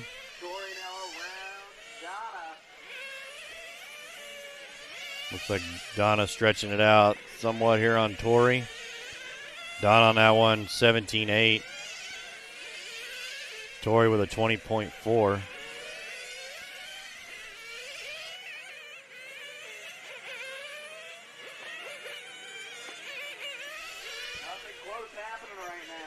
So,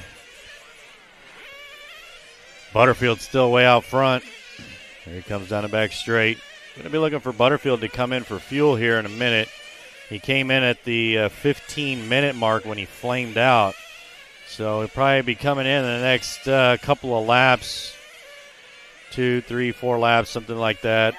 I don't know what his pit strategy is, but he's been out there for 3 minutes, 45 seconds. These cars have a 75cc fuel tank. Here he comes right here in the white and yellow. Butterfield down. They're checking his tires. And he's out. Got a dead car out there, so good pit stop there for Butterfield. Had 2 mechanics, one fueling, one checking tire condition.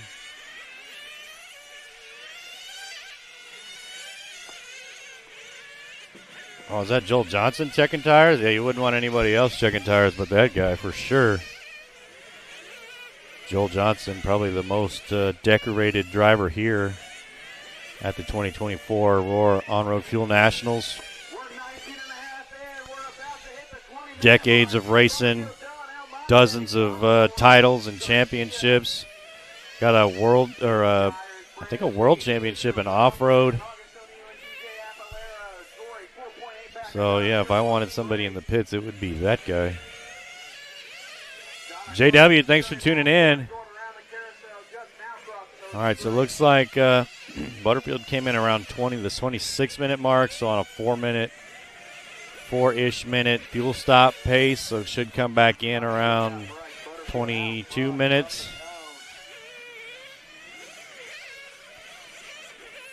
Ian Ford, what's up? Thanks for tuning in. Here's your afternoon salute from Lebanon, Ohio. It's 1:30 here in the afternoon, or 13:30 for my military friends. And speaking of my military friends, I have not said thank you to all the veterans yet. So thank you to all the veterans who are tuning in. I appreciate you. I appreciate your support. I appreciate the sacrifice that you have made to this country. So thank you again for your service, all the veterans. Let's see. So Butterfield, 17-3 on the last one. They have the Magic Man, Bryce Butterfield, in the white and yellow. Got about 2 more minutes probably on this fuel tank. Going to come in. Be interesting to see if they swap tires. Here's second place, Jose. Jose about 4 laps down from Butterfield. So Jose got some work to do if he wants to catch up to Butterfield. Jose with a 16.7 on that one, so good lap.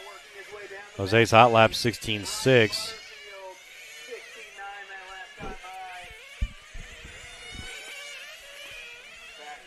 Jose working his way onto the right side. Let's see what this one looks like. 16.8. So consistent laps here for Jose.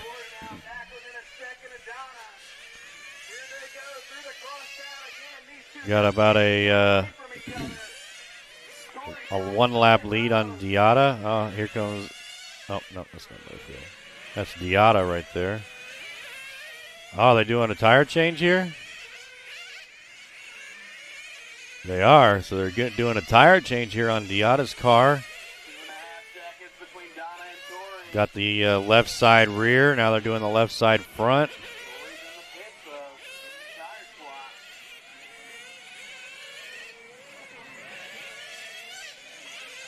Oh, doing both sides, left and right. Okay. Diata's within a lap. Maybe sensing that he can run some hotter laps with some fresh rubber, or fresh foam, I should say. Kind of getting these tires switched out as fast as he can. Got to get him fired back up. Got 4 fresh tires, full tank of fuel. Here's number 2. And Diata back out now. So Diata going to lose a position there. Let's see, 16.8 on the last lap for Diata. Let's see what it looks like when he crosses the line. See how long that pit stop took.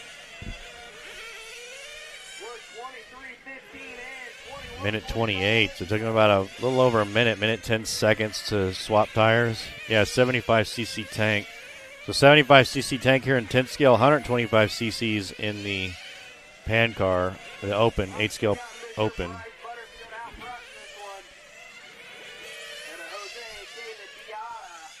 Butterfield looks like he's in for fuel. I wonder if Butterfield, no. 26 seconds lap, so no way he changed tires.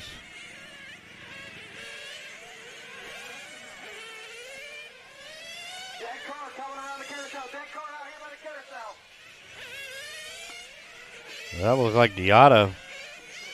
Yeah, Diata with more flame out problems there. There's Butterfield. We got Butterfield, Jose, David Dunn, Diata, Donna, Tori, Richard, Chris, Robert, August.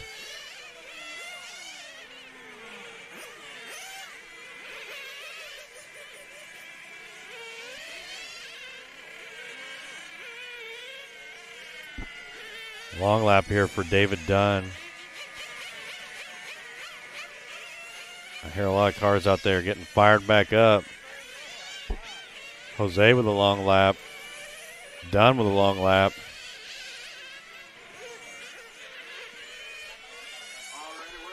Diata back out. Man, big trouble for Almonte. Ah, okay, tire change. Got two mechanics down there swapping tires out. This is Jose Almonte, our number 2 driver. It makes me wonder if Butterfield's going to come in for tires or not. Butterfield currently 7 laps on the field.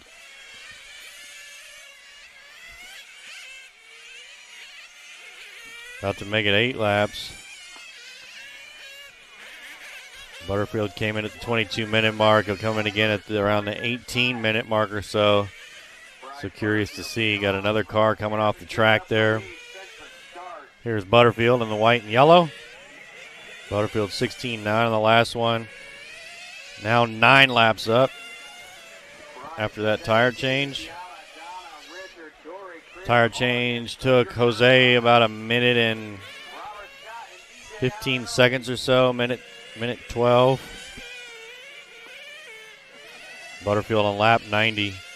Jose 82, David Dunn 78, Diata 76, Donna 75. So it looks like Donna may move into that number 5 position. Richard 74, Tori 72, Chris 67, August 46.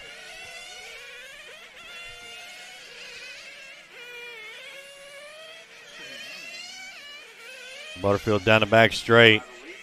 Probably going to come in the next couple of laps for fuel.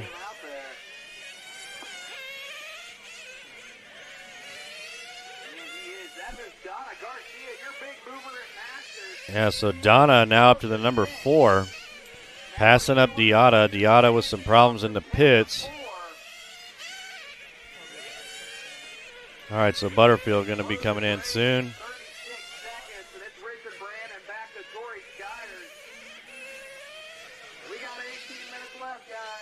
I mean, 18 minutes left to go. Could he do a tire change? Everybody else has done one. So, I mean, he's got plenty of time. He's way up. If he's going to do it, it'd be on this next pit stop, which will be any second, any lap, I mean.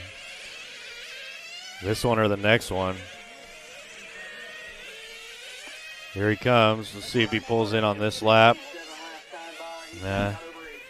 17:30. I mean, his tires have just got to be almost worn out by now. If everybody else is doing tire changes, I would imagine that he's going to do one. Or he could have just went out there with really... Oh, here he comes. Let's see. Nope, just fuel. Mechanic looking at his tires, sending him back out. So, mechanic satisfied with the tire condition here. So, Diata staying out. I mean, Butterfield staying out. Diata is flamed out.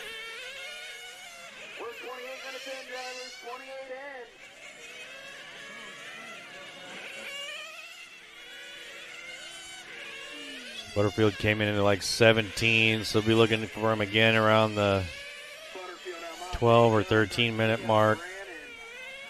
Butterfield on 98, Jose on 90, David Dunn 87, Donna 83, Richard 81.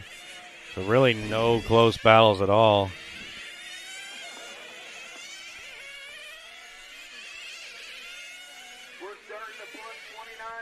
Yeah, I got a text from home says they need a little impact wrench for these things, and they do, like a little Milwaukee. But I don't know, it might be hard to get the thread started with such a fine thread on the axles there.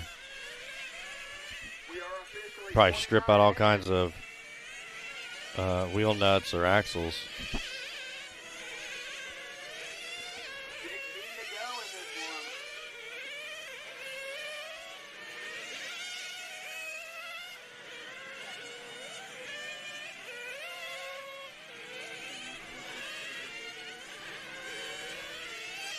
Yeah, I mean, I think the big difference between on-road and off-road, so 8-scale off-road has the same size fuel tanks, but they're just not on the throttle as much.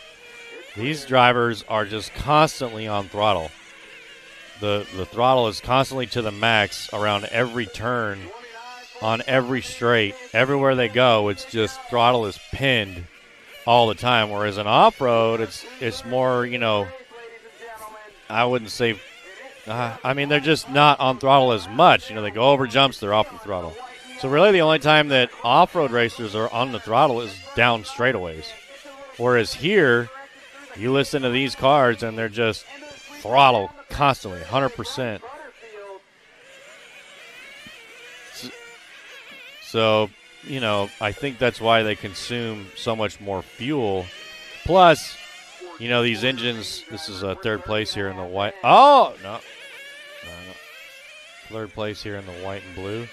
Plus, these engines are, you know, 9-port or 7-port engines where you got 3-port engines on off-road. So they just, you know, these engines are turning such high revolutions and consuming so much fuel. That's why they don't have as long of pit stops as, you know, off-road.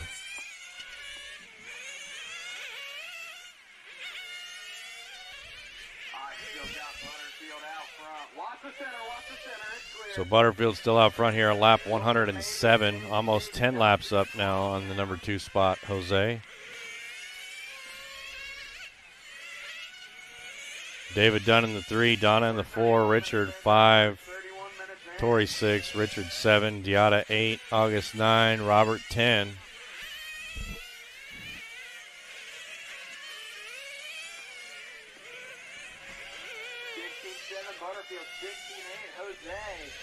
Jose is 9 laps down. Bryce Butterfield out here just putting on a clinic. 13:20 left.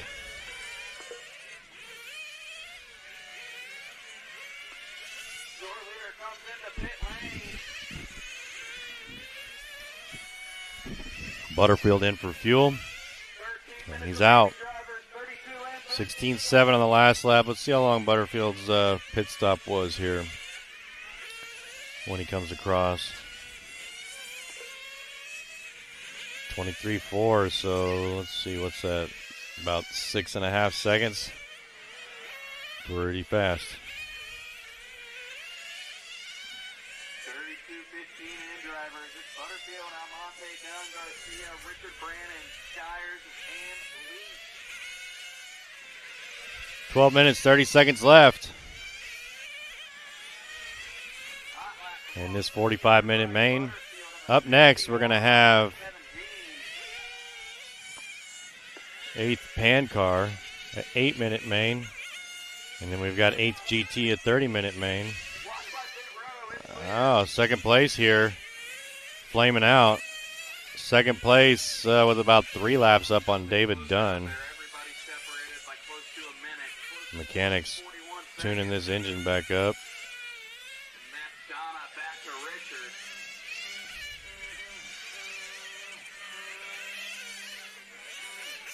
Trying to get this thing fired back up. David Dunn is going to catch back up. Oh, they're swapping out the glow plug here.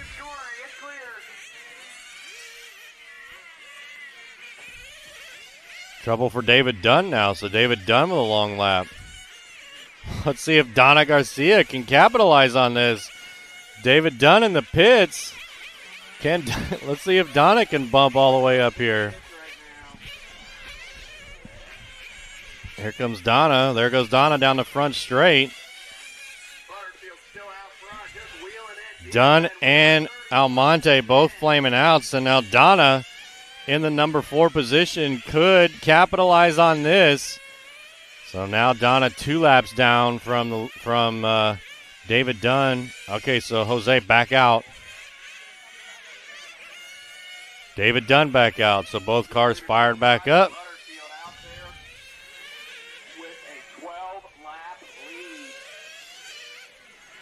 Here's Donna.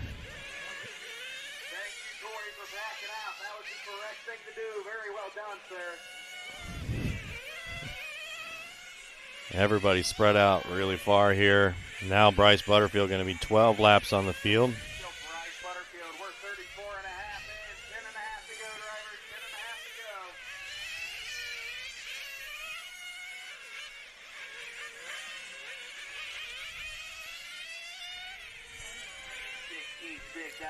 Still following Donna here. Pink car. Here comes Donna for fuel.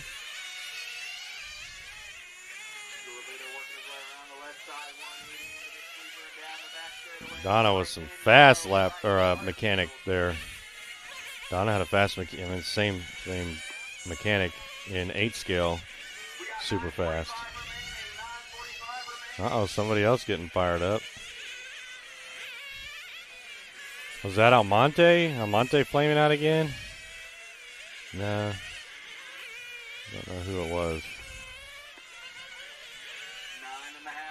There's Butterfield. Butterfield 14 laps up now on the field.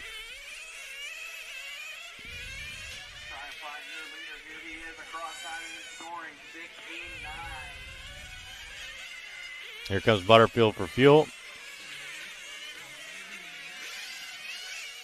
Fast pit stop for Butterfield. No tire changes at all for Butterfield. Saw a lot of the rest of the field getting tire changes, but not Butterfield.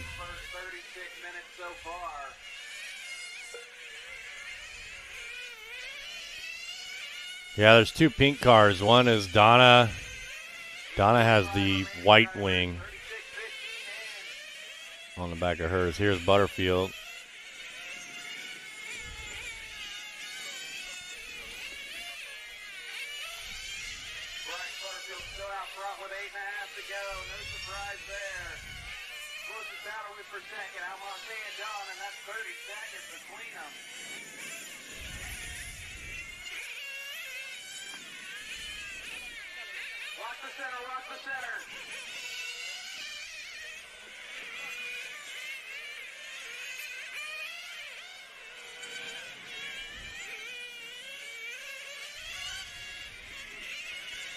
Butterfield on the right side.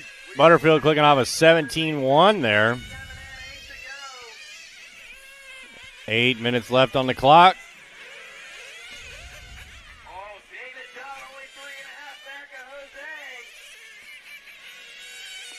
So it looks like we got a race between second and third here, possibly, for that podium spot.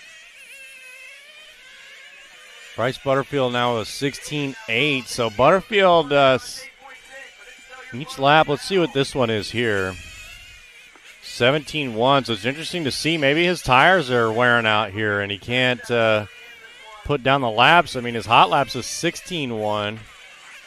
So maybe here late in this race, his tires are kind of going away and he can't push it as hard anymore. I don't know.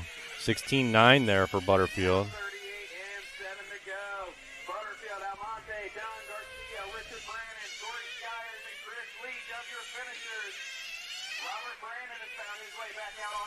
Let's see what this one is. 16-9 again. So yeah, maybe he looks like he's about a half a second off pace here late. I bet if he did a tire change, he'd be right back up to the low 16s. 6:40 left on the clock.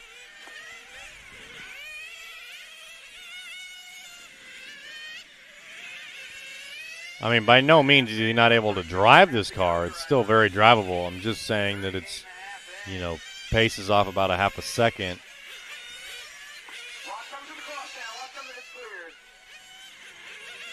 $17 flat on that one. Looks like he slows up a little bit for traffic there on this, so this one won't count.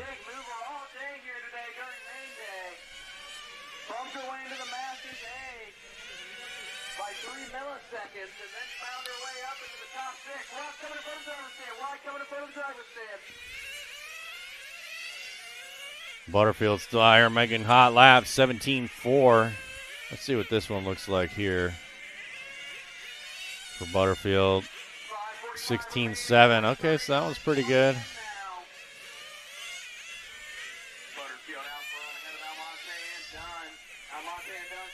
Watching David Dunn here. David Dunn currently sitting in third. Not quite a lap down from Jose, but almost. So this is the closest race between Jose and David Dunn for second and third, but they're about a lap apart.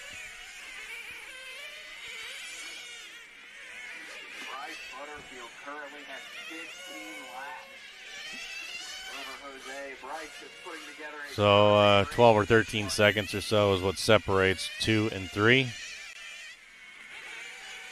Yeah, he's Butterfield smooth like parquet. That's right.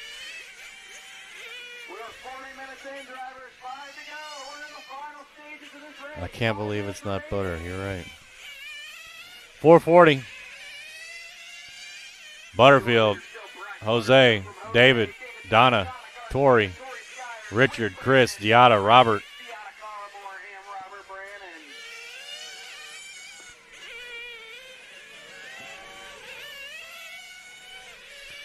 JG, thanks for tuning in all the way from Seattle. Here is your afternoon salute from Lebanon, Ohio. We appreciate your support. We're watching Butterfield annihilate the competition. 15 laps now. He's up almost 16 laps on the competition. 4 minutes to go for Butterfield.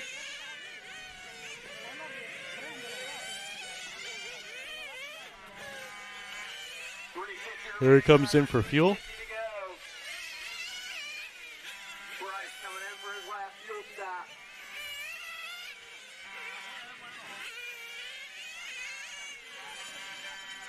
I think they're out there trying to get Diata's car fired back up. I can hear it on the starter box.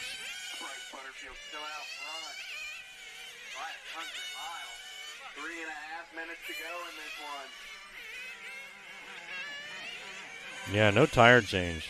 So, I wonder what his strategy was. Whoa, look at that. As we say it. Losing some traction there. He may not have much tire left. 3 minutes to go.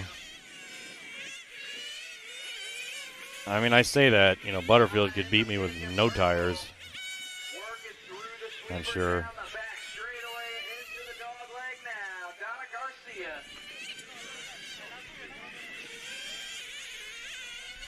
$16 laps up now is Butterfield. Oh, look at this. Jose. Donna may take over this number 3 spot here. There's Donna. As soon as she crosses the line here, yeah, so Donna now up into the podium. There's Donna right there in the pink with the white wing. So Donna from the 10 to the 3 here with 2 minutes, 5 seconds to go. Donna, the big mover, all the way up to the podium. Jose now back out. So Jose got to try to catch up to Donna.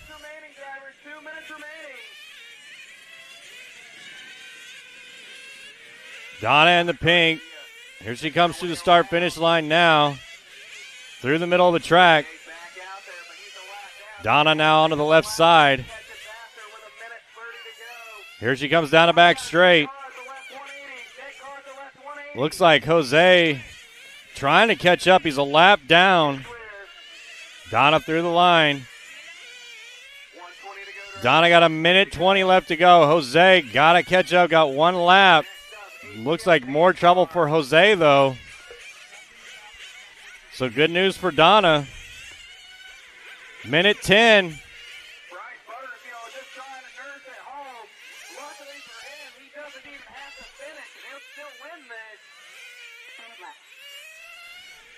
So Donna holding on to that number 3 spot.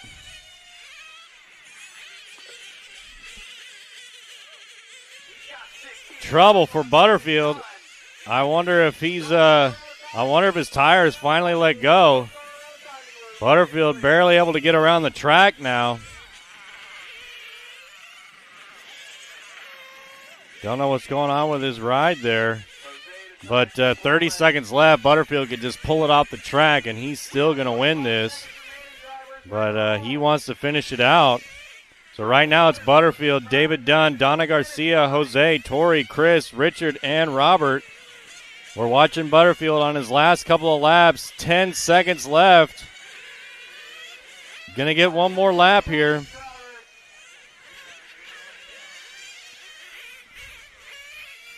So Bryce Butterfield going to walk away the 10th scale national champion here at the 2024 Roar On-Road Fuel Nationals. He's got 2 turns left. Final one, Bryce Butterfield taking it home. Very close race there.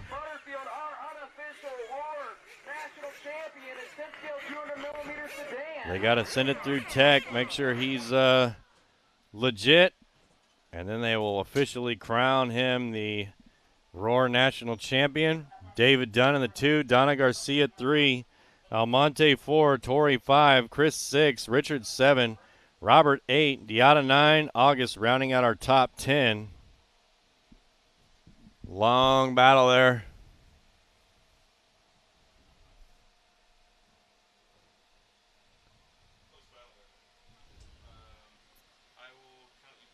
Butterfield up 15 laps. Butterfield just put on a clinic there that whole time in the 10 scale. Becomes the 10 scale Roar National Champion. And just really showing us what's up there and how to drive that car. Just an impressive run. Let's talk to Bryce, see how he feels after that. First off, Bryce, congratulations. You got the huge trophy. How does it feel to be called a national champion? It feels great. I mean, like, we work so hard for this all year long, all the time, and we just got to get ready for the next one now. Yeah, so walk us through your prep. And I know you've been here for a few days, Walk us through day one up till today. What have you done in order to get your car to where it is? I mean, honestly, I kind of just put my car on the track, and it worked instantly. We kind of got a good feel for the track right away. Didn't have to work too hard for it, and we just kept going forward from there. So did the weather play a big factor into anything that you've done all weekend? The weather did change a little bit with the rain and everything, but overall we've kind of kept the same thing. Okay, so in the last race, we saw some of the team's strategies to do a tire change. How come you didn't do that? I was fully expecting to do a tire change, and then we just kept checking the tires every pit stop, and we had plenty of tire by the end still. Well, walk us through those last few laps there. What was going on, mentally with your car, everything? Mentally, I knew I was in a good spot. I just had to make sure to try and finish regardless. Car-wise, I kind of started losing the drivetrain a little bit, but we fought through it. Yeah, man. I mean, you put on a clinic like the people like to say. I mean, you finished, I think, 15 or 16 laps up, so hell of a run, and can't wait to see you in the future, especially coming up here in 8 scale. So I know you got a lot to prepare for, so congratulations. Good luck fitting that trophy in your suitcase. Thank you, guys. All right, there he is, Bryce Butterfield, the 10 scale national champion. They're going to get the pan cars out there. So we're going to take a short, quick break here and then get right back to it. I'm going to up next, we've got 8th pan car, 15 minutes.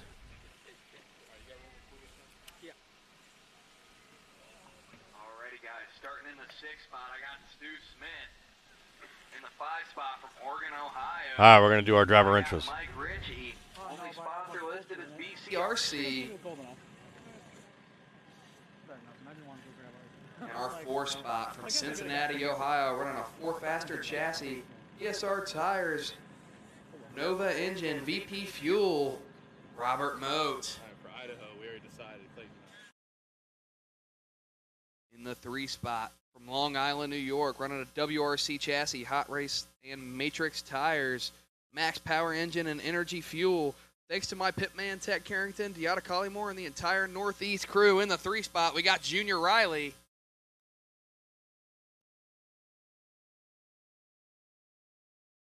In the 2 spot from Little Hocking, Ohio, running a BCRC chassis, Alti tires, Kabuto engine, and Red Max fuel. Sponsors Pepsi Cola, John Schweitzer's Mountain Herbal Tea. In the 2 spot, we got Phil Kring. And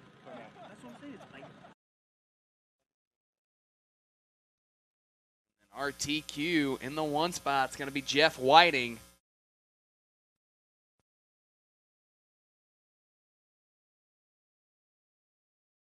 Marshals. I had plenty of them. David Dunn, Donna Garcia, Jose, Tori, Chris, Richard Brandon, Robert Brandon, Diata, August, Scott Fisher, and DJ Apolero.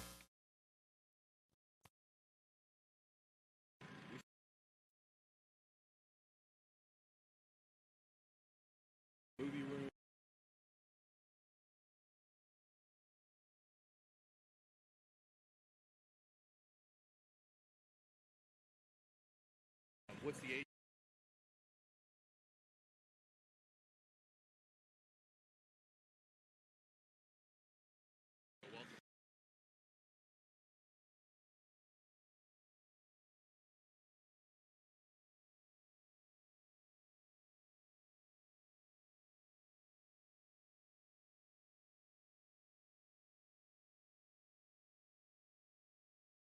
All righty, guys, go ahead and start them up.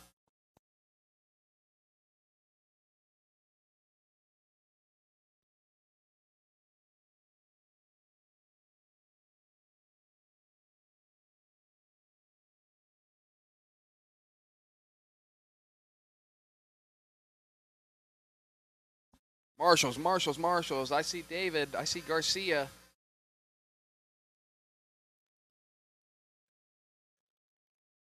I got Garcia. I got David Dunn. I see guys making their way over. I'm starting the clock.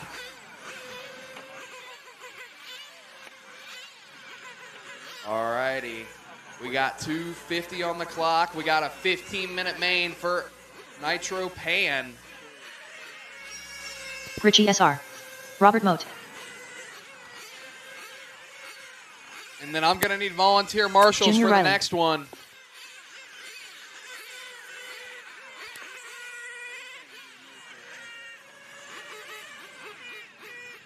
Okring. All righty, guys, 2:25. I need a marshal at chair 3.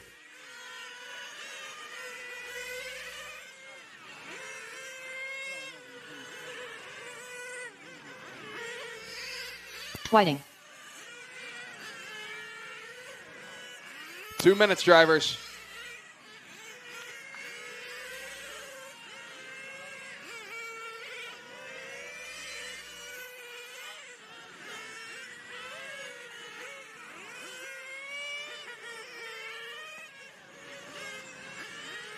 .145, drivers.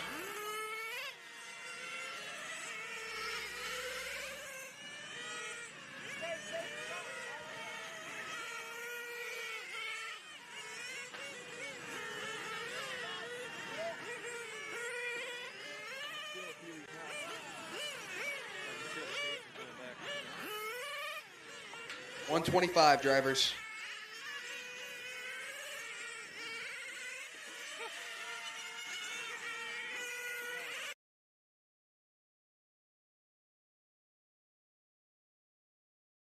In '67, I met a fellow by the name of Norb Meyer who developed a radio-controlled car, and I saw so much future in that I started the Radio-Operated Auto Racing Association, which is called ROAR. We're going to have a national champion. Winning isn't everything. That sportsmanship is key. It's still a hobby that we can share with our kids, and you are a perfect example of what a family can do, and sportsmanship pays off. It's all about family here at RC. You know, RC's for everybody. Yeah, it is. It is for everybody. I mean, I'm an old man out here running with the kids, and I love it. National champion. How's that feel? Oh, man, if you would have asked me 10 minutes ago, I would have told you that I thought I would never get one of these things. Ooh, boy. It's a lifetime experience. Roar. Become a member today at roarracing.com.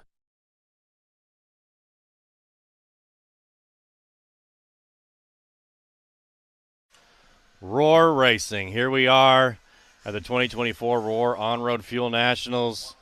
It's cool to be a part of this event.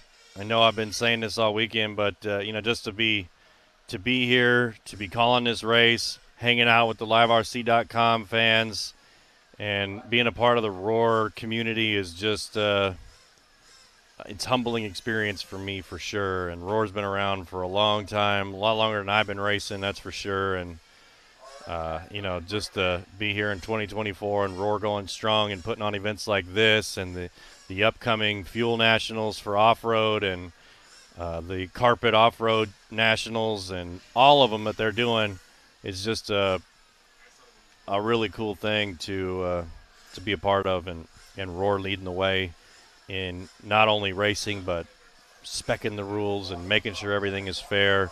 And they're over there teching all these cars and doing everything on the up and up to keep it as a fair playing field for everybody. And I really appreciate that from Roar and the events that they're putting on here. Yeah, that Roar commercial. Yeah, right. Hello from Brazil. Pregos, thank you for tuning in. Here's your afternoon salute. Randy, thanks for tuning in. Here's your afternoon salute. Edward from Vancouver, Canada. Go Team Serpent. Edward, here's your afternoon salute. It is 1406 here on the East Coast in Lebanon, Ohio. It's about in the mid-80s probably.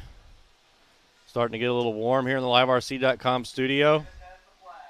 But I wouldn't want it any other way. Hanging out here watching some on-road racing. About to watch the 8th Pan car.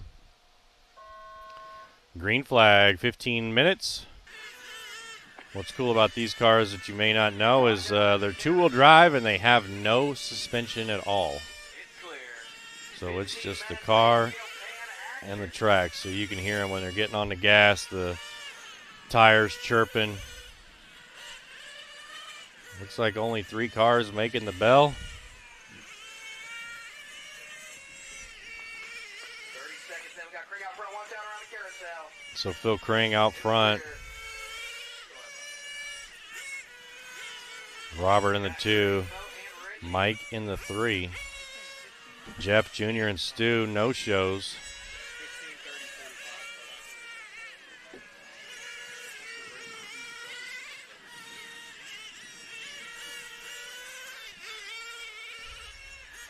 Everybody spread out already here.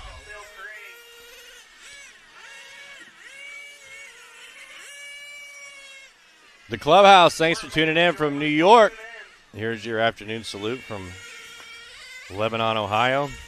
Yeah, the Off-Road National is going to be in Hayden, Idaho, near Coeur d'Alene at HRCR coming up next month. I think the middle of the month, June 9th. Oh, there it is, June 19th through the 23rd, the Fuel Off-Road 8-Scale Nationals, Hayden, Idaho. You can go out to roarracing.com to get the info about it, find out where you can sign up, and meet us out there. The LiveRC.com crew is definitely going to be there covering that event, and that is going to be a good one. I cannot wait for that race coming up next month. Matter of fact, as soon as I leave here, I'm going to go home and pack my bags and get ready to go because your boy can't wait to watch that one.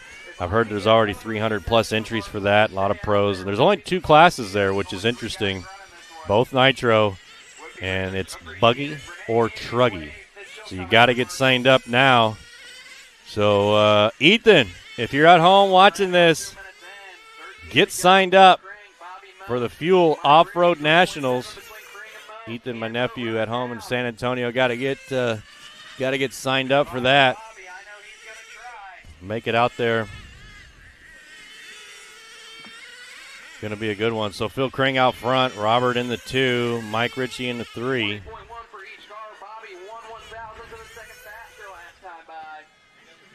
Phil with a 20.1, Robert with a 20.1. Oh, trouble there.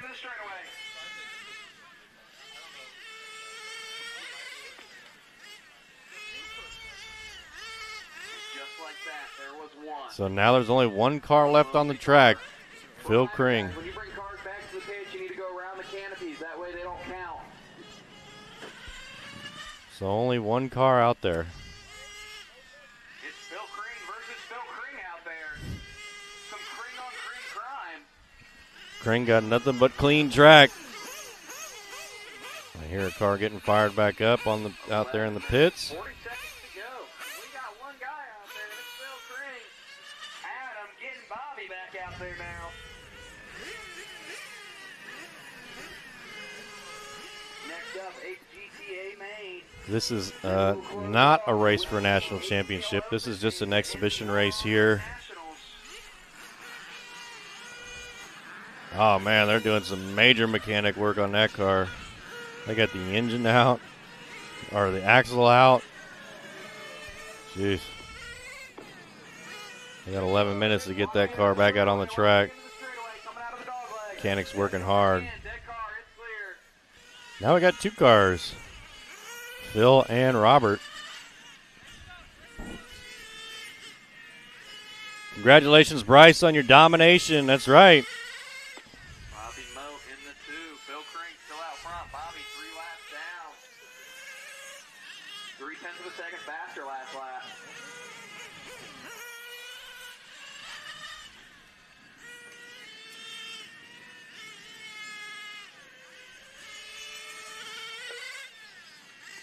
Flat out of Phil. Let's see what old Bobby Moat got this time around. Phil with a 20 flat there.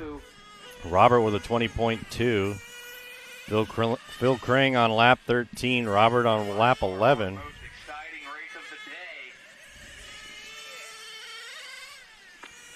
We got GT coming up next.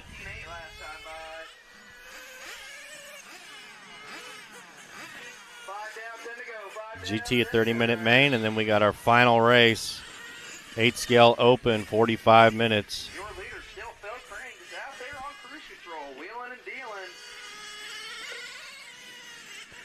I heard another car getting fired up out there in the pits. And there's a third car now. Up. And now it's out.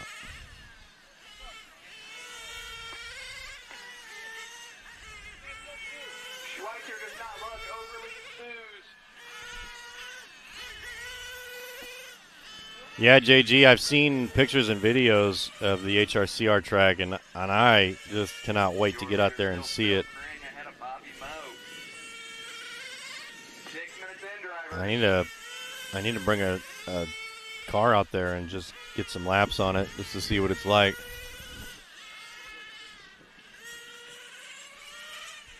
Bobby looking to be on a pretty good lap here, so is Phil. Yeah, they're not going to run for a national championship if they don't get they have to get a certain amount of entries. They don't want to crown a national champion with low entries on there. So this one is just an exhibition class that a lot of the local club racers want to run.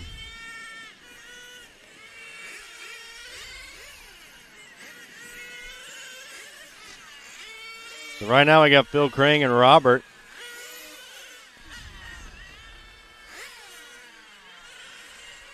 $8:15 left.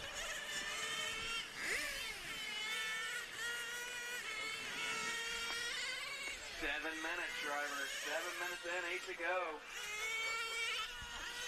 7 down, 8 left. Looks like Mike getting fired back up. And he's flamed out again.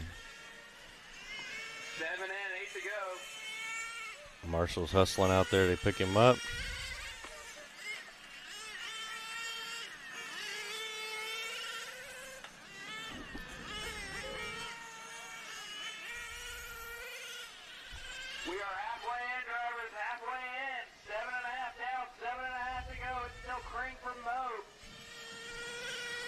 Crane with a 19.9, Robert with a 22.9. Here comes Crane in for fuel.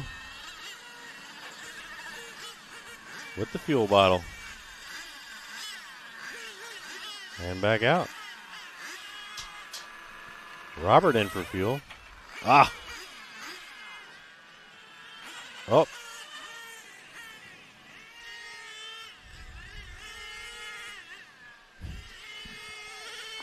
Robert getting a little squirrely there in the pits.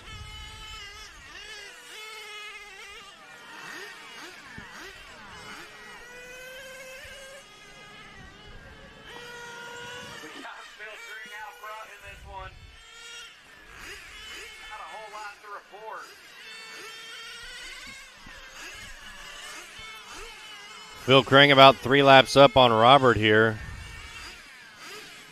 Looks like they're I can hear him trying to get Mike Ritchie's car fired back up again.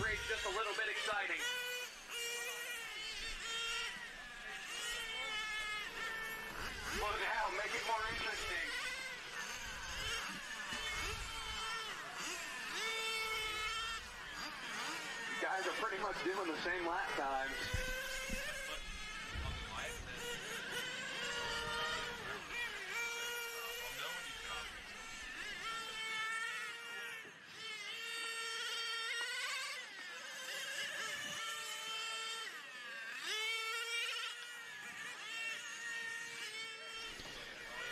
It's still Crane from Mo. We're 9:15 in, drivers. If I can get Stewart All right, so we're watching Phil Crane and Robert Moat here.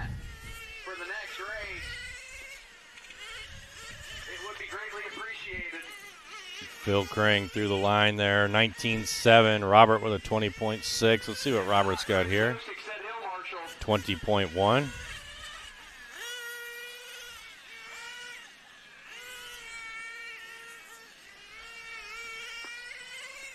Looks like Phil Crane. Yeah, so Phil Crane 21.1. 5 minutes left. Probably going to get one more fuel stop here. For 10 minutes in, 5 to go.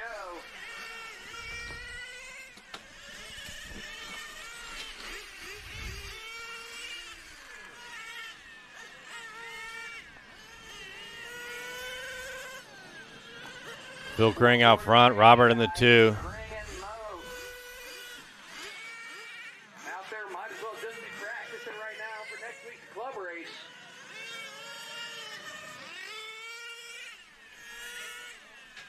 .430 left.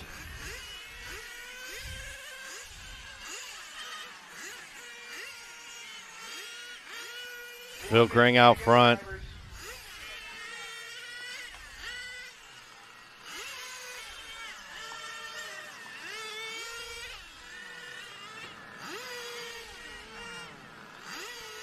Four minutes left to go. Phil and Robert. I think they're trying to get Mike back up and running out there again. I can hear his engine singing. Alrighty,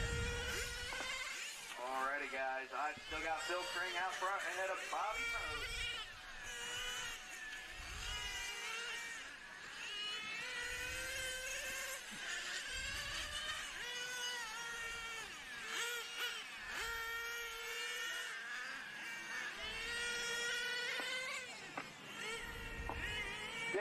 Dead car by the timing loop. John Schweitzer. Oh, no, dead car there. I can't tell you how happy this would make my grandfather to see Schweitzer suffer like this.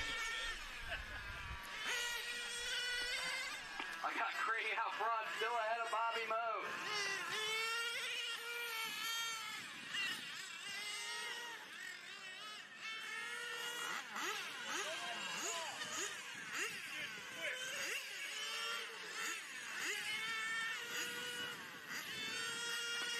We got 3 minutes left in this one. There are some hardcore jokes being dropped over here in timing and scoring. I kind of feel bad you guys are missing it. All right, Phil Crane out front, Robert in the 2. Dennis and Renee could both be funny.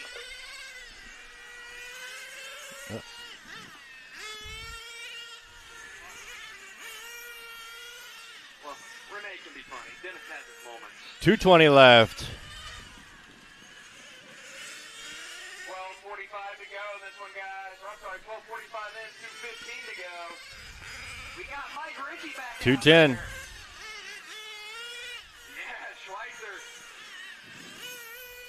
Master Schweitzer. Minutes left. 2 minutes left, drivers. 2 minutes. Phil Crane out, Robert in the 2, Mike in the 3. Phil Crane out, 20.8 that time. 20.3 for Booby Moe.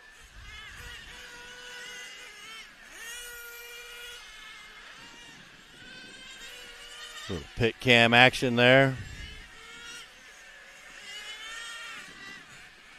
1:30 remaining, drivers.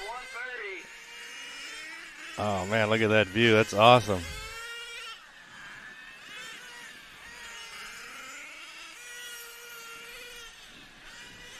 $120 left. 1:15 to go, drivers. 13:45 and 1:15 to go.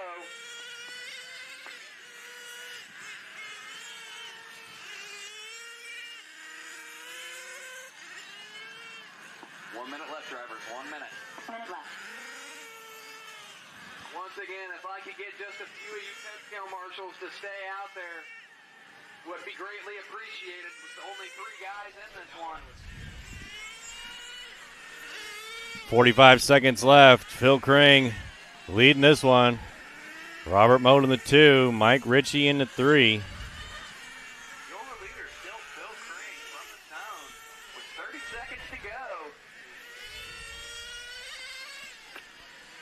30 seconds left. Looks like Phil Kring going to hold on to this one. Watch the end of the straightaway. Dead car at the end of the straightaway. Schweitzer, duty calls. You got to get that thing up and running in the next 15 seconds. 10 seconds.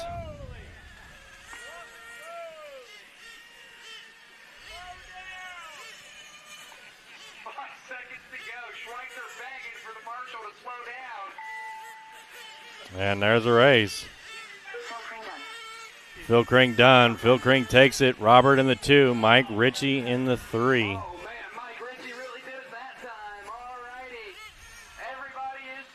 And that's a race. 8th pan car. Phil Kring taking it.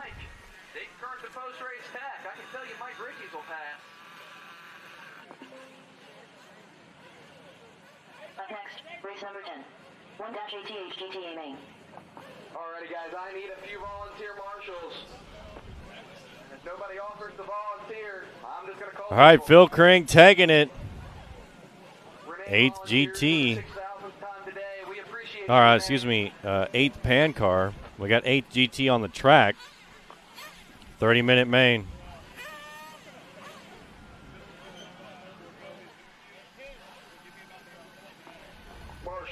Marshals.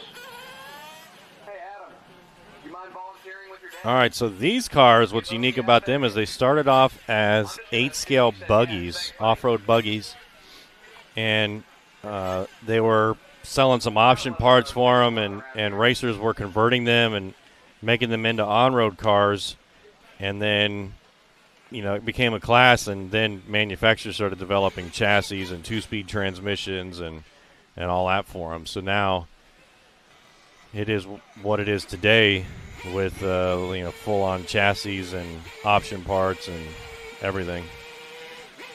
So I don't think there's any more 8-scale buggies out there, but that's how this class began. 8-scale buggy, they put a big car body on them with some rubber tires, and looked like it was a cool class because it was kind of like a builder's class. You modified a car similar to what stadium truck is in 10-scale today. There's not really a stadium truck available except for a couple manufacturers, so a lot of drivers just kind of modify them. All right, we're going to throw it over to the track race announcer for our driver intros. Nationals. In the 10 spot, or in the 11th spot, we got Steve Miles. 10 spot from Virginia Beach, Virginia, running an X-Ray GTX-8. OS engine, Traxxas fuel, sponsors Coastal RC, Frame Miller Trucking in Oklahoma City, my family and friends. In the 10 spot, we got Chris Leach. 9 spot, we got Jim Polanski. In the 8th spot from Washington, running an IGT8 chassis, 1 OS engine and Rocket Science fuel. In the 8th spot, we got Michael Roberts. In the 7th spot from Philadelphia, Pennsylvania, running an Infinity GT8 chassis. And only sponsor listed is RC Target. The 7th spot, we got Michael Haley. In the 6th spot from Clinton, Missouri, running a Serpent chassis, a Lacey-tuned engine, Aeromax battery, Rocket Science fuel. Special thanks to Jose Almonte and Diata Collymore and the Garcias for the pit work and help. In the 6th spot, we got Gary Brown. In the 5 spot from Long Island, New York, we're running a Serpent chassis, Alti tires, a Lacey engine, Energy fuel. Thanks to my pitman, Ted Carrington, Deotta Collymore, and the entire Northeast crew. The 5 spot, we got Mr. Junior Riley. In the 4 spot from Washington, DC, running a Lacey GT Sport engine and a KO Propo EX Next radio, Tommy Bond in the 4.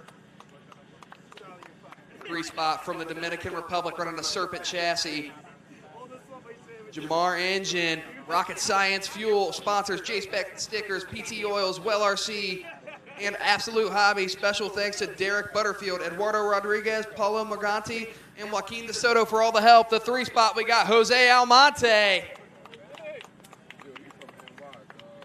In the 2 spot from Puerto Rico, running a Serpent chassis, a Lacey engine, Energy 16% fuel.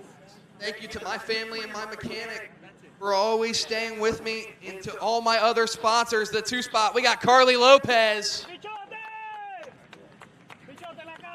And your TQ from Miami, Florida, running an IGT8 Evo, Matrix tires, KO Propo servos, Blitz body, 2024 engine, Energy for fuel, sponsors IGT8, RC Target, Matrix Extreme, KO Propo, 1 Capricorn, and Avid. Thanks to Frenchie and the RC Target team. Paulo Morganti, your TQ for 8 Scale GT at the 2024 On-Road Fuel Nationals. Alrighty, guys, go ahead and fire them up.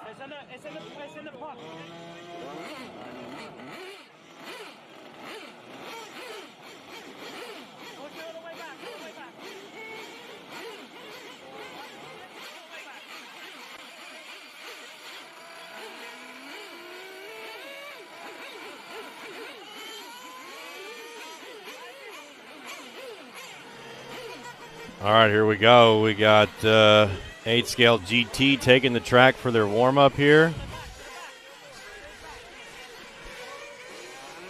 They're going to get a couple of minutes on warm-up, and then James we'll get it started. Gary Brown. Michael Roberts. 240 drivers. Paolo Morganti. Carly Lopez. Michael Haley.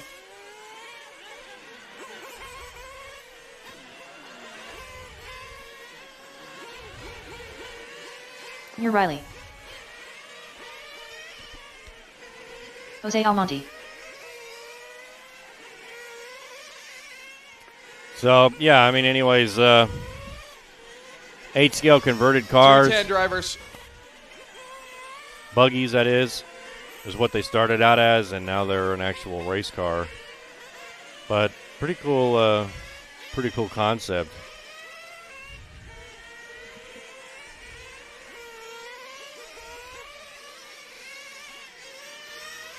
$150, guys.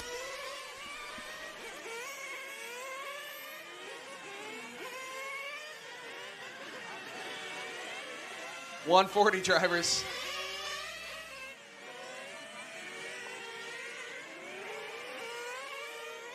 $130.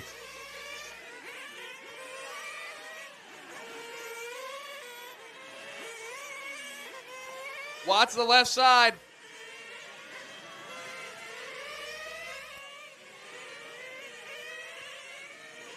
$115.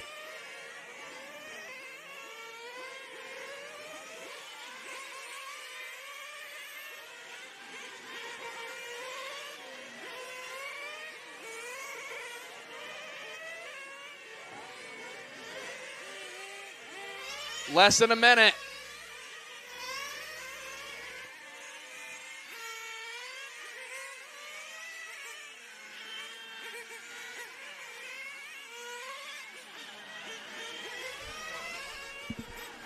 All right, so it looks like they're bringing them in here.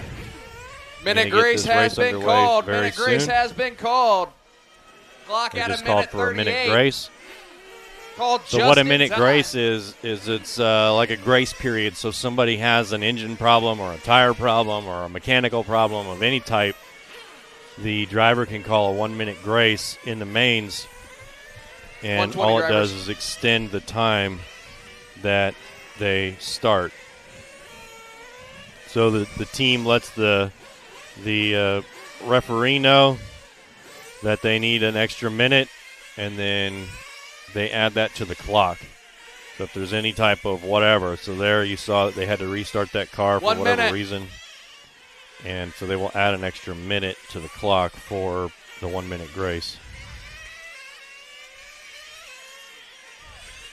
Watts coming out of the straightaway. Watts coming out of the straightaway.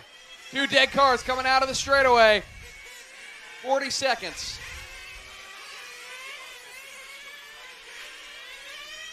Watch out. We got marshals running across the track. Be careful.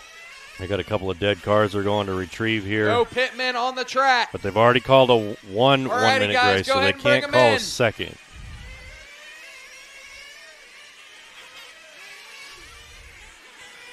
So the time is what it is. The race director is going to start the time as soon as the clock reaches 0 for their warm-up.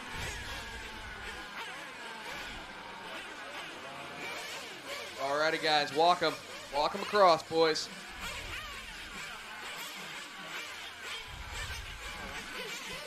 Okay, mechanics taking them out to the starting grid. Go.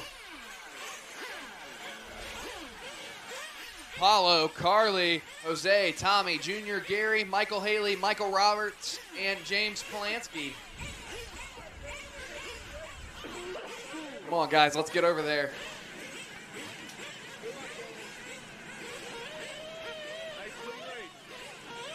And here they go. They're about to get started. Fill them up. Fill them up. Filling them up with fuel.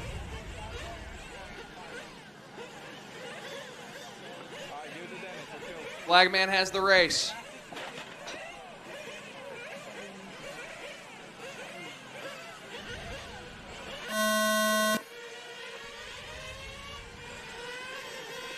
And we're off. Oh, dead car right there on the very beginning. Dead car at the carousel. Dead car at the carousel.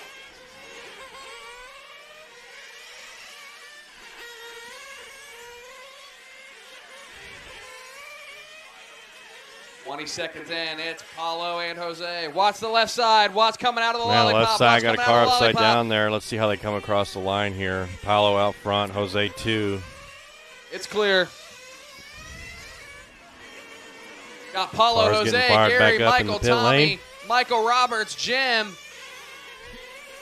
Chris, Junior, and Carly did not start. All right, so it looks like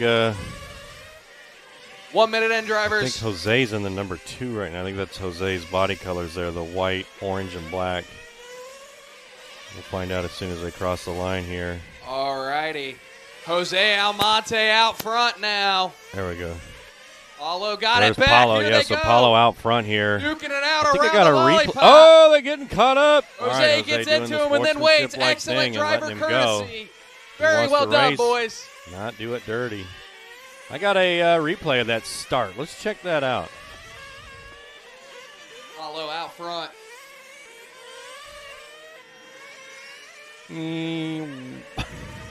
Right into the Jose pit, looking into for a the way straight around line. Paulo down the back straightaway into the All right, carousel. so we got our Jose top looking 2 outside, right here. nothing, Battling looking out. inside. Jose to the One move, inside. Paulo Couldn't make takes it back in stick. front of the Paulo's timing holding on loop. to it. 28 minutes left to go. These guys are out here 28-20. going to war for Paulo the in the win here at white. 8-scale Jose GT, in the white, but they got orange, and black 28 on the long left side of minutes the as we track roll down the up back into 2 straight. minutes in. Paulo on a Jose trying 17-9 to run it last back one. down Jose with now. a 17-7. Here they come Jose across the looking start-finish inside line. of the Jose looking to the cross now, inside. looking outside, Paulo it's not closes that there. door, doesn't let him get by. Paulo holding Now here they strong. come Jose in front of the looking, driver's they stand. touch. Little bumping and grinding here. Jose trying to do anything he can to minutes get in, around drivers. Paulo. That car over Paulo here. not letting him go, though.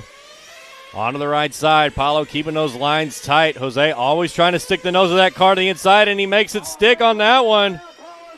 So Jose on the inside, bumping Paulo out to the outside.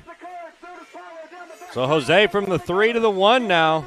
Paulo falling to the number 2. Jose going to be out front in the white, orange, and black across the start-finish line. Paulo behind him. Michael in the 3, Gary 4, Tommy 5, Michael 6, Junior 7, Carly 8, James 9, Chris 10, Steve in the 11.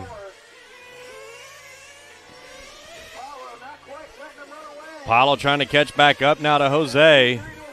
17-3 there for Jose, 17-4 to Paulo. They got traffic coming up. Let's hope this traffic plays nice with them. And they do. So we got ourselves a race here between first and second. More traffic here. Dead car right there. Here they come now through the middle of the track. Jose out front. Paulo in the number 2. As they come onto the left side of the track, Jose keeping it real tight on the inside of those turns there. Here they come through the start-finish line now through the middle of the track. Jose out front, Paulo on the 2 in the white. Now onto the left side of the track. Jose 17-2, Paulo 17-1 on the last lap. Oh, dead car there. That's going to slow Jose down a little bit. Paulo looking to the inside, couldn't make it stick. Trying to do it again here. Paulo all over. Oh, Jose getting squirrely, too much throttle. Paulo taking it over here.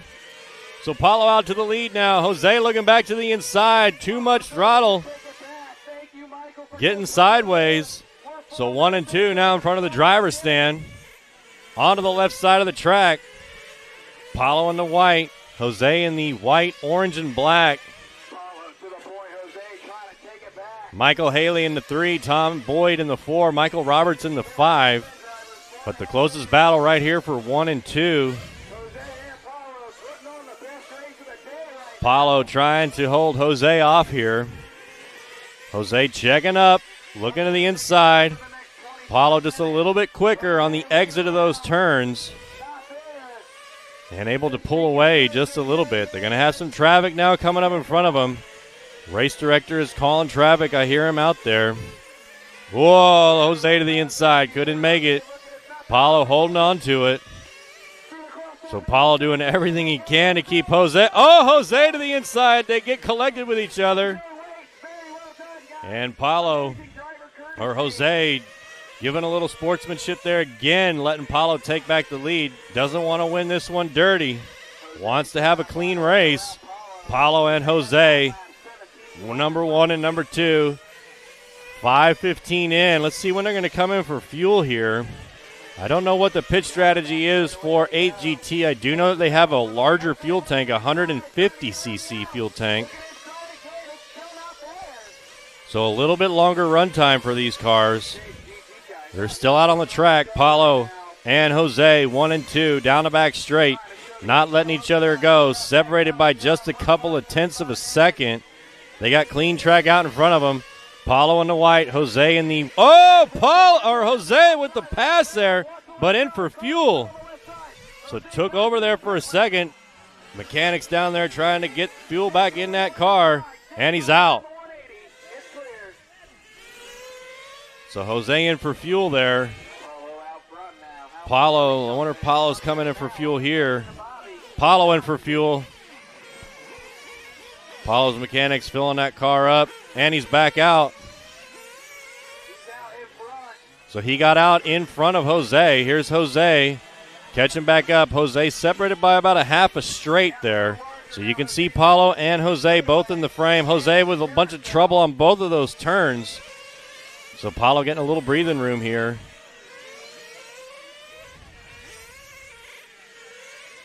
Paulo out front, Jose in the 2, Michael 3, Gary 4, Tommy 5, Michael 6, Junior 7, James 8, Carly 9, Chris 10.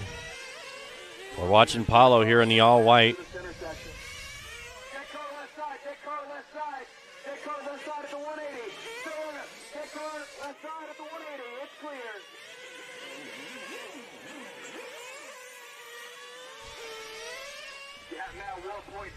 Here comes Paulo in front of the driver's stand. There's Jose right there. So Jose catching back up again. 1 second, 1.5 seconds separates these two. You can see them both here. Paulo in the white. Jose in the white, orange, and black in front of the driver's stand. Jose laying down some clean laps here. Hugging the inside lines here. Now they got a ton of traffic here. Traffic letting them both get by. They got one more car as they come through the middle of the track. Jose got to get around now. Jose does, so here we go. We got ourselves a race again between Paulo and Jose. Paulo out front, Jose in the 2. Now in front of the driver's stand again. 17.5 on the last one for Paulo, 17.2 for Jose. So Jose slowly reeling them in. Here they are. Bumper to bumper again. 17.6 there for Paulo, 17.3 for Jose. So another 0.3 off the lead. More traffic for both these drivers. Down the back straight they go. 21 minutes, 30 seconds remains. 8:30 down, 21:30 left. Paulo, Jose, 1 and 2. Battling out here. Onto the left side. Jose catching back up again. Bumper to bumper they go on the right side. Jose going to be looking to go to the inside here on any of these turns. Now here they come. Nose to tail on the left side of the track. Down the back straight. 17.4 for Paulo, 17.1 for Jose. Oh, trying to throttle it out there. Couldn't make it happen.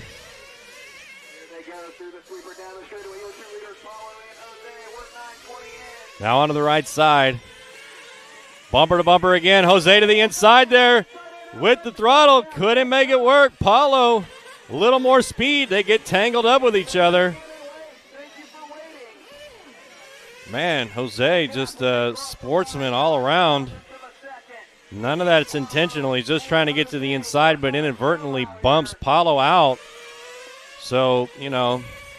Oh, there we go. Clean pass from Jose. Paulo goes real wide on that, and Jose able to just sneak in right there.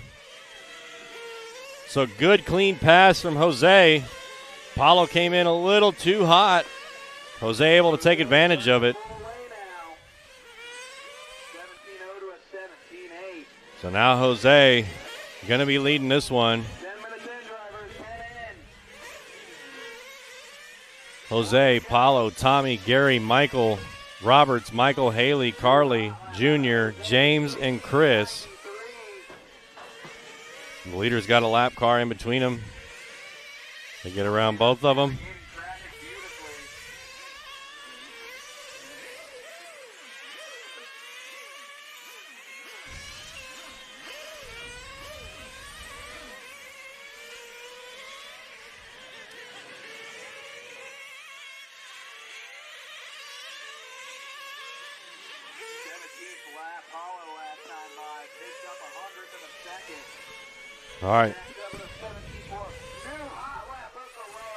All right, so Jose still leading the way. Paulo in the 2. They're going to be coming in for fuel any time now. Maybe even this lap here. We're following Paulo in the number 2. Jose's in for fuel. Oh, no, never mind. Not in for fuel. Still out. That's Jose right there. Paulo behind him. They got a car in between.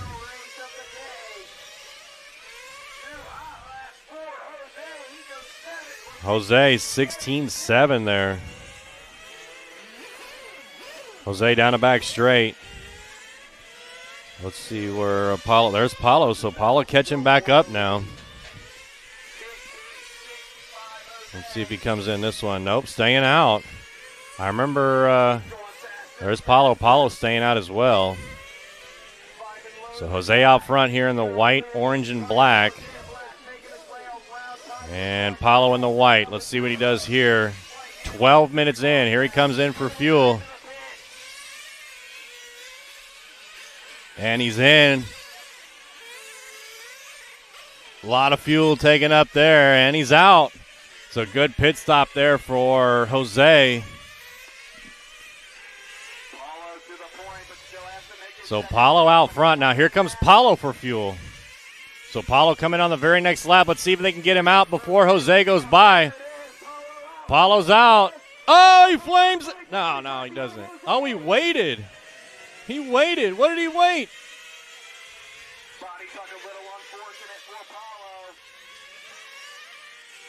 Huh, I wonder why he waited there. All right, so they came in right around the 12-minute mark, so we'll see them again around 18 minutes. Our leaders, looks like they're doing about a 6.5 or so minute fuel stop. We got Jose out front, Paulo on the 2, Tommy 3, Gary 4, Michael 5, Carly 6, Junior 7, James 8, Michael 9, Chris in the 10. Number 1 and 2, only separated by about a second, about a half a straightaway here. We're watching them battle it out here on the right side through the start-finish line. Jose out front. Paulo in the 2. 16:30 left to go in this one.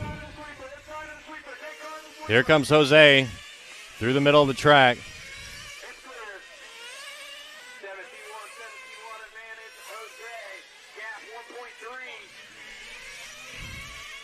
Man, what a good race here between Jose and Paulo. They're coming up to the 14-minute mark, so they've got about 4 minutes left of fuel on board. Jose is coming in before Paulo is, about 1 lap before Paulo. So it's Jose, Paulo, Tommy, Michael, Gary rounding on our top 5. We got 3 cars dropping out of this, though. But Paulo catching back up now again. They got to get around this traffic. Traffic playing very nice with these drivers. Here comes Paulo. Paulo with the cleaner lines here. Paulo with a faster lap, looks like. Jose 17.13. Paulo 17.17 now, so even lap there. It looked to be deceiving. It looks like Paulo's got the right side of the track a little bit faster than Jose does. You can see him check up here on the right side, and then Jose is a little bit quicker on the left. 17.1 for Jose, 17.2 for Paulo. Yeah, so it definitely looks like Jose's got the left side of the track. Lines, real wide there for Jose. Paulo checking it in. So 2/10 faster there was Paulo on that one. Coming up to the 15-minute mark. Halfway done with this one. These drivers got about 3 more minutes of fuel left on board, and then they're going to be coming in for fuel. And it definitely looked like the last pit stop, Paulo's pit crew was just a little bit faster than Jose, because Paulo was able to come out of the pits in front of Jose, but then stopped and waited. So I don't know why he did that, but he did. So his pit crew got him out quicker. So 14:15 left on the clock for Jose and Paulo. Jose out front, Paulo in the 2. Jose stretching it out just a little bit here. Probably about a second and a half is the gap here between these two. 16.6 on the last one for Jose, 17.2 for Paulo, 16.8 on that one, 17.2 again for Paulo. So another 2/10 of a second advantage for Jose. Michael in the 3, Tommy 4, Gary 5, Junior 6, Michael Haley 7, James 8, Carly 9, and Chris Leach in the 10.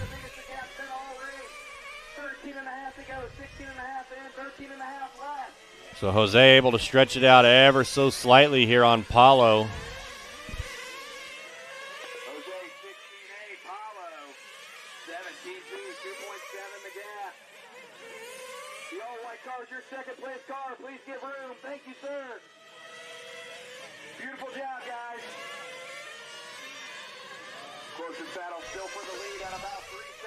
Yeah, so we got about another minute or so of fuel left for Jose here.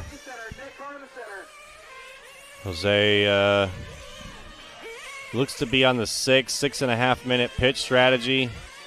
So should be coming in the next 2, 3, maybe 4 laps. We'll see what his pit crew decides to do.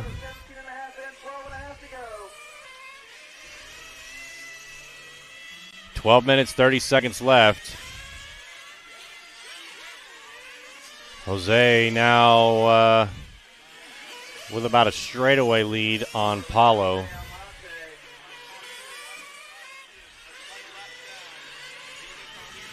You just saw Paulo come out of frame there. Jose down the back straight.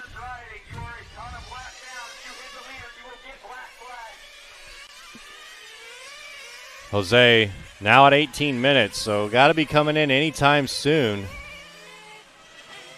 Maybe on this lap here.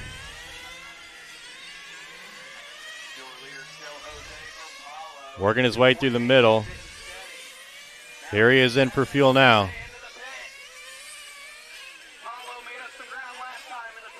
And he's out. Let's see if Paulo comes in on this one. Here comes Paulo. Let's see if Paulo's coming in for fuel. And he is. There's Paulo.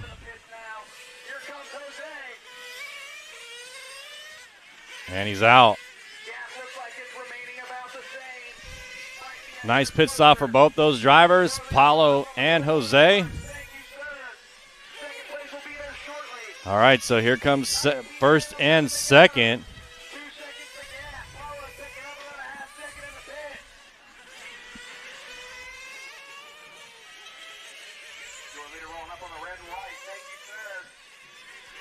So their separation is 2 seconds. We're watching Jose right now on the white, orange, and black. Paulo not letting him get away.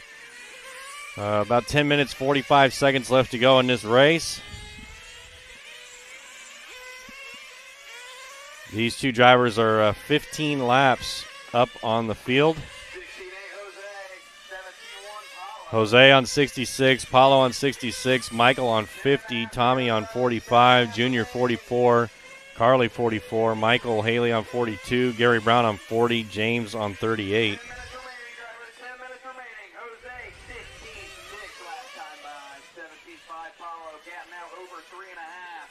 So Jose running about a second faster on that last lap there over Paulo. 10 minutes left to go. We're watching Paulo here. Paulo desperately trying to catch back up. 17-7 on that one to 17 flat for Jose.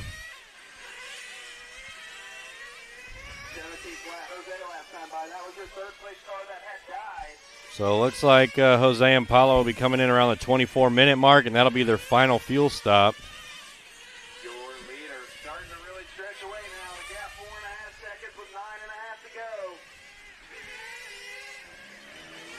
Not many cars left out on the field. Let's see what Paulo runs here. 16-7 on that one. Puts down a hot lap there. His fastest lap of the race. 16-7-8-7. If Paulo can put a couple of those together, he can definitely catch up to Jose. Still plenty of time left. Whoa. 17-3 on that one. Jose ran a 17-8, so another half a second off his deficit. About 3.5 seconds back is Paulo from Jose.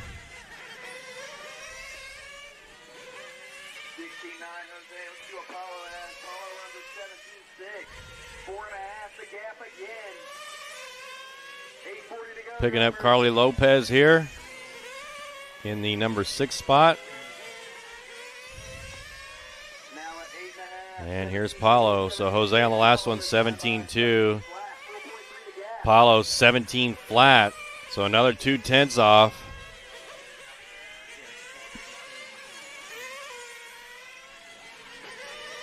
Alrighty, guys, we got 8 minutes left. 22 and 8 to go. It's Jose from Paulo. Then Junior. Jose and Paulo 24 laps up on the field here. So nobody coming close to Jose and Paulo. Jose with a 17-1 there. Let's see what Paulo gets when he clicks off this one. And Paulo with a 17-2. We're picking up Junior here in the 3rd place spot. Junior starting 5th. Currently running 3rd. 18-1 on the last lap for Junior. Junior in the all red with the black wing. Oh, Paulo getting wrapped up with some traffic there.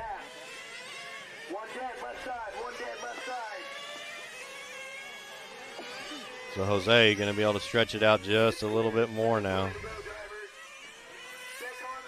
And here's Jose. 7:15 left.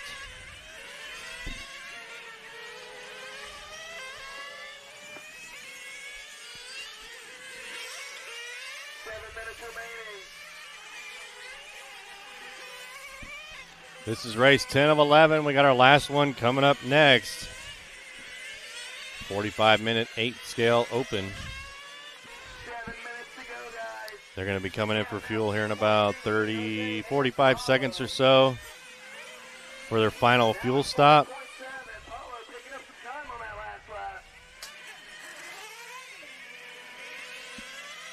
And then that should be the final fuel stop that they make.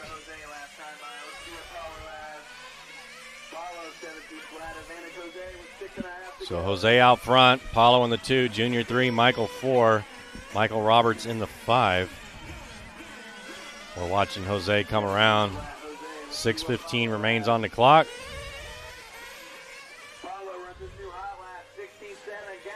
Paulo with a hot lap there, 16.7. Jose with a 17 flat, so Paulo gaining 3/10. See if Jose coming in on this one. Nope.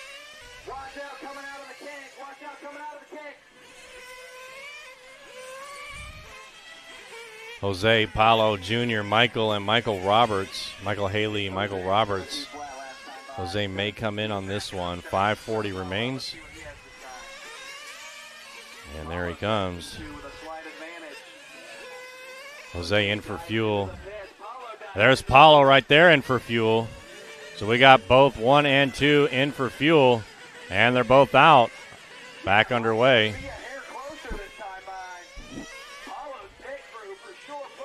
Oh, man, Paulo's pit crew was a little bit faster there than Jose. So closing in on Jose is Paulo with 5 minutes, 5 seconds remaining.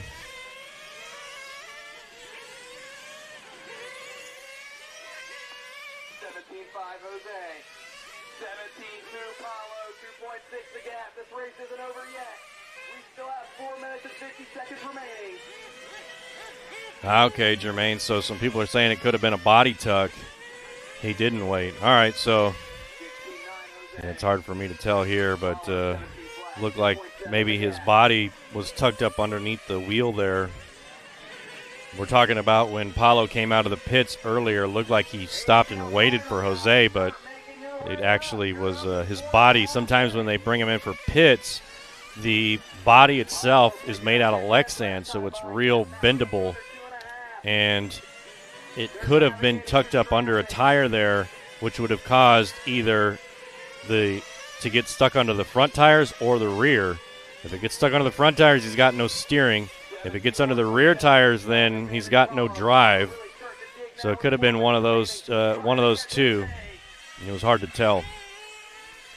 But it fixed itself if that's what it was. But now Paulo closing in here with less than 4 minutes to go.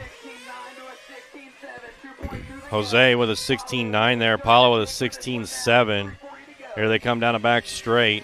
So Paulo closing in by 2/10. They got one car in between them.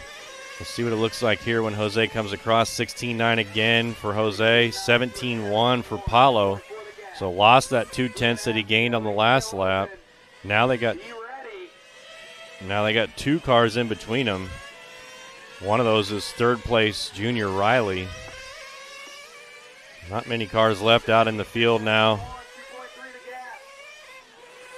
2.3 seconds separates these two drivers. Jose with a 17.2, Paulo with a 17.1.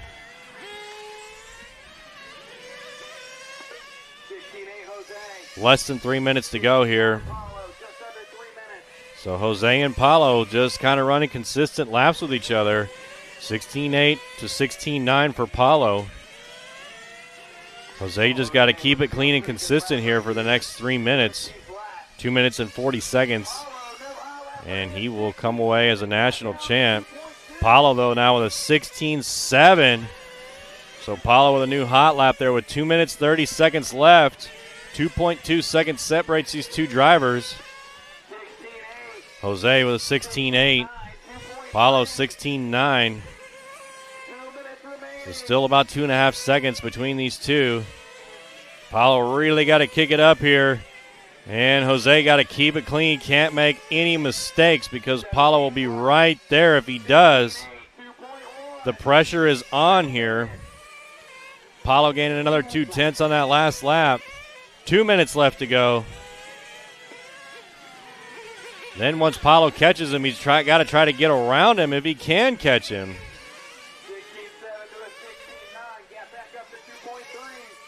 Minute 45 left. Here's Paulo here in the white. Down the back straight he goes. Paulo with some clean lines there, just doing real close to the inside, as close as he can. Taking everything out of this track.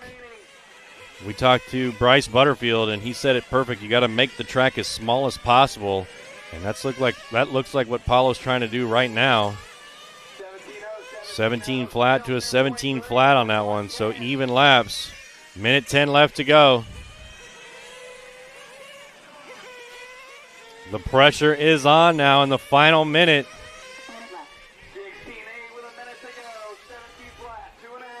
Jose keeping it clean and consistent. Paulo doing everything he can to cut these lines as tight as possible. Trying to shave off the tenths.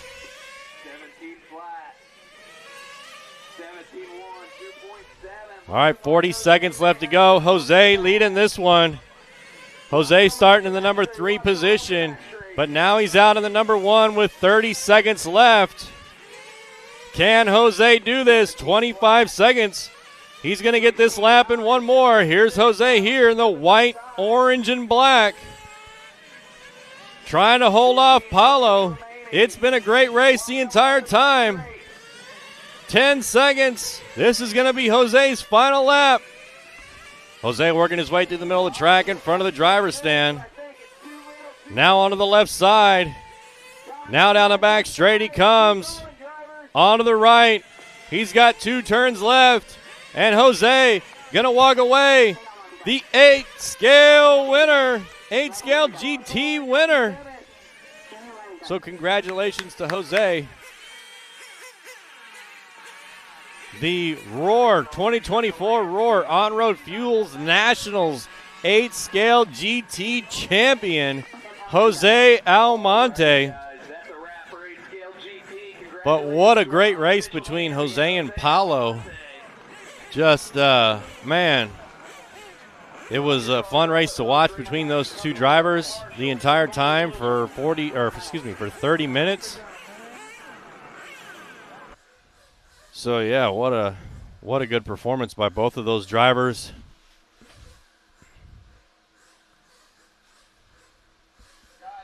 Roland, thanks for tuning in. We appreciate your support.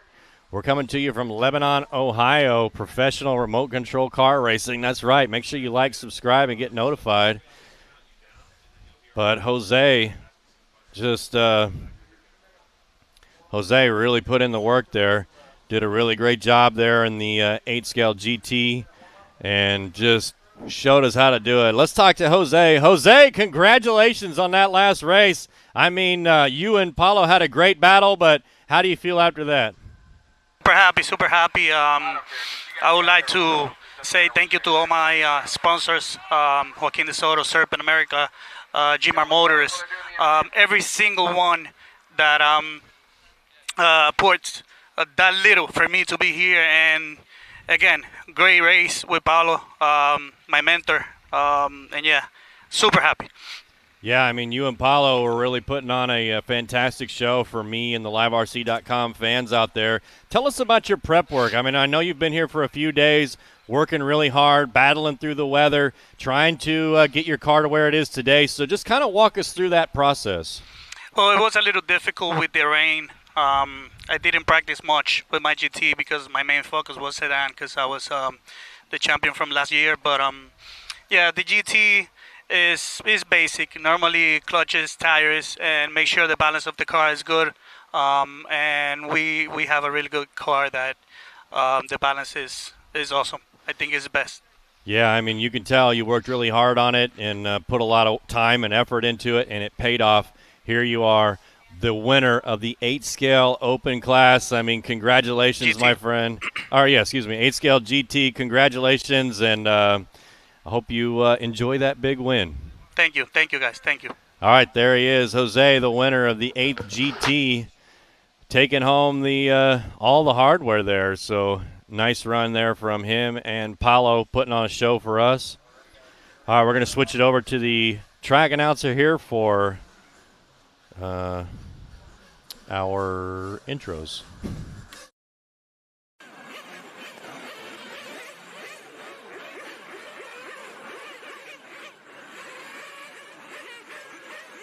Your 2-minute clock has started.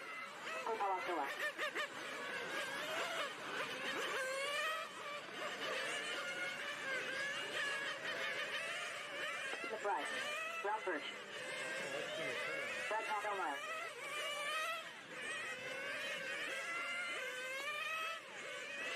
Jason Conley. Bryce Butterfield. Max Coonan. DJ Epolo. Kobe Kraus.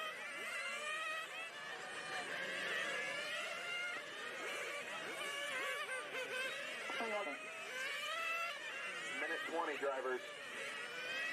Marshals. Where are my marshals? Come on. I see Junior.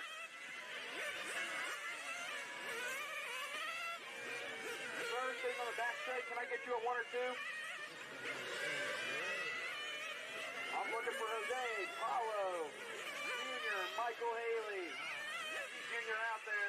Michael Haley, Polanski, Michael Roberts, Carly Lopez, Tommy Bond, Gary Brown, Chris Leach.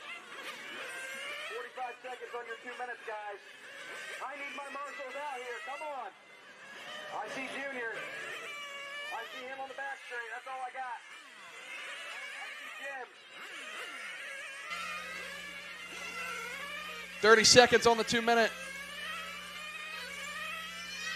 Looking for Jose, Paulo, Michael Haley, Michael Roberts, Carly Lopez, Tommy Bond, Gary Brown, Chris Leach.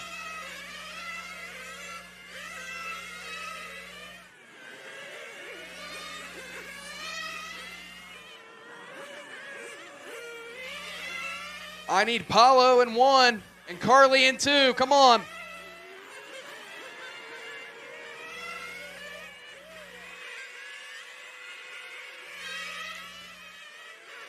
All righty, drivers, your 2 minutes is up. Go ahead, bring them in and kill them.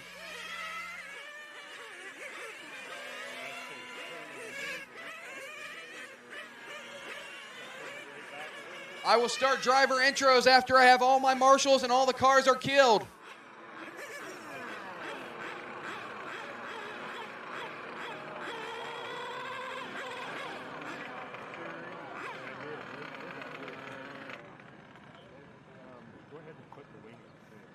Alrighty, guys, sitting in the 12 spot from Kearney, New England, running an Infinity chassis, Hot Race tires, and a Nova Rossi engine. Sponsors Wallace Motorsports. In the 12 spot, we got Kobe Krell. From Levine, Arizona, running a Mugen chassis, Hot Race tires, AMR OS engine, Rocket Science fuel. Special thanks to Mugen USA, Avid Bearings, Rocket Science, AMR engine, CRC Racing, ProTune Motors, and YB Slow Racing. Your 11th spot, Brad Toffelmeyer. From Houston, Texas, running a Mugen chassis, Alti tires, OS engine, Rocket Science fuel. Thank you to my dad and mechanic for all of his handiwork. Thank you to my husband and sister for cheering me on from home. The 10th spot, Emily Morgan. From Plain City, Ohio, running an Infinity chassis, Matrix tires, OS speed engine, Energy fuel. Sponsors Wallace Motorsports. Special thanks to the Queen City for hosting the event, and thanks to Scotty, Joel, and Eric for all the help. Your 9th spot, Jason Conley. From Chester, New Hampshire, running an Infinity chassis, Alti tires, OS engine, Energy fuel. Special thanks to the Northeast crew, Vital, Charlie, Alex, and most importantly, my wife, Tracy. Also, Robert from Alti and Dorian at Wallace. Your number 8 qualifier, Andrew Nicholas.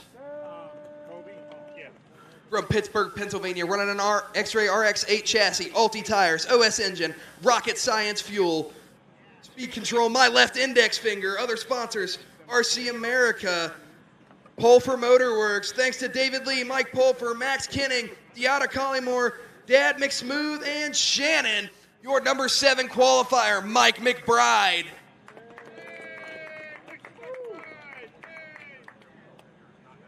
From Las Vegas.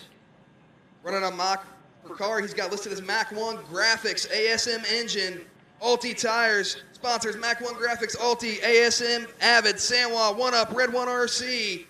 Special thanks to Hobby Wing and to my pops for all the help and support. Your number 6 qualifier, Michael Palazzola.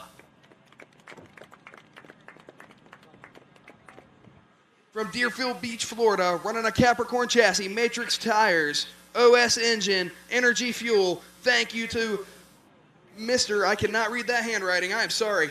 Excellent pit work and support. Thank you to my wife, Kelsey, and yeah, I can't read that handwriting, guys. Your number 5 qualifier, Joaquin Bruno.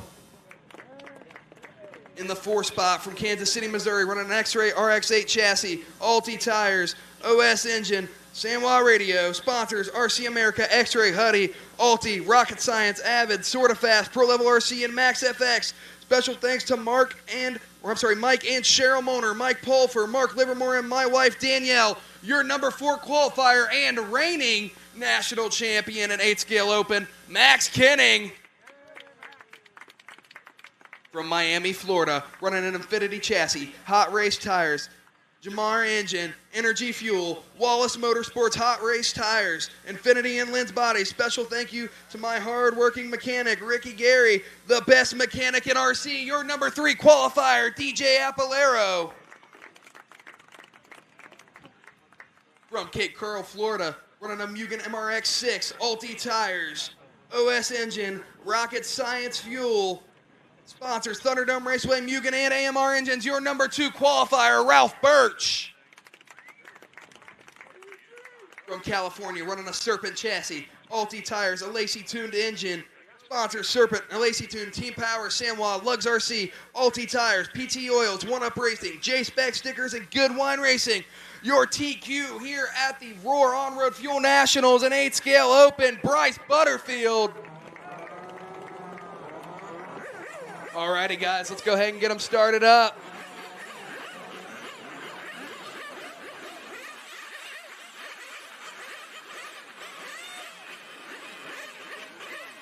All right, here we go.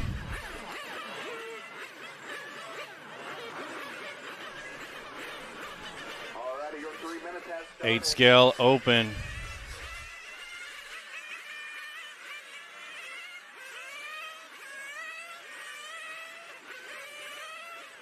They're going to get out there and get them warmed up. Sharon, what's up from Columbus? It is hot. But thanks for tuning in. We really appreciate your support. This is the race you've all been waiting for. Right here, 8-Scale Open. The race of race 11 of 11.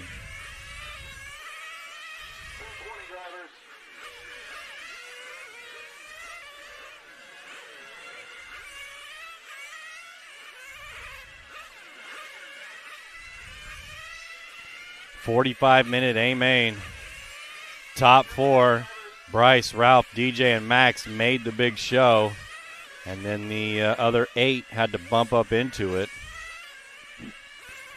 So Joaquin, Michael, Mike McBride, Andrew, Jason, Emily Morgan, Brad, and Kobe all had to bump up into the A-Main.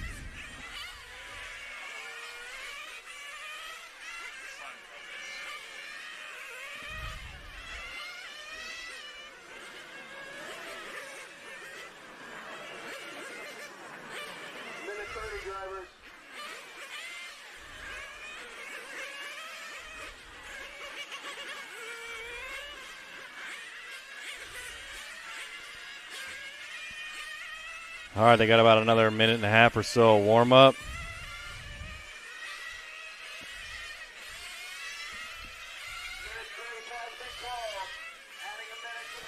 All right, so we got a minute grace that's being called right now. So got about another minute and a half or so till we're going to get this one going.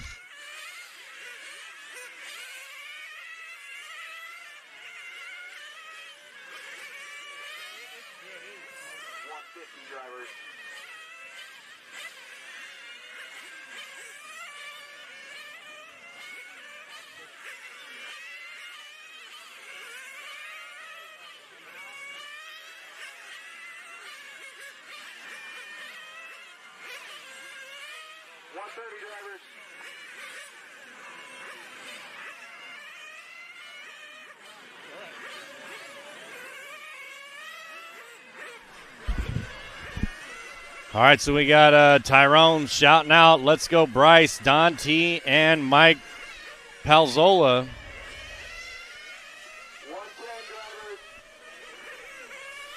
Minute 10 left in warm-up here, and then we got a 45-minute main.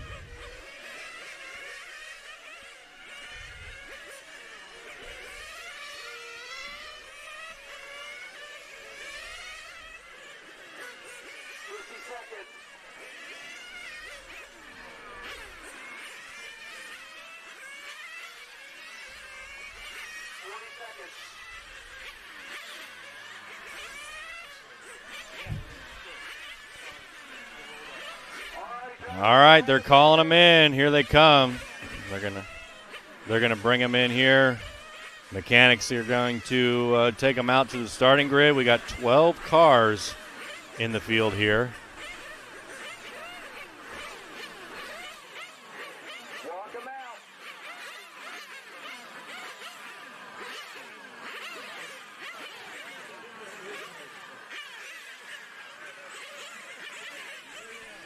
All right, driver to watch here, Bryce Butterfield, our top qualifier, also a national champion in 10th scale.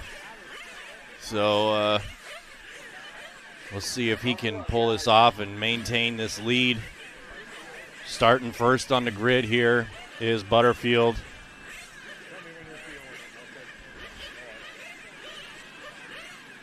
Yeah, you're right, Tyrone. I mean, Steel City was an incredible racetrack out there in California, Southern California. I actually went to watch the Worlds there a couple of years ago, and it was awesome. All right, here we go. Getting ready for our 8-scale open. Cars are down. Green flag. Here's our straight line cam watching them. Good, clean start there. Oh, already got a problem there. Oh, tire came off. Oh, no. I think that was Ralph Birch. Ralph Birch with a tire coming off on the before the first lap even completed.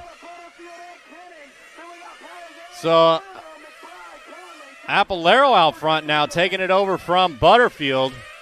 So here's Apolero in the green, Butterfield in the white and yellow.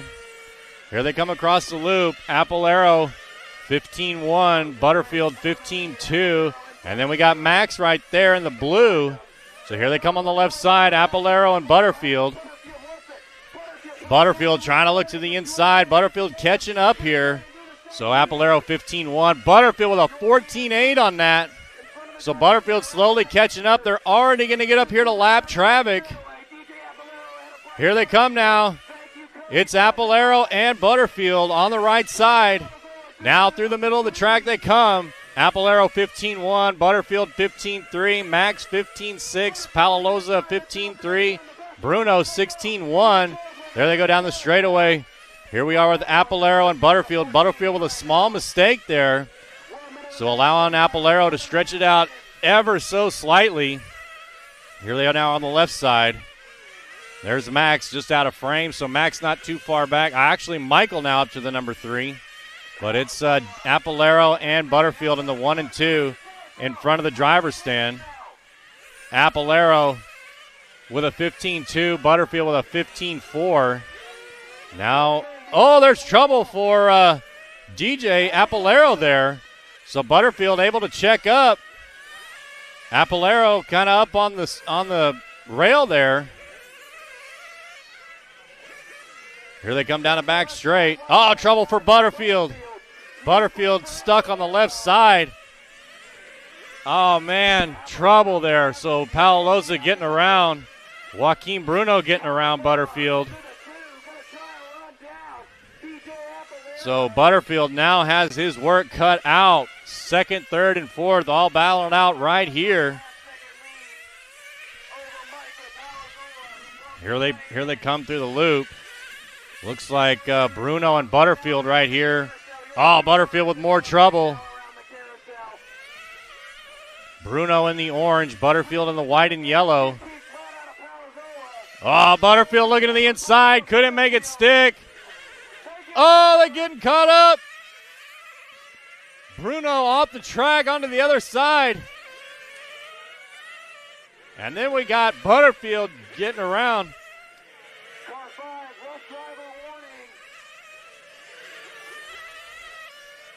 So Butterfield now trying to catch up to Palazzola,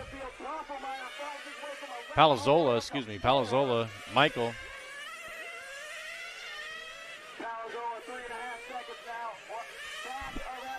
Apolero out front, Michael in the 2, Butterfield in the 3. Bruno in the 4. Let's see what this is looking like here. So here comes Butterfield through the line. 15-4 for Butterfield. 15-6 for Michael. 15-6 for Apolero. So Butterfield trying to catch back up. Butterfield, so Michael about 4 seconds back, and then Butterfield about 4 seconds back. So both drivers separated by about 4 seconds. Butterfield got a lot of work to do here. We're going to come up on our first pit stops very soon. Here they come on the right side of the track. Brad in the 4, Joaquin 5, Emily Morgan 6, Jason Conley 7, Andrew 8, Max 9, Kobe 10, McBride 11, Ralph Birch with the tire trouble there in the beginning in the 12. Looks like he's out. 420 down, 40-40 left to go.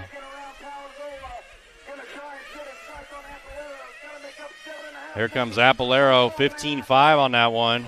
Butterfield now up to the number 2. Here comes Apolero in for fuel. Here comes Butterfield in for fuel. There's Butterfield. Looks like Jason Conley. There's Conley. Scotty on the gun. Good pit stop there.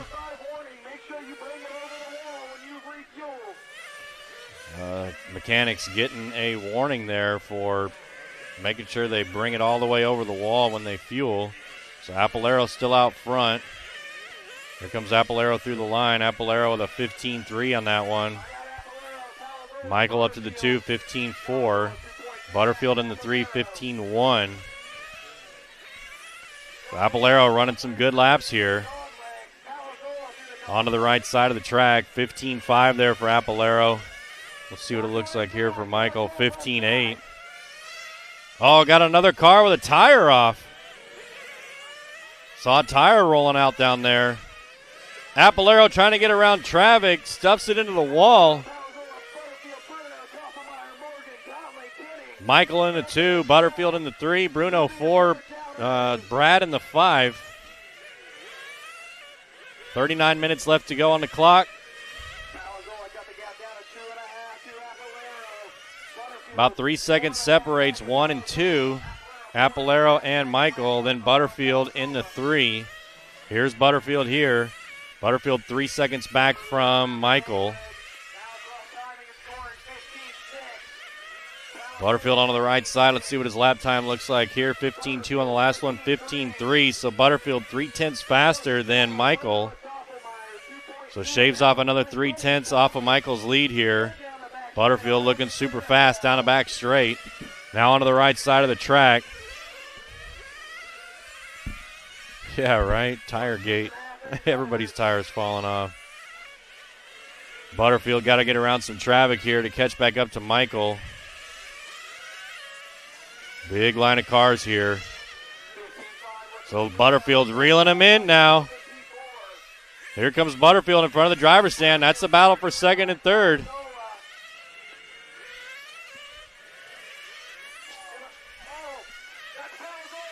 Oh, Palazzola getting it wrong there. Butterfield getting around. So it looks like Butterfield now going to be up to the number 2. Yeah, so that was Palazzola sliding down the sliding down the start-finish line there. They're trying to get that car fired back up. I can hear it in the pits. Can't let him get too far back. So Apolero with a 15-6, Butterfield with a 15-3. 6 seconds separates 1 and 2, Apolero and Butterfield. Apalero 15.5, Butterfield 15.3. So Butterfield shaving off 2/10 every lap here. Butterfield desperately trying to catch back up. Still plenty of time, though. 37 minutes left.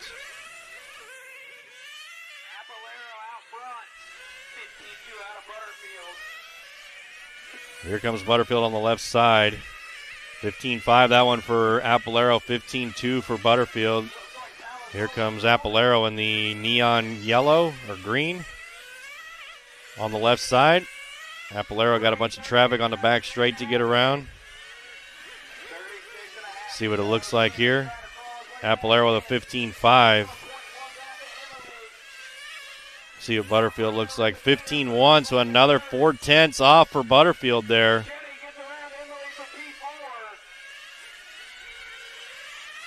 Bruno in the 3, Brad in the 4, Kenning in the 5, Emily in the 6, Jason Conley in the 7, Andrew 8, Palzola in the 9, Kobe in the 10, McBride 11. We're following Apalero here. Apalero there with a 15.5. Oh, here he comes in for fuel. So Butterfield going to get the lap there. Butterfield going up to the number 1 position, but Butterfield's going to have to come in for fuel. Butterfield probably going to come in on this lap. This lap or the next. Yeah, there he is. Oh, he flamed out. Butterfield flamed out. They're trying to get him started back up now, and he's back out. Butterfield flames out here. Still 35 minutes left to go. So Apalero going to have a commanding lead now. Butterfield with all that hard work. Here's Apalero right there. Up on the back of Butterfield now.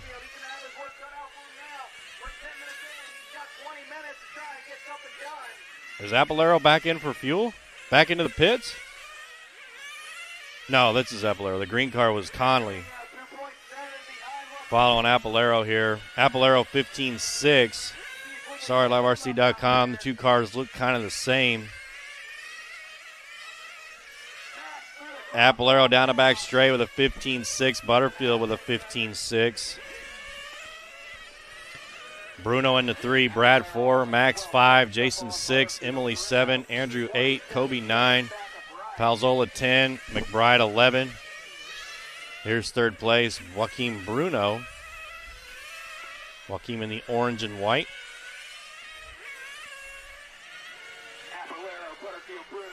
Apalero on lap 41, Butterfield on 40, Bruno on 39, Koenig on 38, Brad on 39, Max on 38, Brad on 39. Excuse me. Max on 39, Brad on 39. I can't get my words out. 34 minutes left to go. Following third place, Bruno. Apalero with a 15.2. Butterfield with a 15.8 on the last one. This is Max here, Max Koenig, the 2023 national champion here for the Roar National Champion.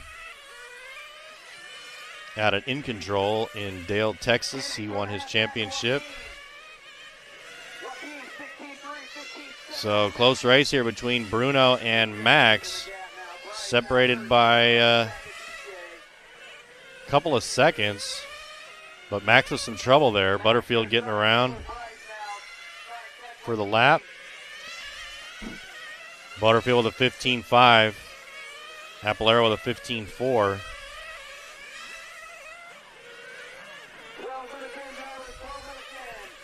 32 minutes left to go. We'll start seeing some pit stops again. Cycle through. Here comes Max in for fuel.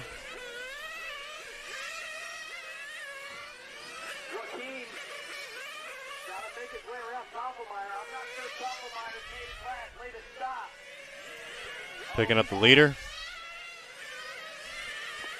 DJ Apalero. 16.5 on that one. See what Butterfield gets here.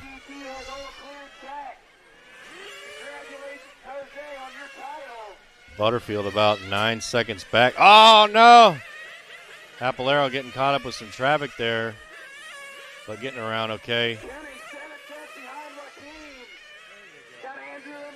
So battle for 4th and 5th here between Bruno and Koenig.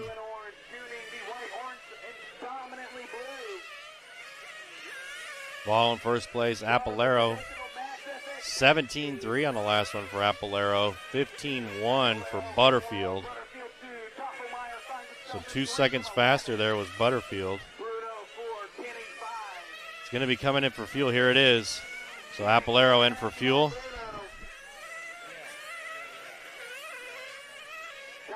And he's out. There's Butterfield right up on his bumper there. So that's the battle for 1 and 2, but Butterfield's got to come in for fuel. There's Apolero. There's Butterfield. But Butterfield in for fuel. Apolero staying out.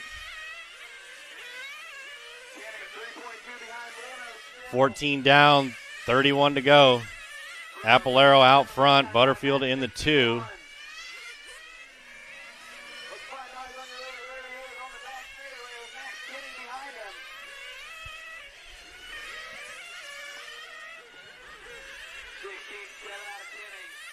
This is the final race of the day here. Butterfield trying to catch back up to Apolero after the flame out. 15-8 there. Butterfield with a 15-6. Both on the same lap, lap 54. 15-5 there for Apolero. 15-4 for Butterfield, so another 1/10 of a second off. Separated by 6 seconds.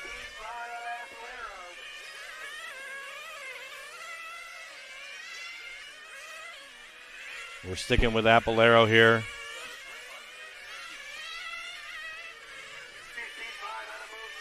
Brad Toffelmeyer and Joaquin Bruno battling out for that podium spot.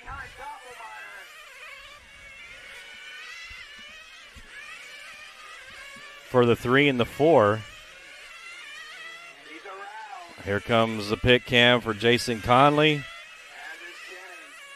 Scotty on the gun, and he's out. Here's Bruno sitting in the number 3 spot. Got Max Koenig up to the number 4 now. 29:20 left on the clock. DJ, Apolero, Butterfield, Bruno, Koenig, Toffelmeyer, our top 5. Picking Bruno back up in the white and orange. Here's a tire change going on. Car back out.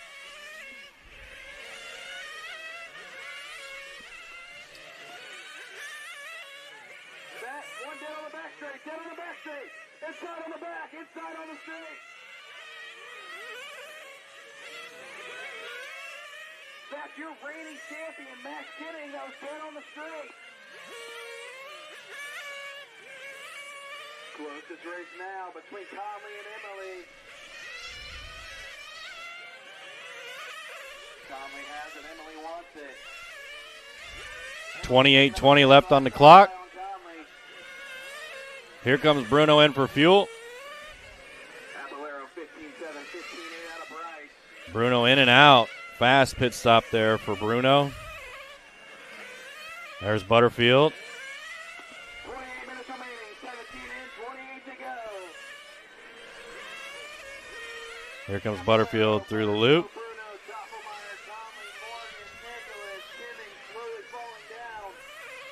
7 seconds separates Apolero and Butterfield.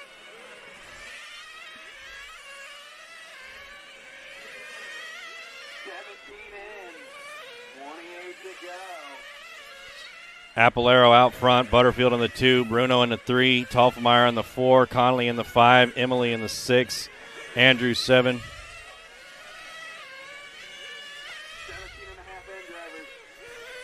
17:30 down, 27:30 left to go. Butterfield trying to catch up to Apolero. Apolero with a 16 flat, Butterfield with a 15-4. Gonna start seeing some tire change pit stops soon. We're watching Butterfield here.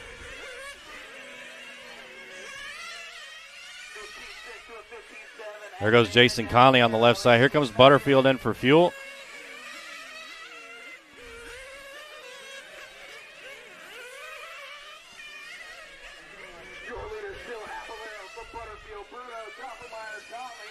Apolero out front.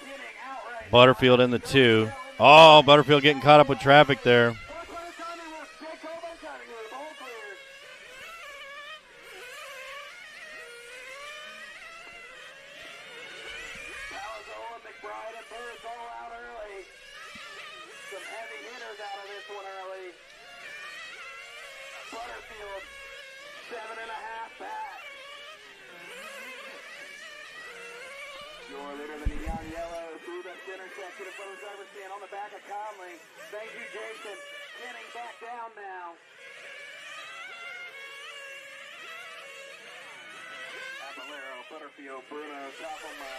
All right, we got Apolero, Butterfield, Bruno. We're picking up Jason Conley here. Jason Conley in the number 5. Conley trying to catch up a couple of laps down, but picking him up in the all green.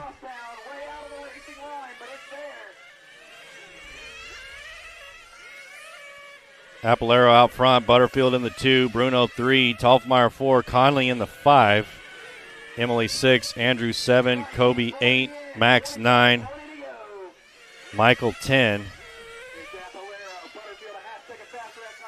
We're following Jason Conley around here. Jason Conley in the all green.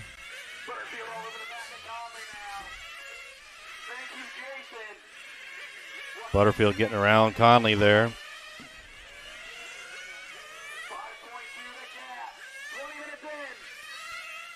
So now 5 seconds separates 1 and 2. So Butterfield slowly reeling in Apolero. Still plenty of time left on the clock. 24:45 left.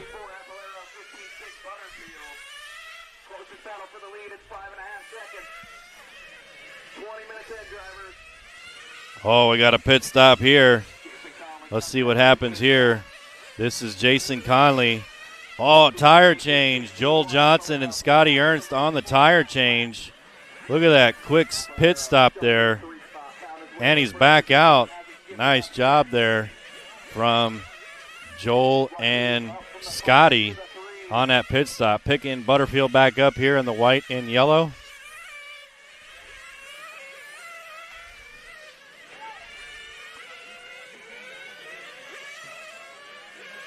So DJ still out front. Apolero with a 15.7 on the last one, 15.5 there for Butterfield. 5.7 seconds separates them. This is the closest race, and then 5 and 6 for Morgan and Conley.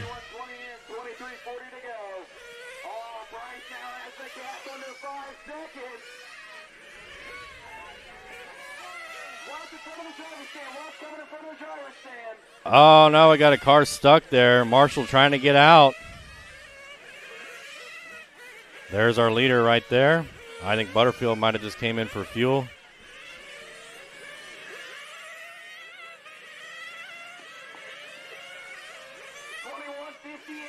There goes our leader, Apolero. Apolero out front in the all yellow. 22 down, 23 to go. I bet this next pit stop, Apolero is going to be doing a tire change halfway through this race. If I had to guess, I don't know for sure, but if I had to guess, he might be doing a tire change. We'll find out soon. 22-15 down, 22:45 left to go. Car's looking to get a little squirrely there. 15.5 though, so not slowing down. Butterfield with a 16.4. Butterfield in for fuel, no tires. Here comes Apolero.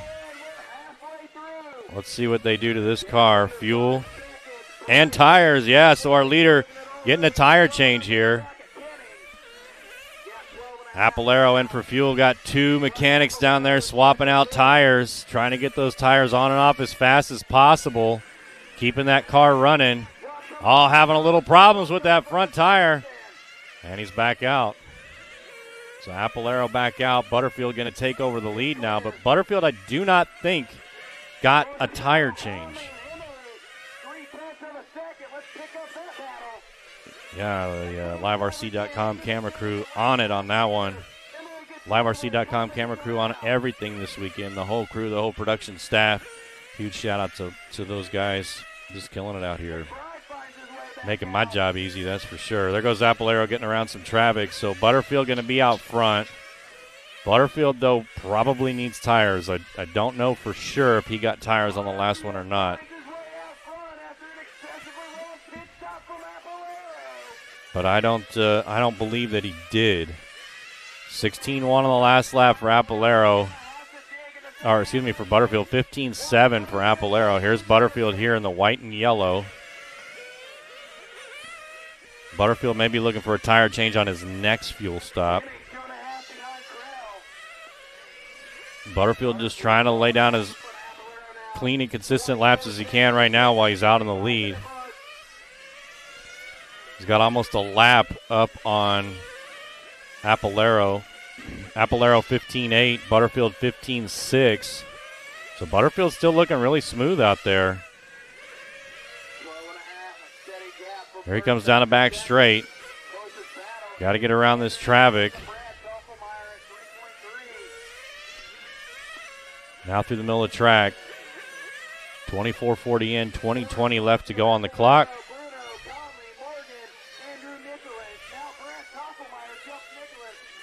Butterfield, Apolero, Bruno, Conley, Emily Morgan, our top five. Butterfield in front of the driver's stand here.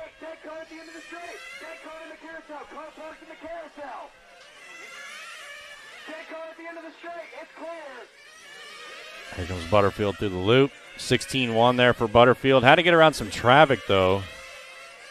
Butterfield making his way around the track. Pretty easy. Here he comes down the back straight. There he goes on the right side.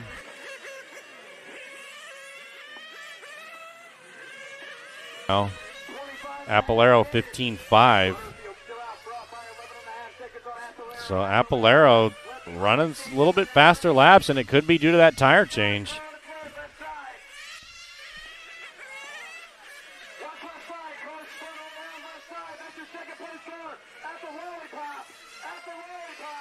Oh, Apolero there on the left side. Getting caught up there. Oh, dead car. Oh, no, Apolero. Apolero's car is getting run back to the pits. So good news there for Butterfield. Butterfield got to take advantage of this, come in for tires for sure. Closest driver to him is Bruno. Bruno about 5 laps down from Butterfield. Trying to get Apolero fired back up out there. Bruno going to take over that number 2 spot real quick if they don't get that car back out on the track. And there he is.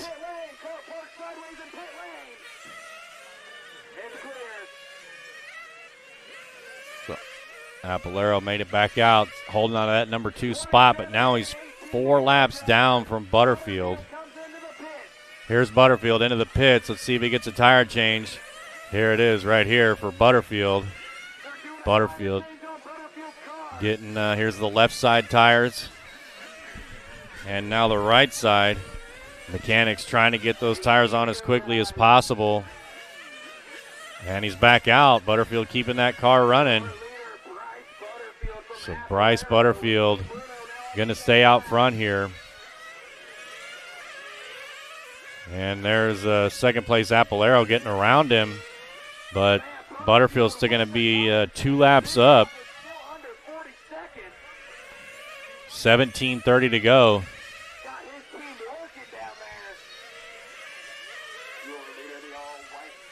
White and yellow here is Butterfield. Apolero on the 2, Joaquin Bruno 3, Conley 4, Emily 5. Butterfield on lap 102, Apolero 99, Bruno 99, Conley 95, Morgan 93, Tolfmeyer 92, Nicholas 87, Koenig 87, Kobe 87, McBride 33, but still back out.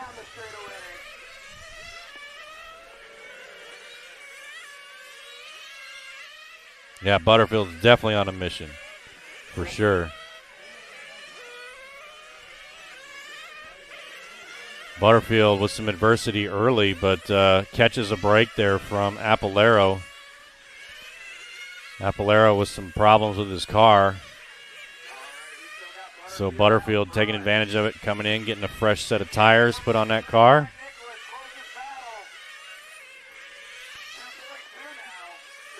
Butterfield coming through the middle of the track.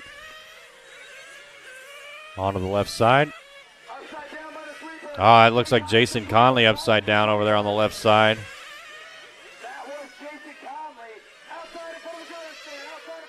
So Jason Conley in the number 4 spot. Maybe Emily Morgan can catch back up to contend for the, not Conley able to get a quick marshal. Butterfield 3 laps up now on Apolero. Butterfield on lap 108, Apolero on 105. About 15 and a half left to go in this race. Butterfield looking to go back-to-back national champion, 10th scale and 8th scale. Picking up Apolero here in the yellow.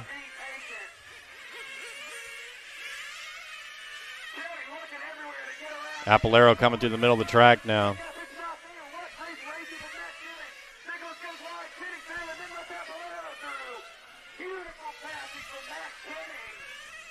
Looks like Koenig going to move up a spot here on Nicholas. So Max Koenig in the blue. Might try to hang with Apolero here, put down some hot laps. Koenig with a 16.4 on the last lap. Apolero with a 15.1.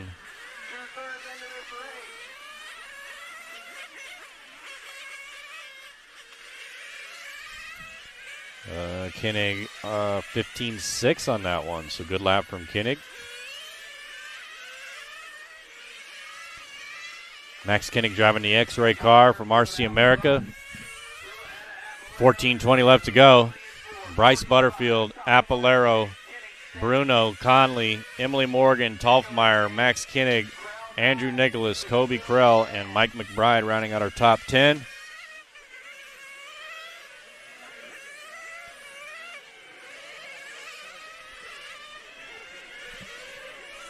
Yeah, these cars are doing 60, 70 miles an hour or so down that back straight. Max in for fuel.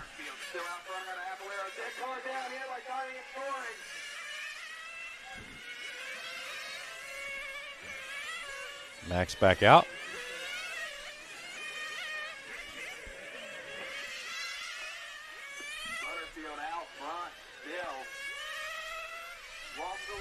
Butterfield on lap 116. Apolero on 114. Bruno 112. Conley 108. Tolfmeyer 105. Morgan 104. Here's Jason Conley in the number 4 position. Conley starting 9th on the grid. Now up to the number 4.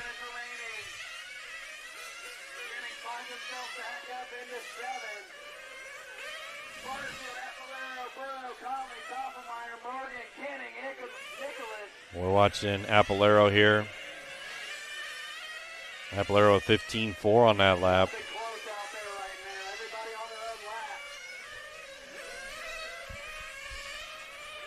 "12 minutes, 40 seconds to go.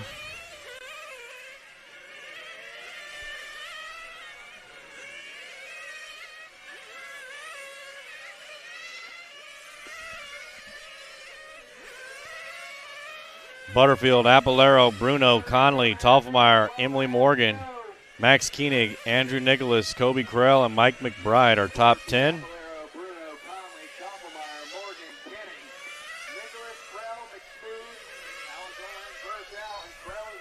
watching Butterfield here out front. Butterfield now on lap 121. Got a 3-lap lead on Apolero.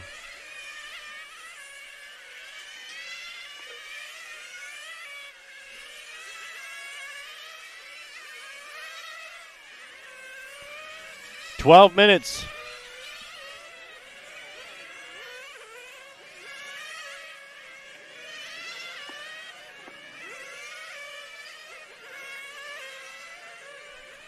Butterfield with some adversity early in this one, but able to come back. Not looking back now. Big lead here for Bryce Butterfield. 15.8 on the last lap. Inside of the sweeper.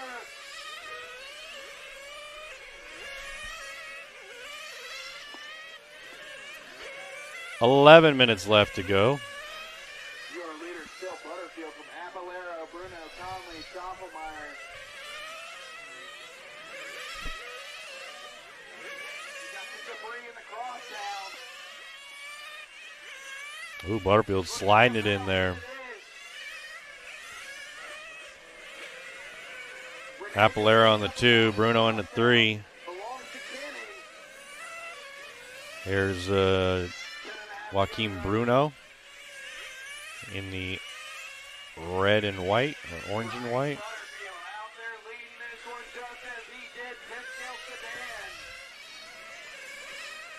This is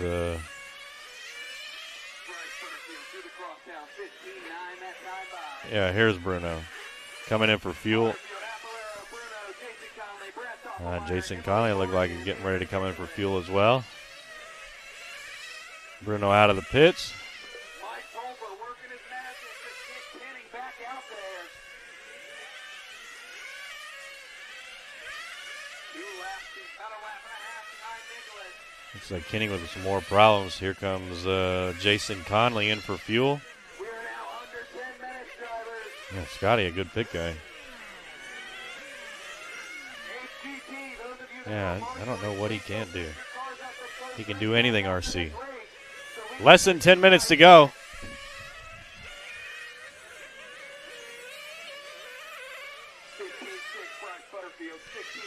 The clubhouse, I'll tell you where the finish line is. We're following Mike McBride. Right there is the finish line. He just went over the start-finish line.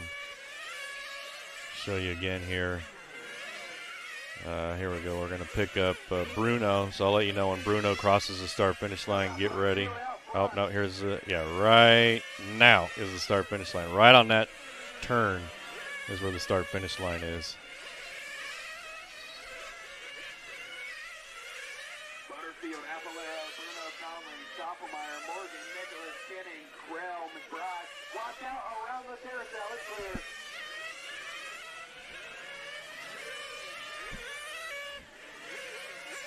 Nobody really close here. Butterfield 2 laps up. Apolero coming in for fuel. Apolero 2 laps up on Bruno. Bruno about 5 laps up on Conley. Conley 3 laps up on Tolfmeyer. Tolfmeyer a lap up on Morgan. Make that 2 laps. So really no close battles out there at all. Everybody's on their own laps here. Picking up Jason Conley again in the number 4.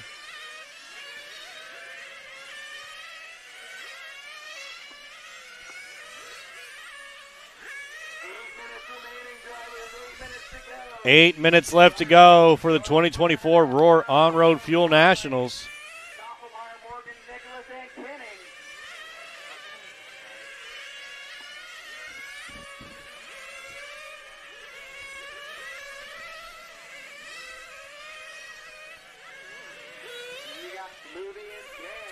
Here's 5th place Brad Tolfmeyer. Tolfmeyer onto the right side of the track. See what time his lap times he gets. 16.2 there for Tolfmeyer, so nice lap time. Tolfmeyer about 3 laps back from Jason Conley for the number 4 spot. Trouble there for Tolfmeyer. Into the rail. Oh no, big trouble for Tolfmeyer. They're pulling that car off the track.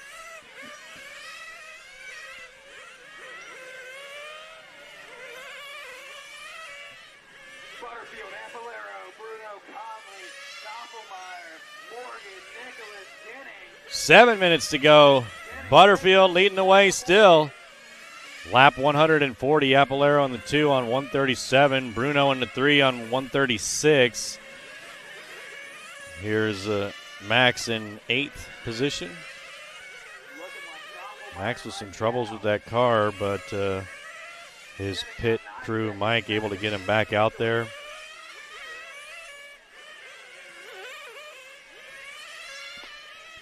Butterfield lap 141, Apolero, I'll make that 142, Apolero 139, Bruno 137, Conley 132, Morgan 127, Tolfmeyer 125, Nicholas 122, Koenig 121. So still no close racing. Picking up Apolero down a back straight in the bright yellow.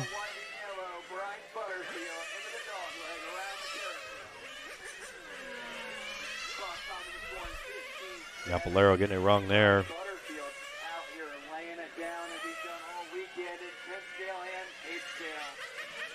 Apolero onto the right side. 16 flat on the last lap. 16.3 on this one. Butterfield with a 15.7, then a 15.9. Butterfield 3 laps up here on Apolero.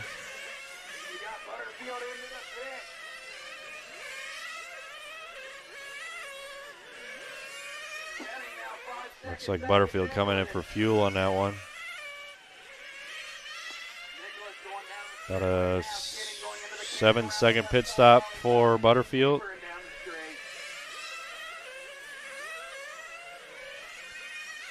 Apolero on the 2, Bruno 3, Conley 4, Morgan 5, Nicholas 6, Koenig 7, Tolfmeyer 8, Kobe in the 9, Mike McBride in the 10. There's Jason Conley in for a pit.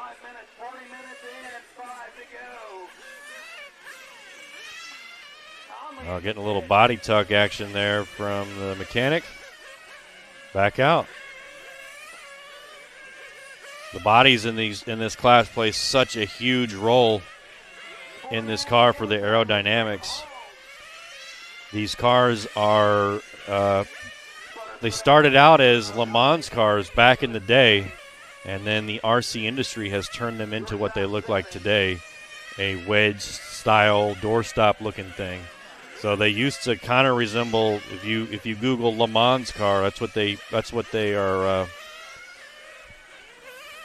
were born as, and now they look like this.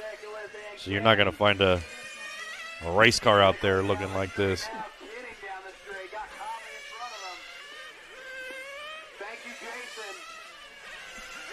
Here comes Butterfield in for fuel.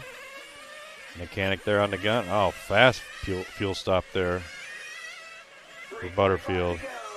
Maybe just a splash of fuel to make sure that Butterfield can finish the race.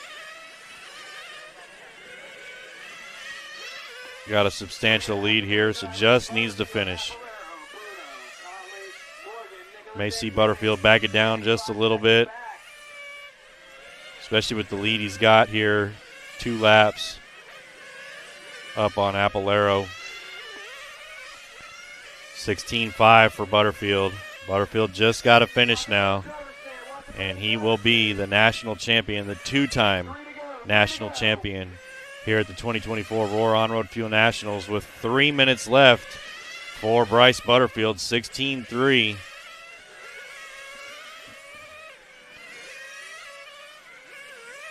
Butterfield down the back straight. Here's Apolero.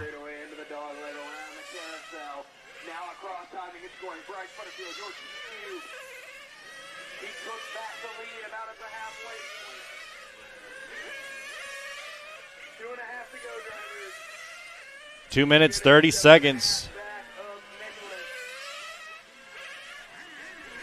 Another interesting fact about the bodies on these cars is that the body posts are attached to the suspension. So whenever the car is rolling left or right or having any lateral type of roll, the body is designed to stay in one fixed position all the time.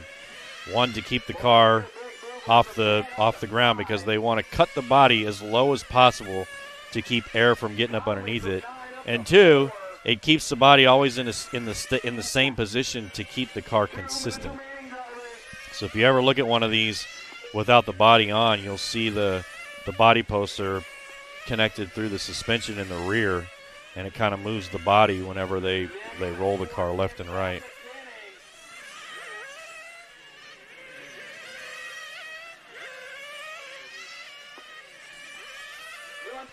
Yeah, the aerodynamics just keeps them planted to the ground because it's all about how fast they can turn. I mean, if you notice, they can just really turn left and right and not really lose any traction. They don't push.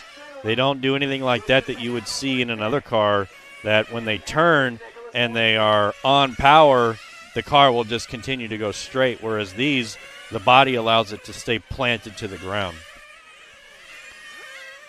So that's why they design them like this for the aerodynamics. All right, final minute here of the 8-scale open for Bryce Butterfield.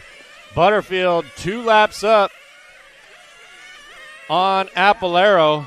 We're watching Butterfield here. Butterfield 16-3 on the last one, 16-5. Butterfield just trying to cruise here to a national title. Butterfield trying to get around this traffic. And he does. 30 seconds left. Going to get this lap. One more.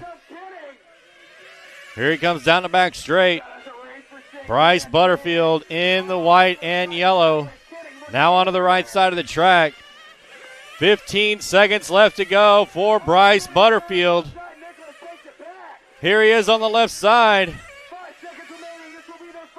5 seconds left to go. He's got 2 turns left here in the 8-scale open, and that's a race. Bryce Butterfield, the 8-scale open national champion. Bryce Butterfield taking the 10-scale and the 8-scale here at the 2024 Roar On-Road Fuel Nationals. Bryce Butterfield really showing us how it's done. Putting on an incredible run there. Had a good battle there early between Apolero, but bringing it home there at the end and never looking back. Bryce Butterfield, a 2-time 10-scale and 8-scale back-to-back national champion. Bryce Butterfield was really just putting on some heater laps there, looking super fast. His pit crew was on point, getting his fuel done, his tire changes done, just looking really good. And, yeah. Let's talk to Bryce. Bryce, congratulations. Another trophy to put in your suitcase. Thank you, guys. It was definitely difficult out there. Yeah, I mean, walk us through that. I mean, there in the beginning, you and Apolero battling it out. You had a little adversity in the very beginning of the race, but then second half of the race, you took over. Yeah, definitely. The track started getting a little wet, and we started having some difficulties. I accidentally ran out of fuel, like just barely short coming into pit lane. That's kind of all my fault, but no one else to blame but myself. And honestly, I couldn't thank anyone else for this awesome win. Yeah, man. I mean, walk us through your pit stops. I mean, your pit crew was on fire there. Your pit man with the fuel gun in and out. Then you had your tire change. I mean, what was your strategy going into this? I mean, my strategy is always to trust my father because my father is actually my pit man. But the strategy was just to put your head down, get comfortable, and then stay safe, and we managed to get that. Yeah, you did a really good job. You get to take home back-to-back. I mean, just tell us how that feels, walking away with 2 of these things. Oh, it feels amazing. This is my first time doing this, so can't wait for next year. Yeah, I mean, you're the guy to beat here in Nitro, 10 scale, 8 scale. Anybody you want to thank? I want to thank everybody, my mom, my dad. They're literally my hugest supporters. They let me do this, so I wouldn't be here without them. That's awesome, man, and it's cool that your dad is here with you, a family affair, supporting you, supporting your race program, and that's really awesome to see. I mean, it's awesome to see in the hobby when families support families. So congratulations on the big win. Take those trophies home, put them up on your mantle, and display them proudly. Bryce Butterfield, congratulations again. Thank you, guys. All right, there he is, Bryce Butterfield, the back-to-back national champion in Roar. On-road Fuel Nationals here, and just what an awesome event that we had, and yeah.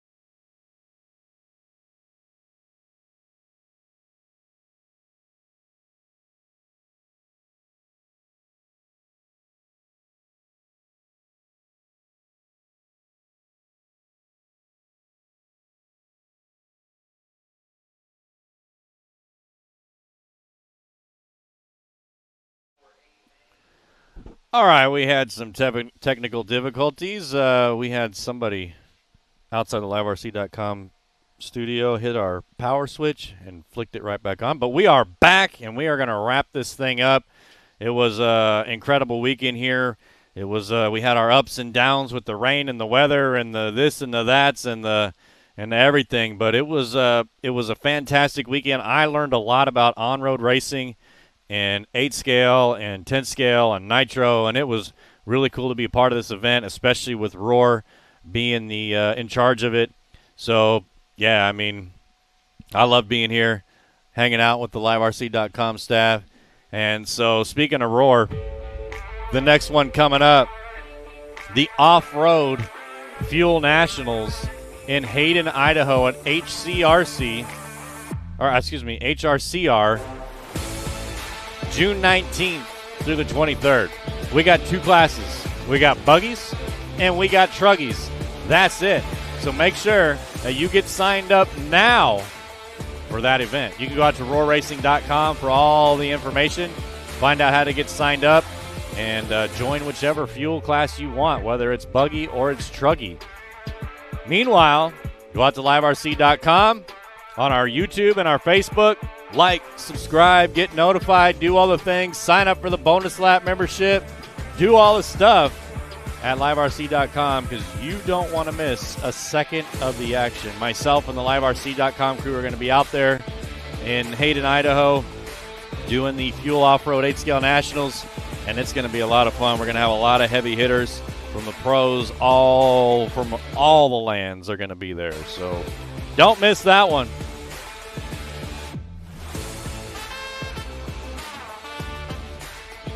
All right, we're going to do the trophy presentation here in just a couple of minutes. But until next time, my name's Matt Clark, and on behalf of the liverc.com crew, I appreciate all of you for tuning in. So with that said, peace! We're out of here.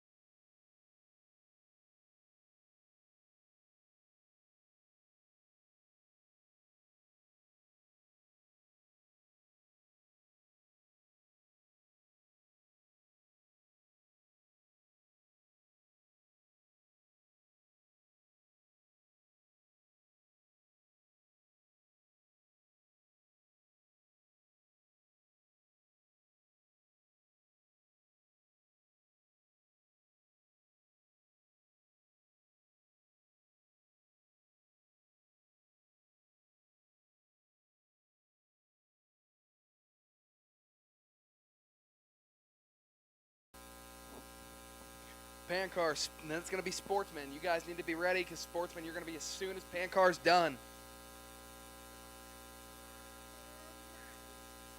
Bobby Moat, baby.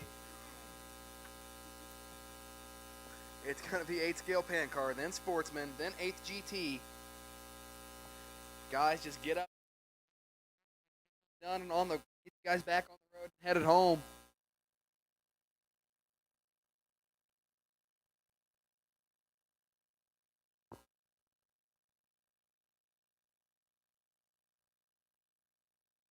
Pancar, then Sportsman, then GT, then Masters, and then Open.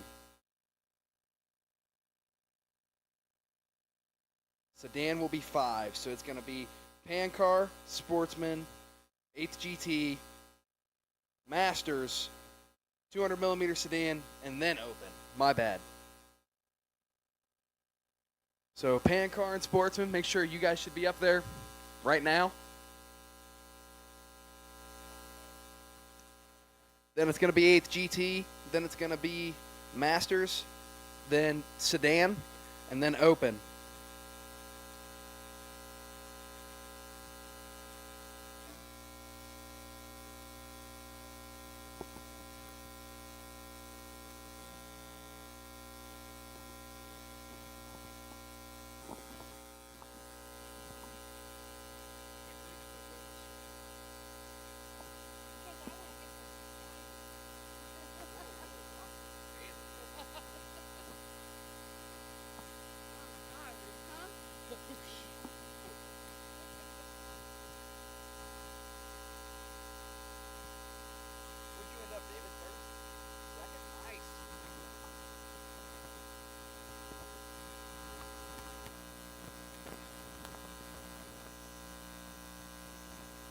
We are starting trophy presentation in 2 minutes.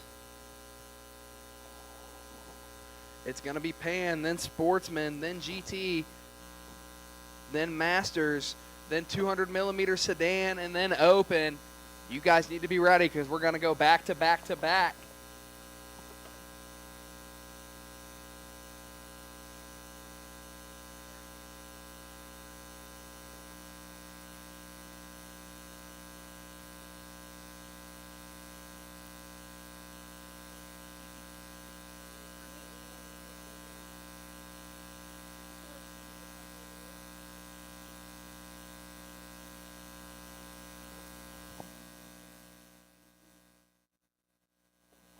There is an igniter.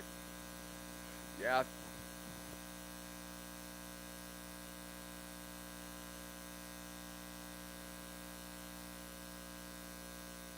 Eighth pan, then 8th Sportsman. You need to be ready because you're right after 8th Pan. Then 8th GT, then Masters, then Sedan, then Open. A-main drivers.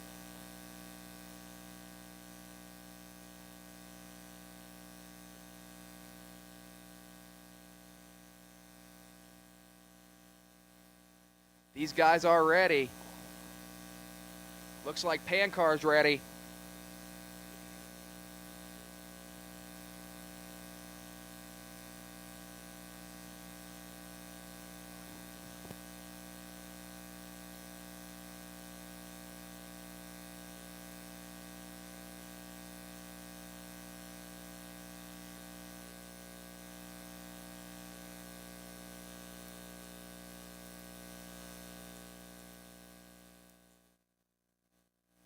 Sixth place was Stu Smith, but I do not believe he's here.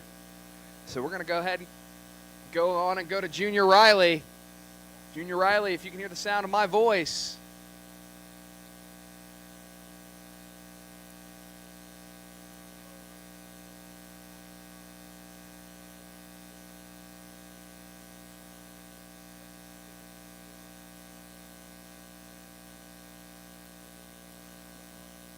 Alrighty, then we're going to do Jeff Whiting, but I don't believe he's here.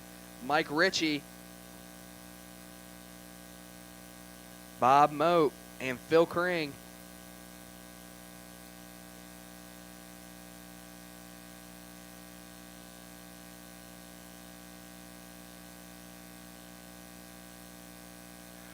Jeff Whiting, 4th place. Mike Ritchie, third place. Bobby Moat, second place. And Phil Kring, first place.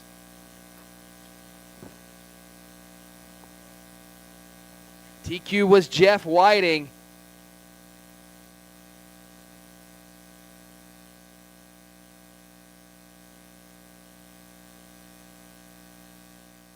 Sportsman, make sure you guys are ready. Sportsman should be up there and already queued up. 8th GT should start heading up there now.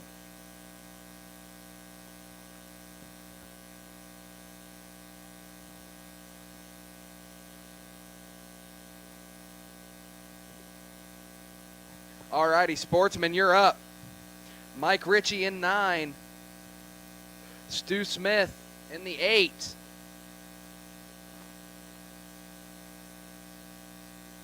Mike Ritchie 9. Stu Smith in the 8.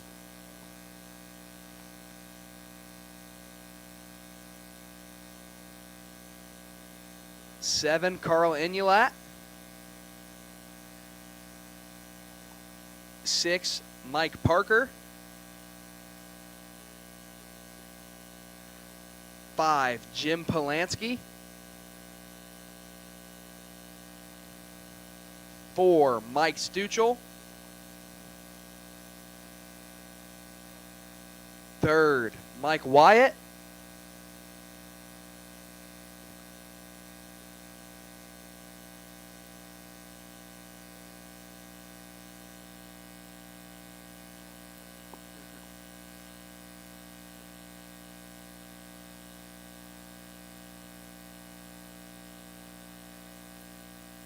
2nd, John Schweitzer. 1st and TQ, Mike Becker.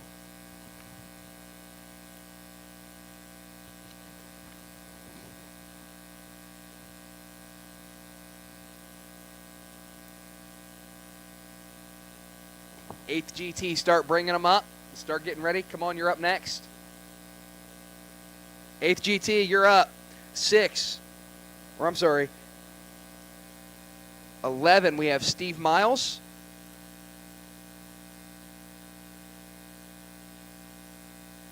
GT, come on. You guys need to get up here and get up here now so we can get out of here.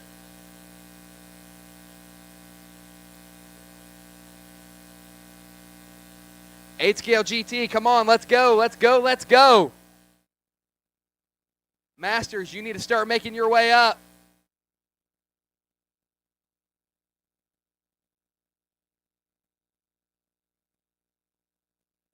Masters should start heading up now.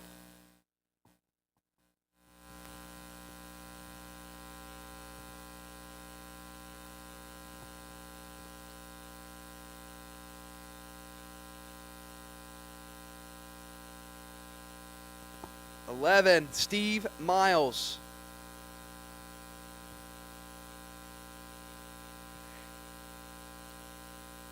10 is Chris Leach.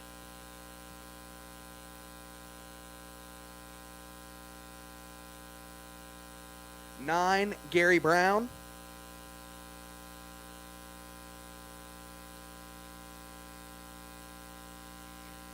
8, Tommy Bond.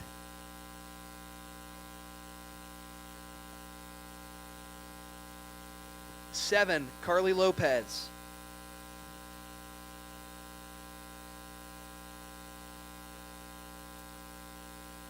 6, Michael Roberts.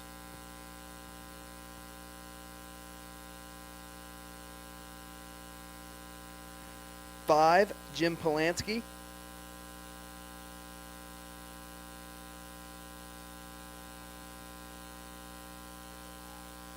4, Michael Haley. 3, Junior Riley.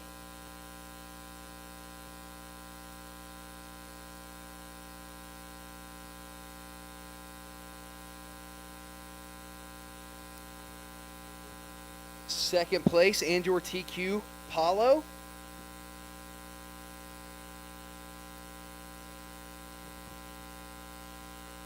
And your winner, Jose Almonte.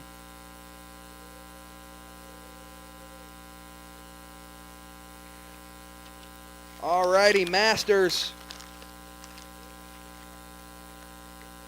8th Masters A.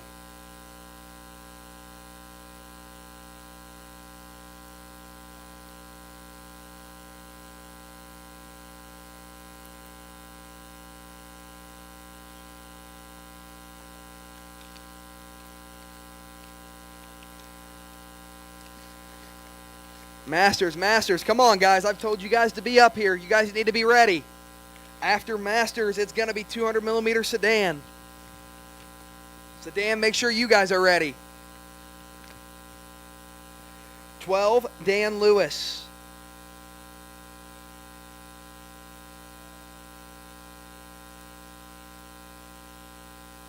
$11, Eric Vasutin. Masters, come on, guys. You need to get up here. Sedan, you need to be on cue.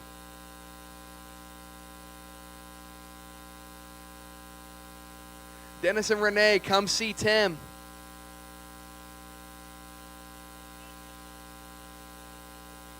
$10, Maurice Hayes.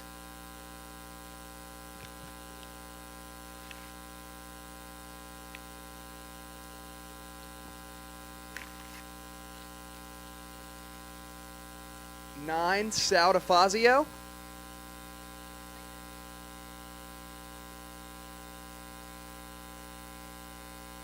$8, Nick Altieri.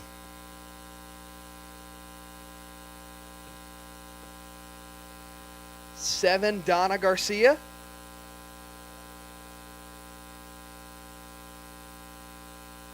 $6, David Lee.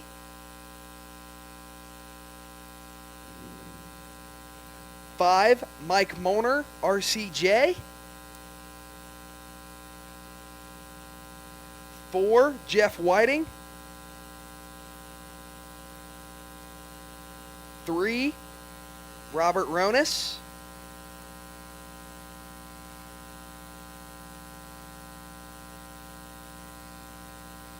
TQ and second, Wallow Walker.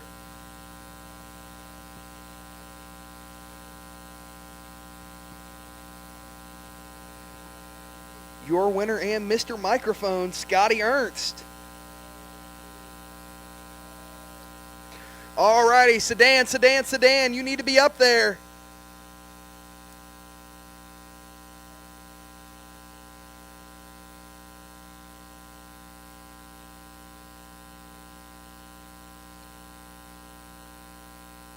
Hold for Sedan.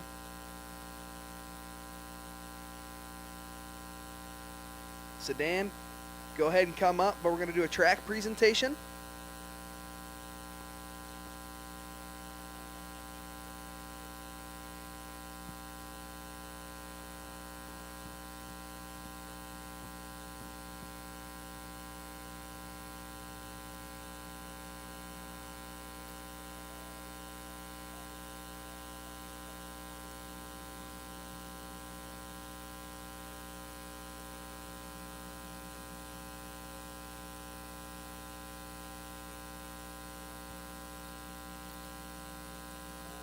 Woohoo!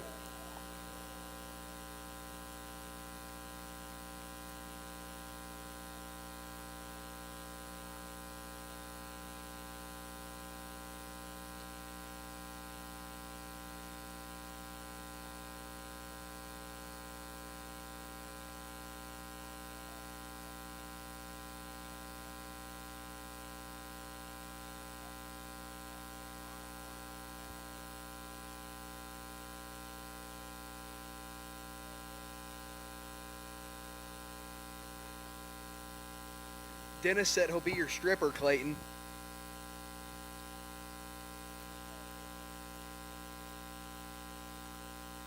#12th place, DJ Apolero for Sedan.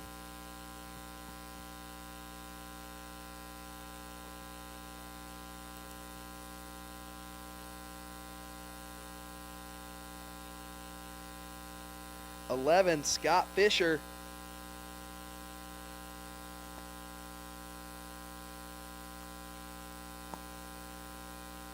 10, August O'Neill.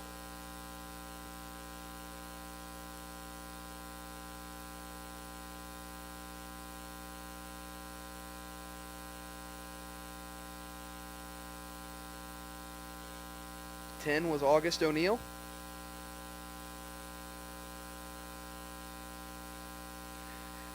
9, Deotta Collimore.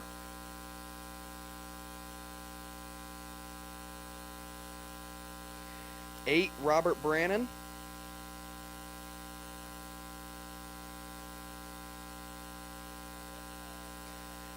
7, Richard Brannon.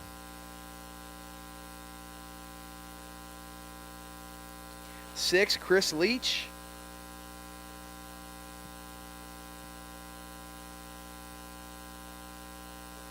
5, Tori Skyers.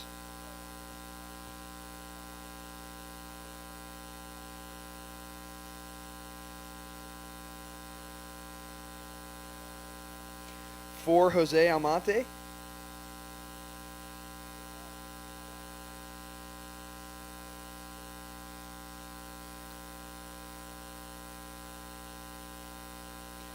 3rd, Donna Garcia.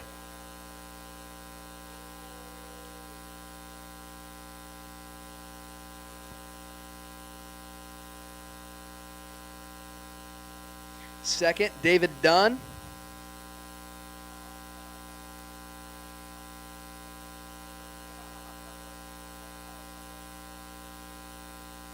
1st and TQ, Bryce Butterfield.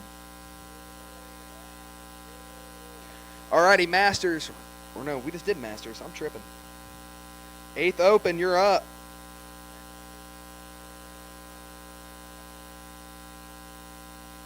Eighth Open, A-main drivers.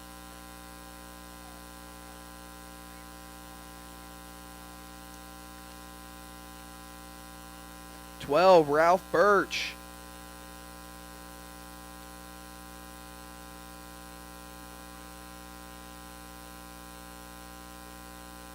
'Come on, 8th Open guys, get up here.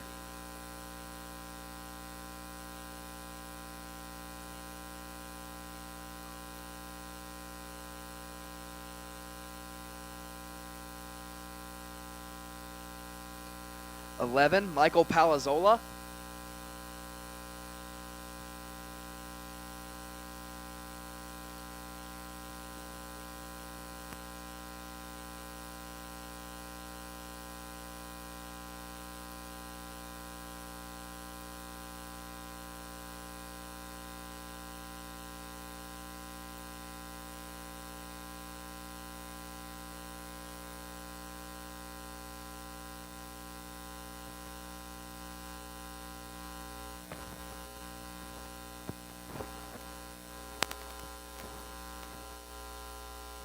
10, Mike McBride.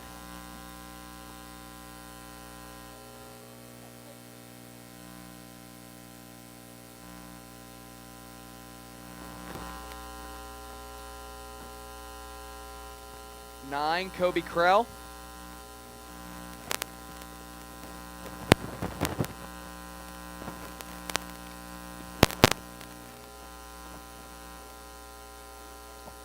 8, Brad Toffelmeyer.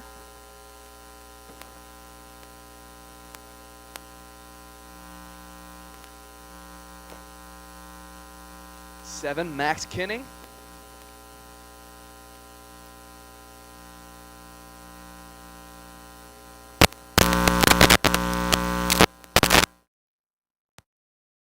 6, Andrew Nicholas.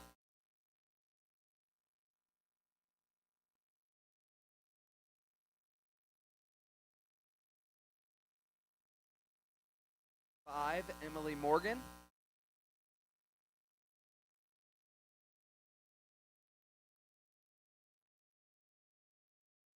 4, Jason Conley.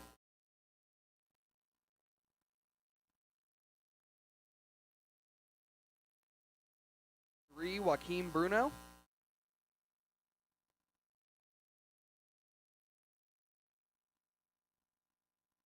2, DJ Apalero.